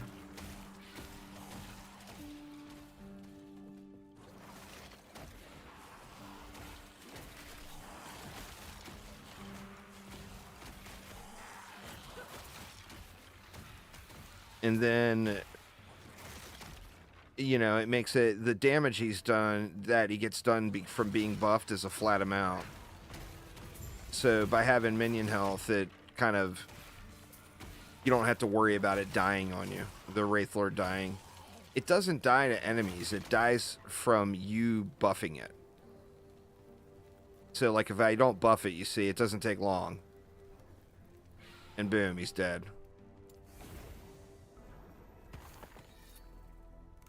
But as long as you keep feeding it, it keeps regenning. And as long as it's got enemies to fight, it gets massive amounts of leech. And just, the numbers just keep going up and up and up and up and up. It's pretty crazy.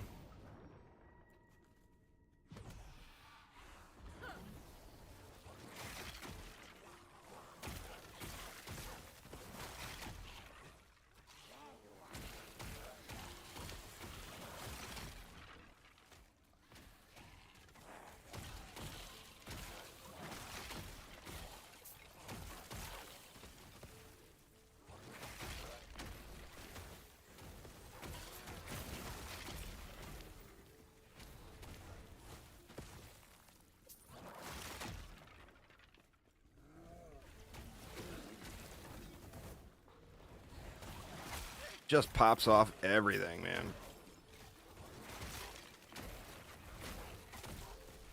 But the boots, getting the boots squared away, I've got the right boots, but I don't have a good version of the right boots. So getting the boots squared away is going to be huge, a huge gain.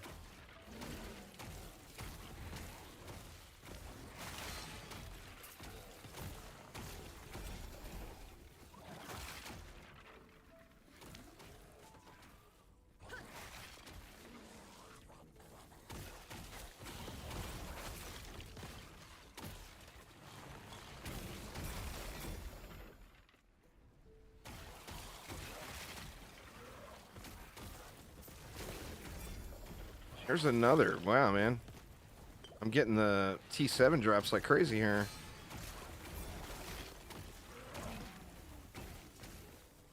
Get the mage too.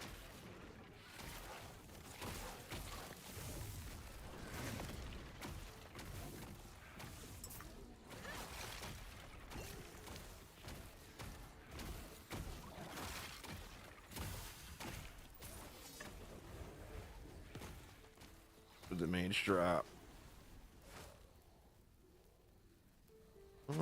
Pick those up and look at them later.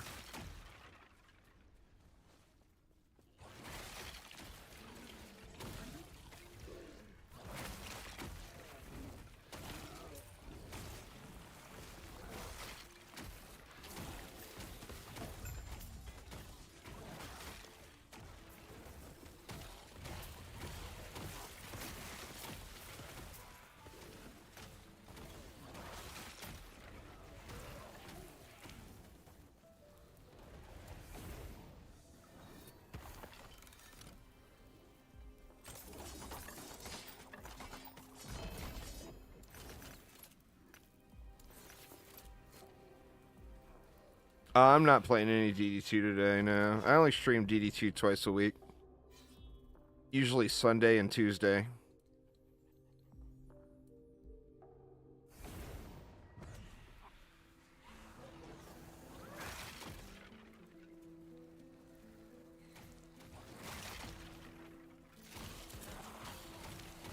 I used to stream DD2 every day, but that was many, many years ago.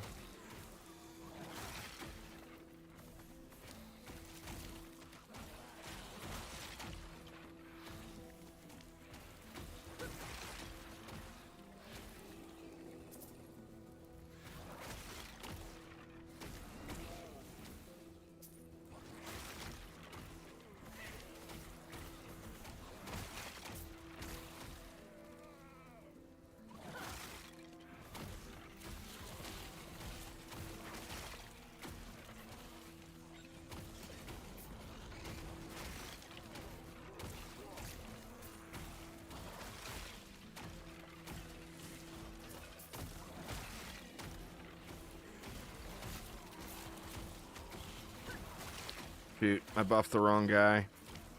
That's why you don't spam the screen with wraiths and you limit the number of wraiths. Because the whole build it's crucial that you're keeping your Wraith Lord buffed. And with a bunch of wraiths everywhere, it's easy for the buff to go to the wrong wraith.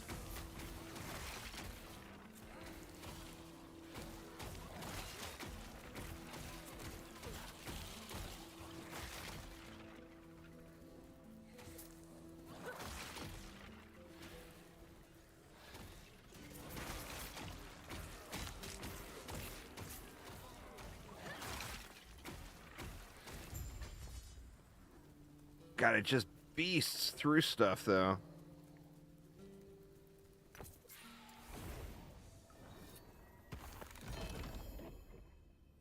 Salt the Wound. Not sure if I've seen those before. Crit multiplier, damage over time. Be good for a bleed build, I guess.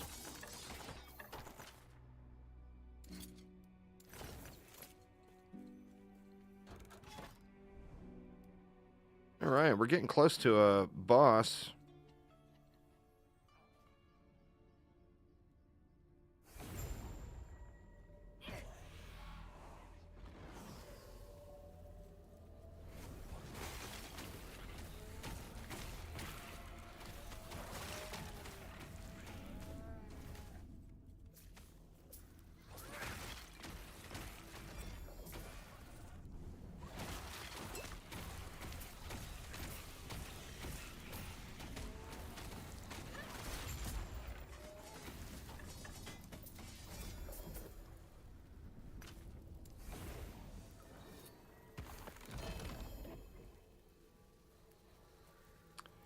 Yeah, I can't. I've got 5% fire and lightning resist. I couldn't kill the last boss. I mean, I probably could have if I would have smashed my face against it for an hour, but I wasn't in the mood to smash my face against it for an hour. So I'm going to get a little bit more gear first and then, or get my resist squared away at least. And then go back and give it a whirl. Give it another whirl.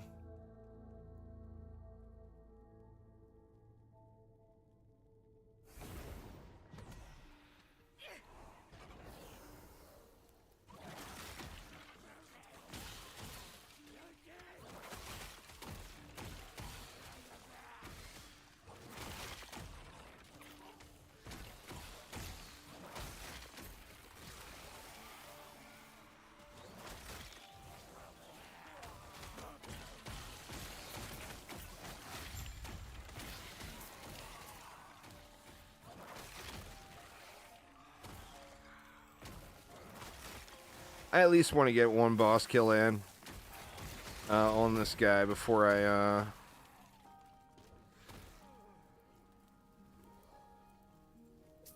call it a day.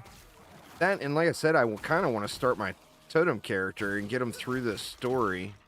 That way I can just play him when I want to, you know?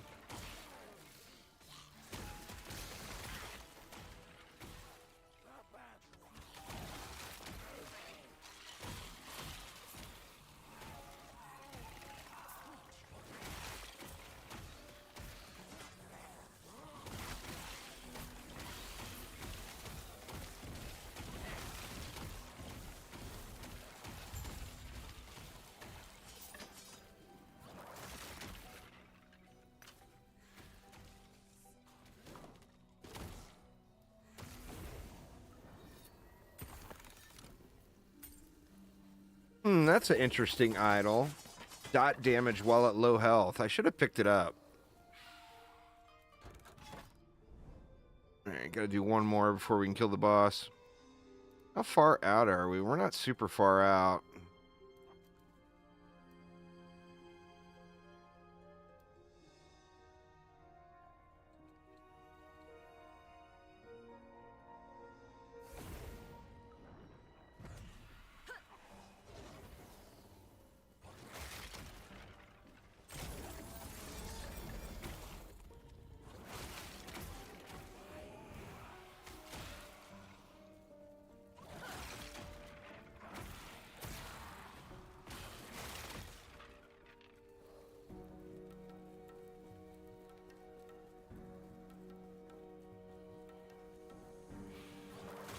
Nope. Let my Wraith Lord die. When you let your Wraith Lord die, he loses all the stacks of damage.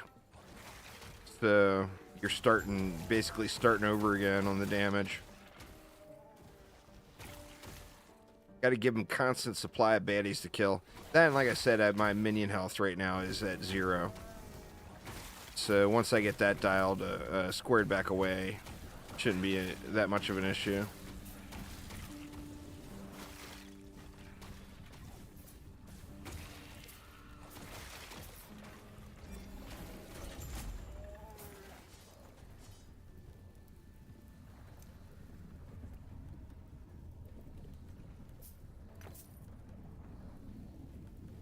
Wow, 74 health on that.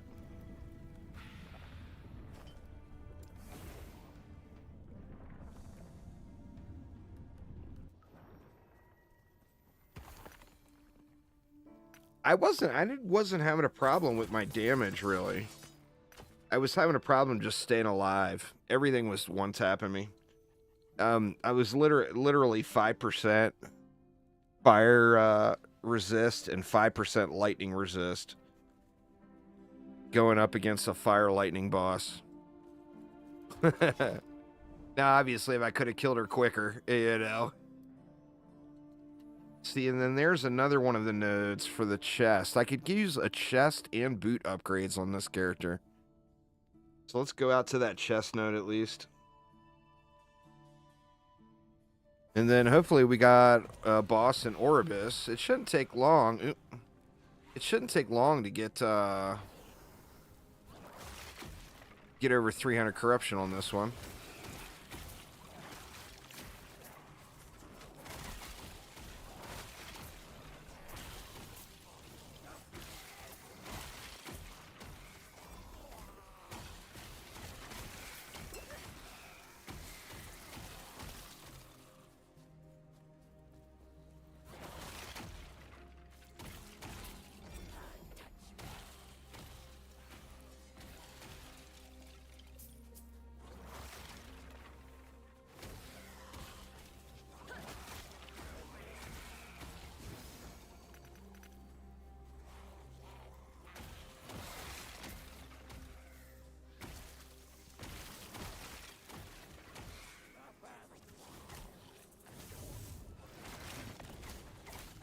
How was your leveling gear, oh, god dang it. How was your leveling gear on your totem guy? Was it just standard issue stuff, or did you have like a good leveling set put together? God, that sucks, because I got to go through that node to get to this one.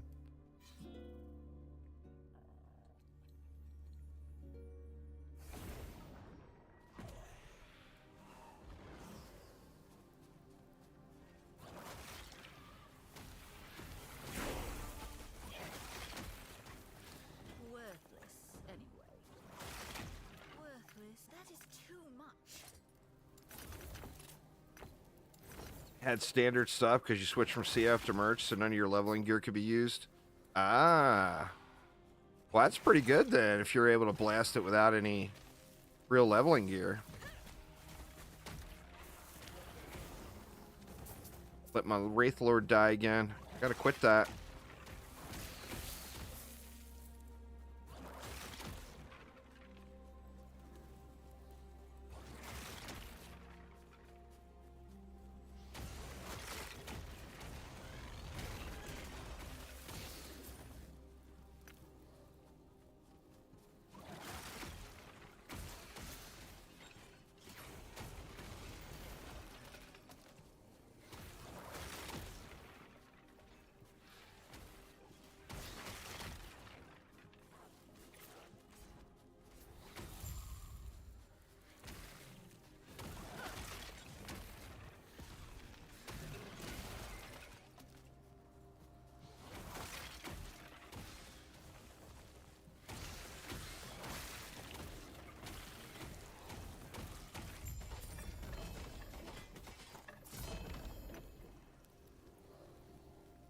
Apostate's Sanctuary and Soulfire.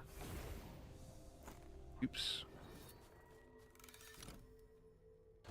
Alright, and there's an Orbis too. So that's only going to give us, what, 14? But we'll get at least a boss kill attempt in. With slow going at times, but the Druid is very tanky, so you're never close to death.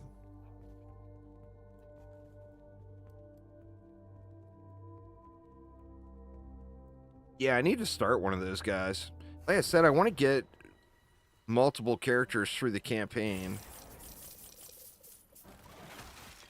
Just so I have stuff to play with. You know, if I want to work on this character or that character or whatever.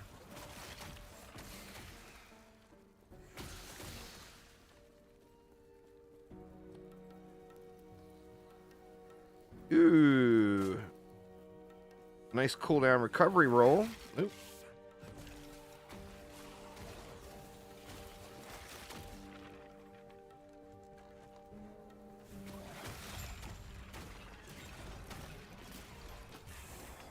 I almost think it might be worth adding skeletons onto your bar just to get more sacrifices, you know?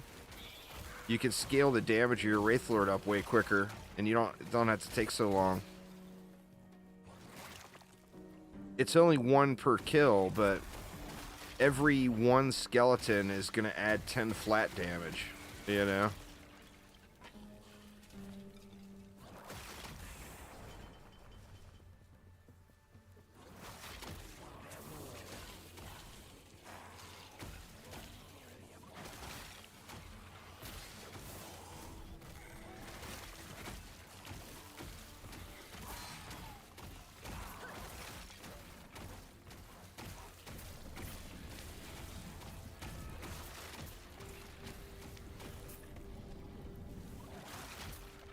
Keep letting his buff fall off too.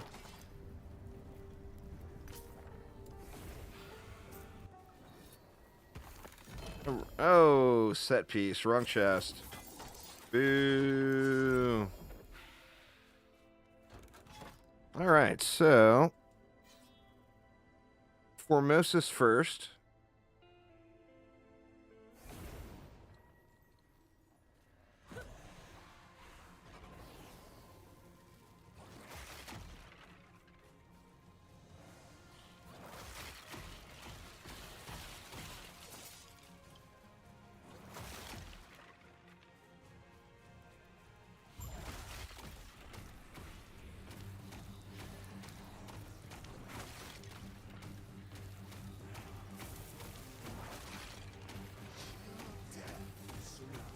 There's that DR.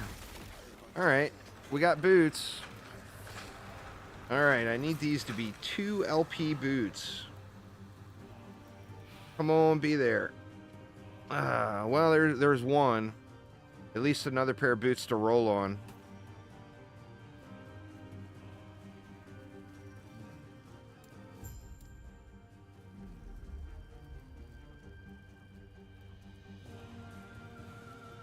Keep.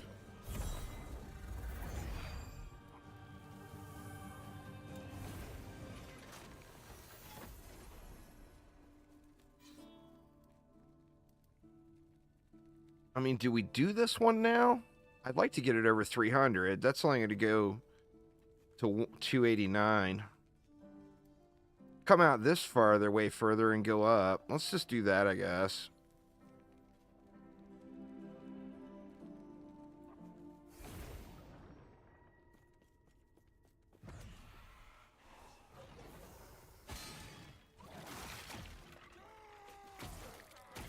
Your favorite sound, SciTech?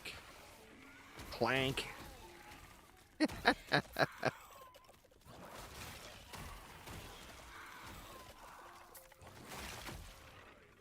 I was having that real bad with the Rogue. I haven't really noticed it. Well, on the Void Knight, you're immune to stuns when you're spinning. So you almost never get that, you know?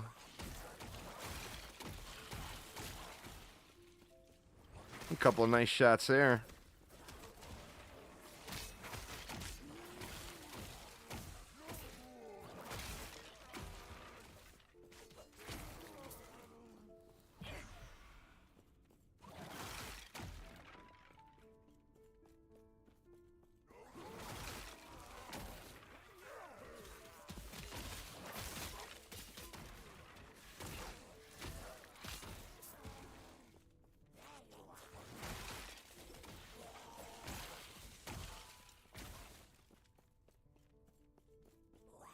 I don't know. This build just lacks some pizzazz for sure.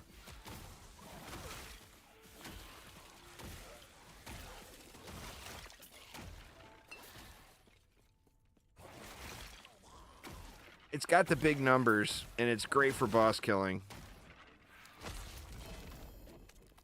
But that's just literally it. It's got nothing else going for it. No fancy visuals going off or crazy minion stuff with minions running around. It's just one big dude that goes pew, pew, pew real slow. You know?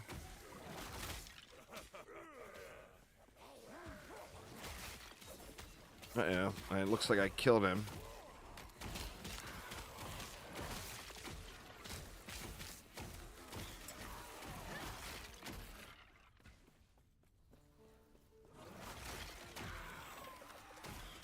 I gotta get that minion health dialed in. It's just too much quality of life I'm losing out on. For probably 1% extra damage or whatever. But with a little bit of minion health, your Wraithlord doesn't really die. I mean, you would have to just ignore everything for quite a while.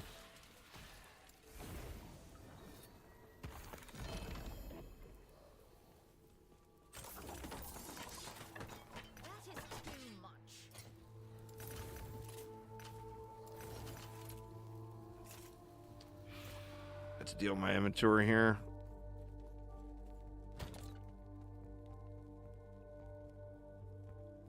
I mean, some of this stuff I picked it up just to scrap it, and then I never scrapped it.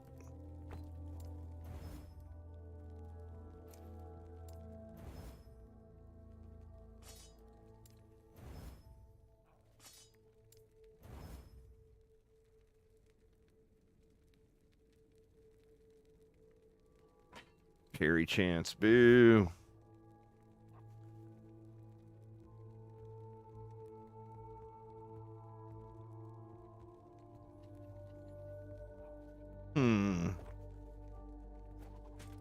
Oops.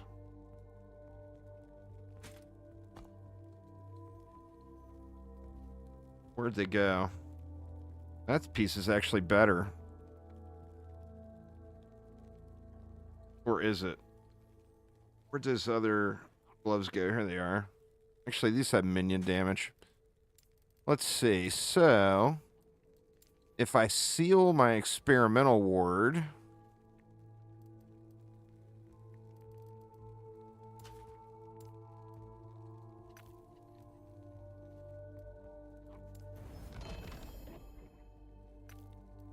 And then we can go intelligence or cooldown. Intelligence would give me a little bit more damage to survivability. Cooldown would give me the ability... Or no, I can't go cooldown, so it looks like intelligence is that.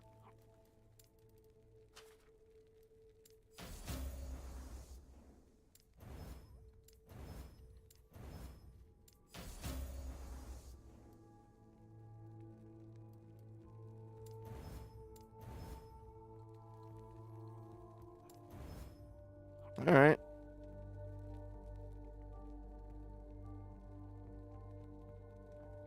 I lose a tiny bit of cooldown recovery, but I don't think it's going to be enough to matter.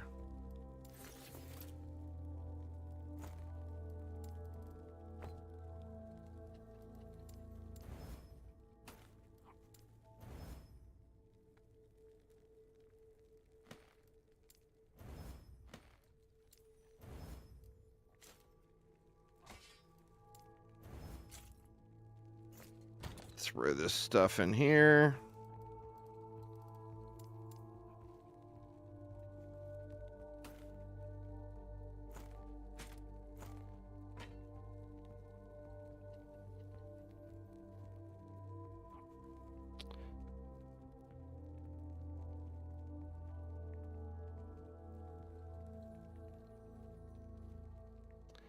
Now this is curious.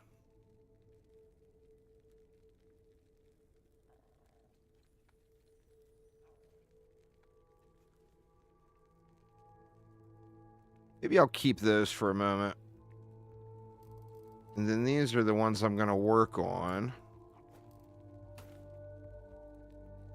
Oh, there's your dark strides.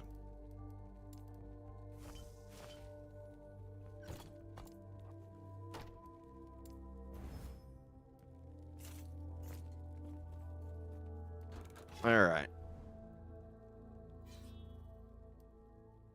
What time is it even? It's actually coming up on 4. Let's just go ahead and kill the boss. And then, because I've got some stuff I got to get done with the wife today. Let's kill the boss, and then I'll probably call it a day there.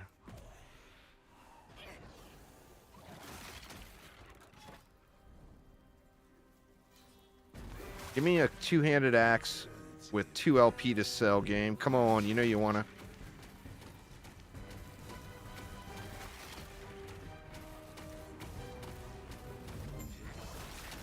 No. Well, we got the belt. Oh, no LP. 2 LP on the Siphon of Anguish.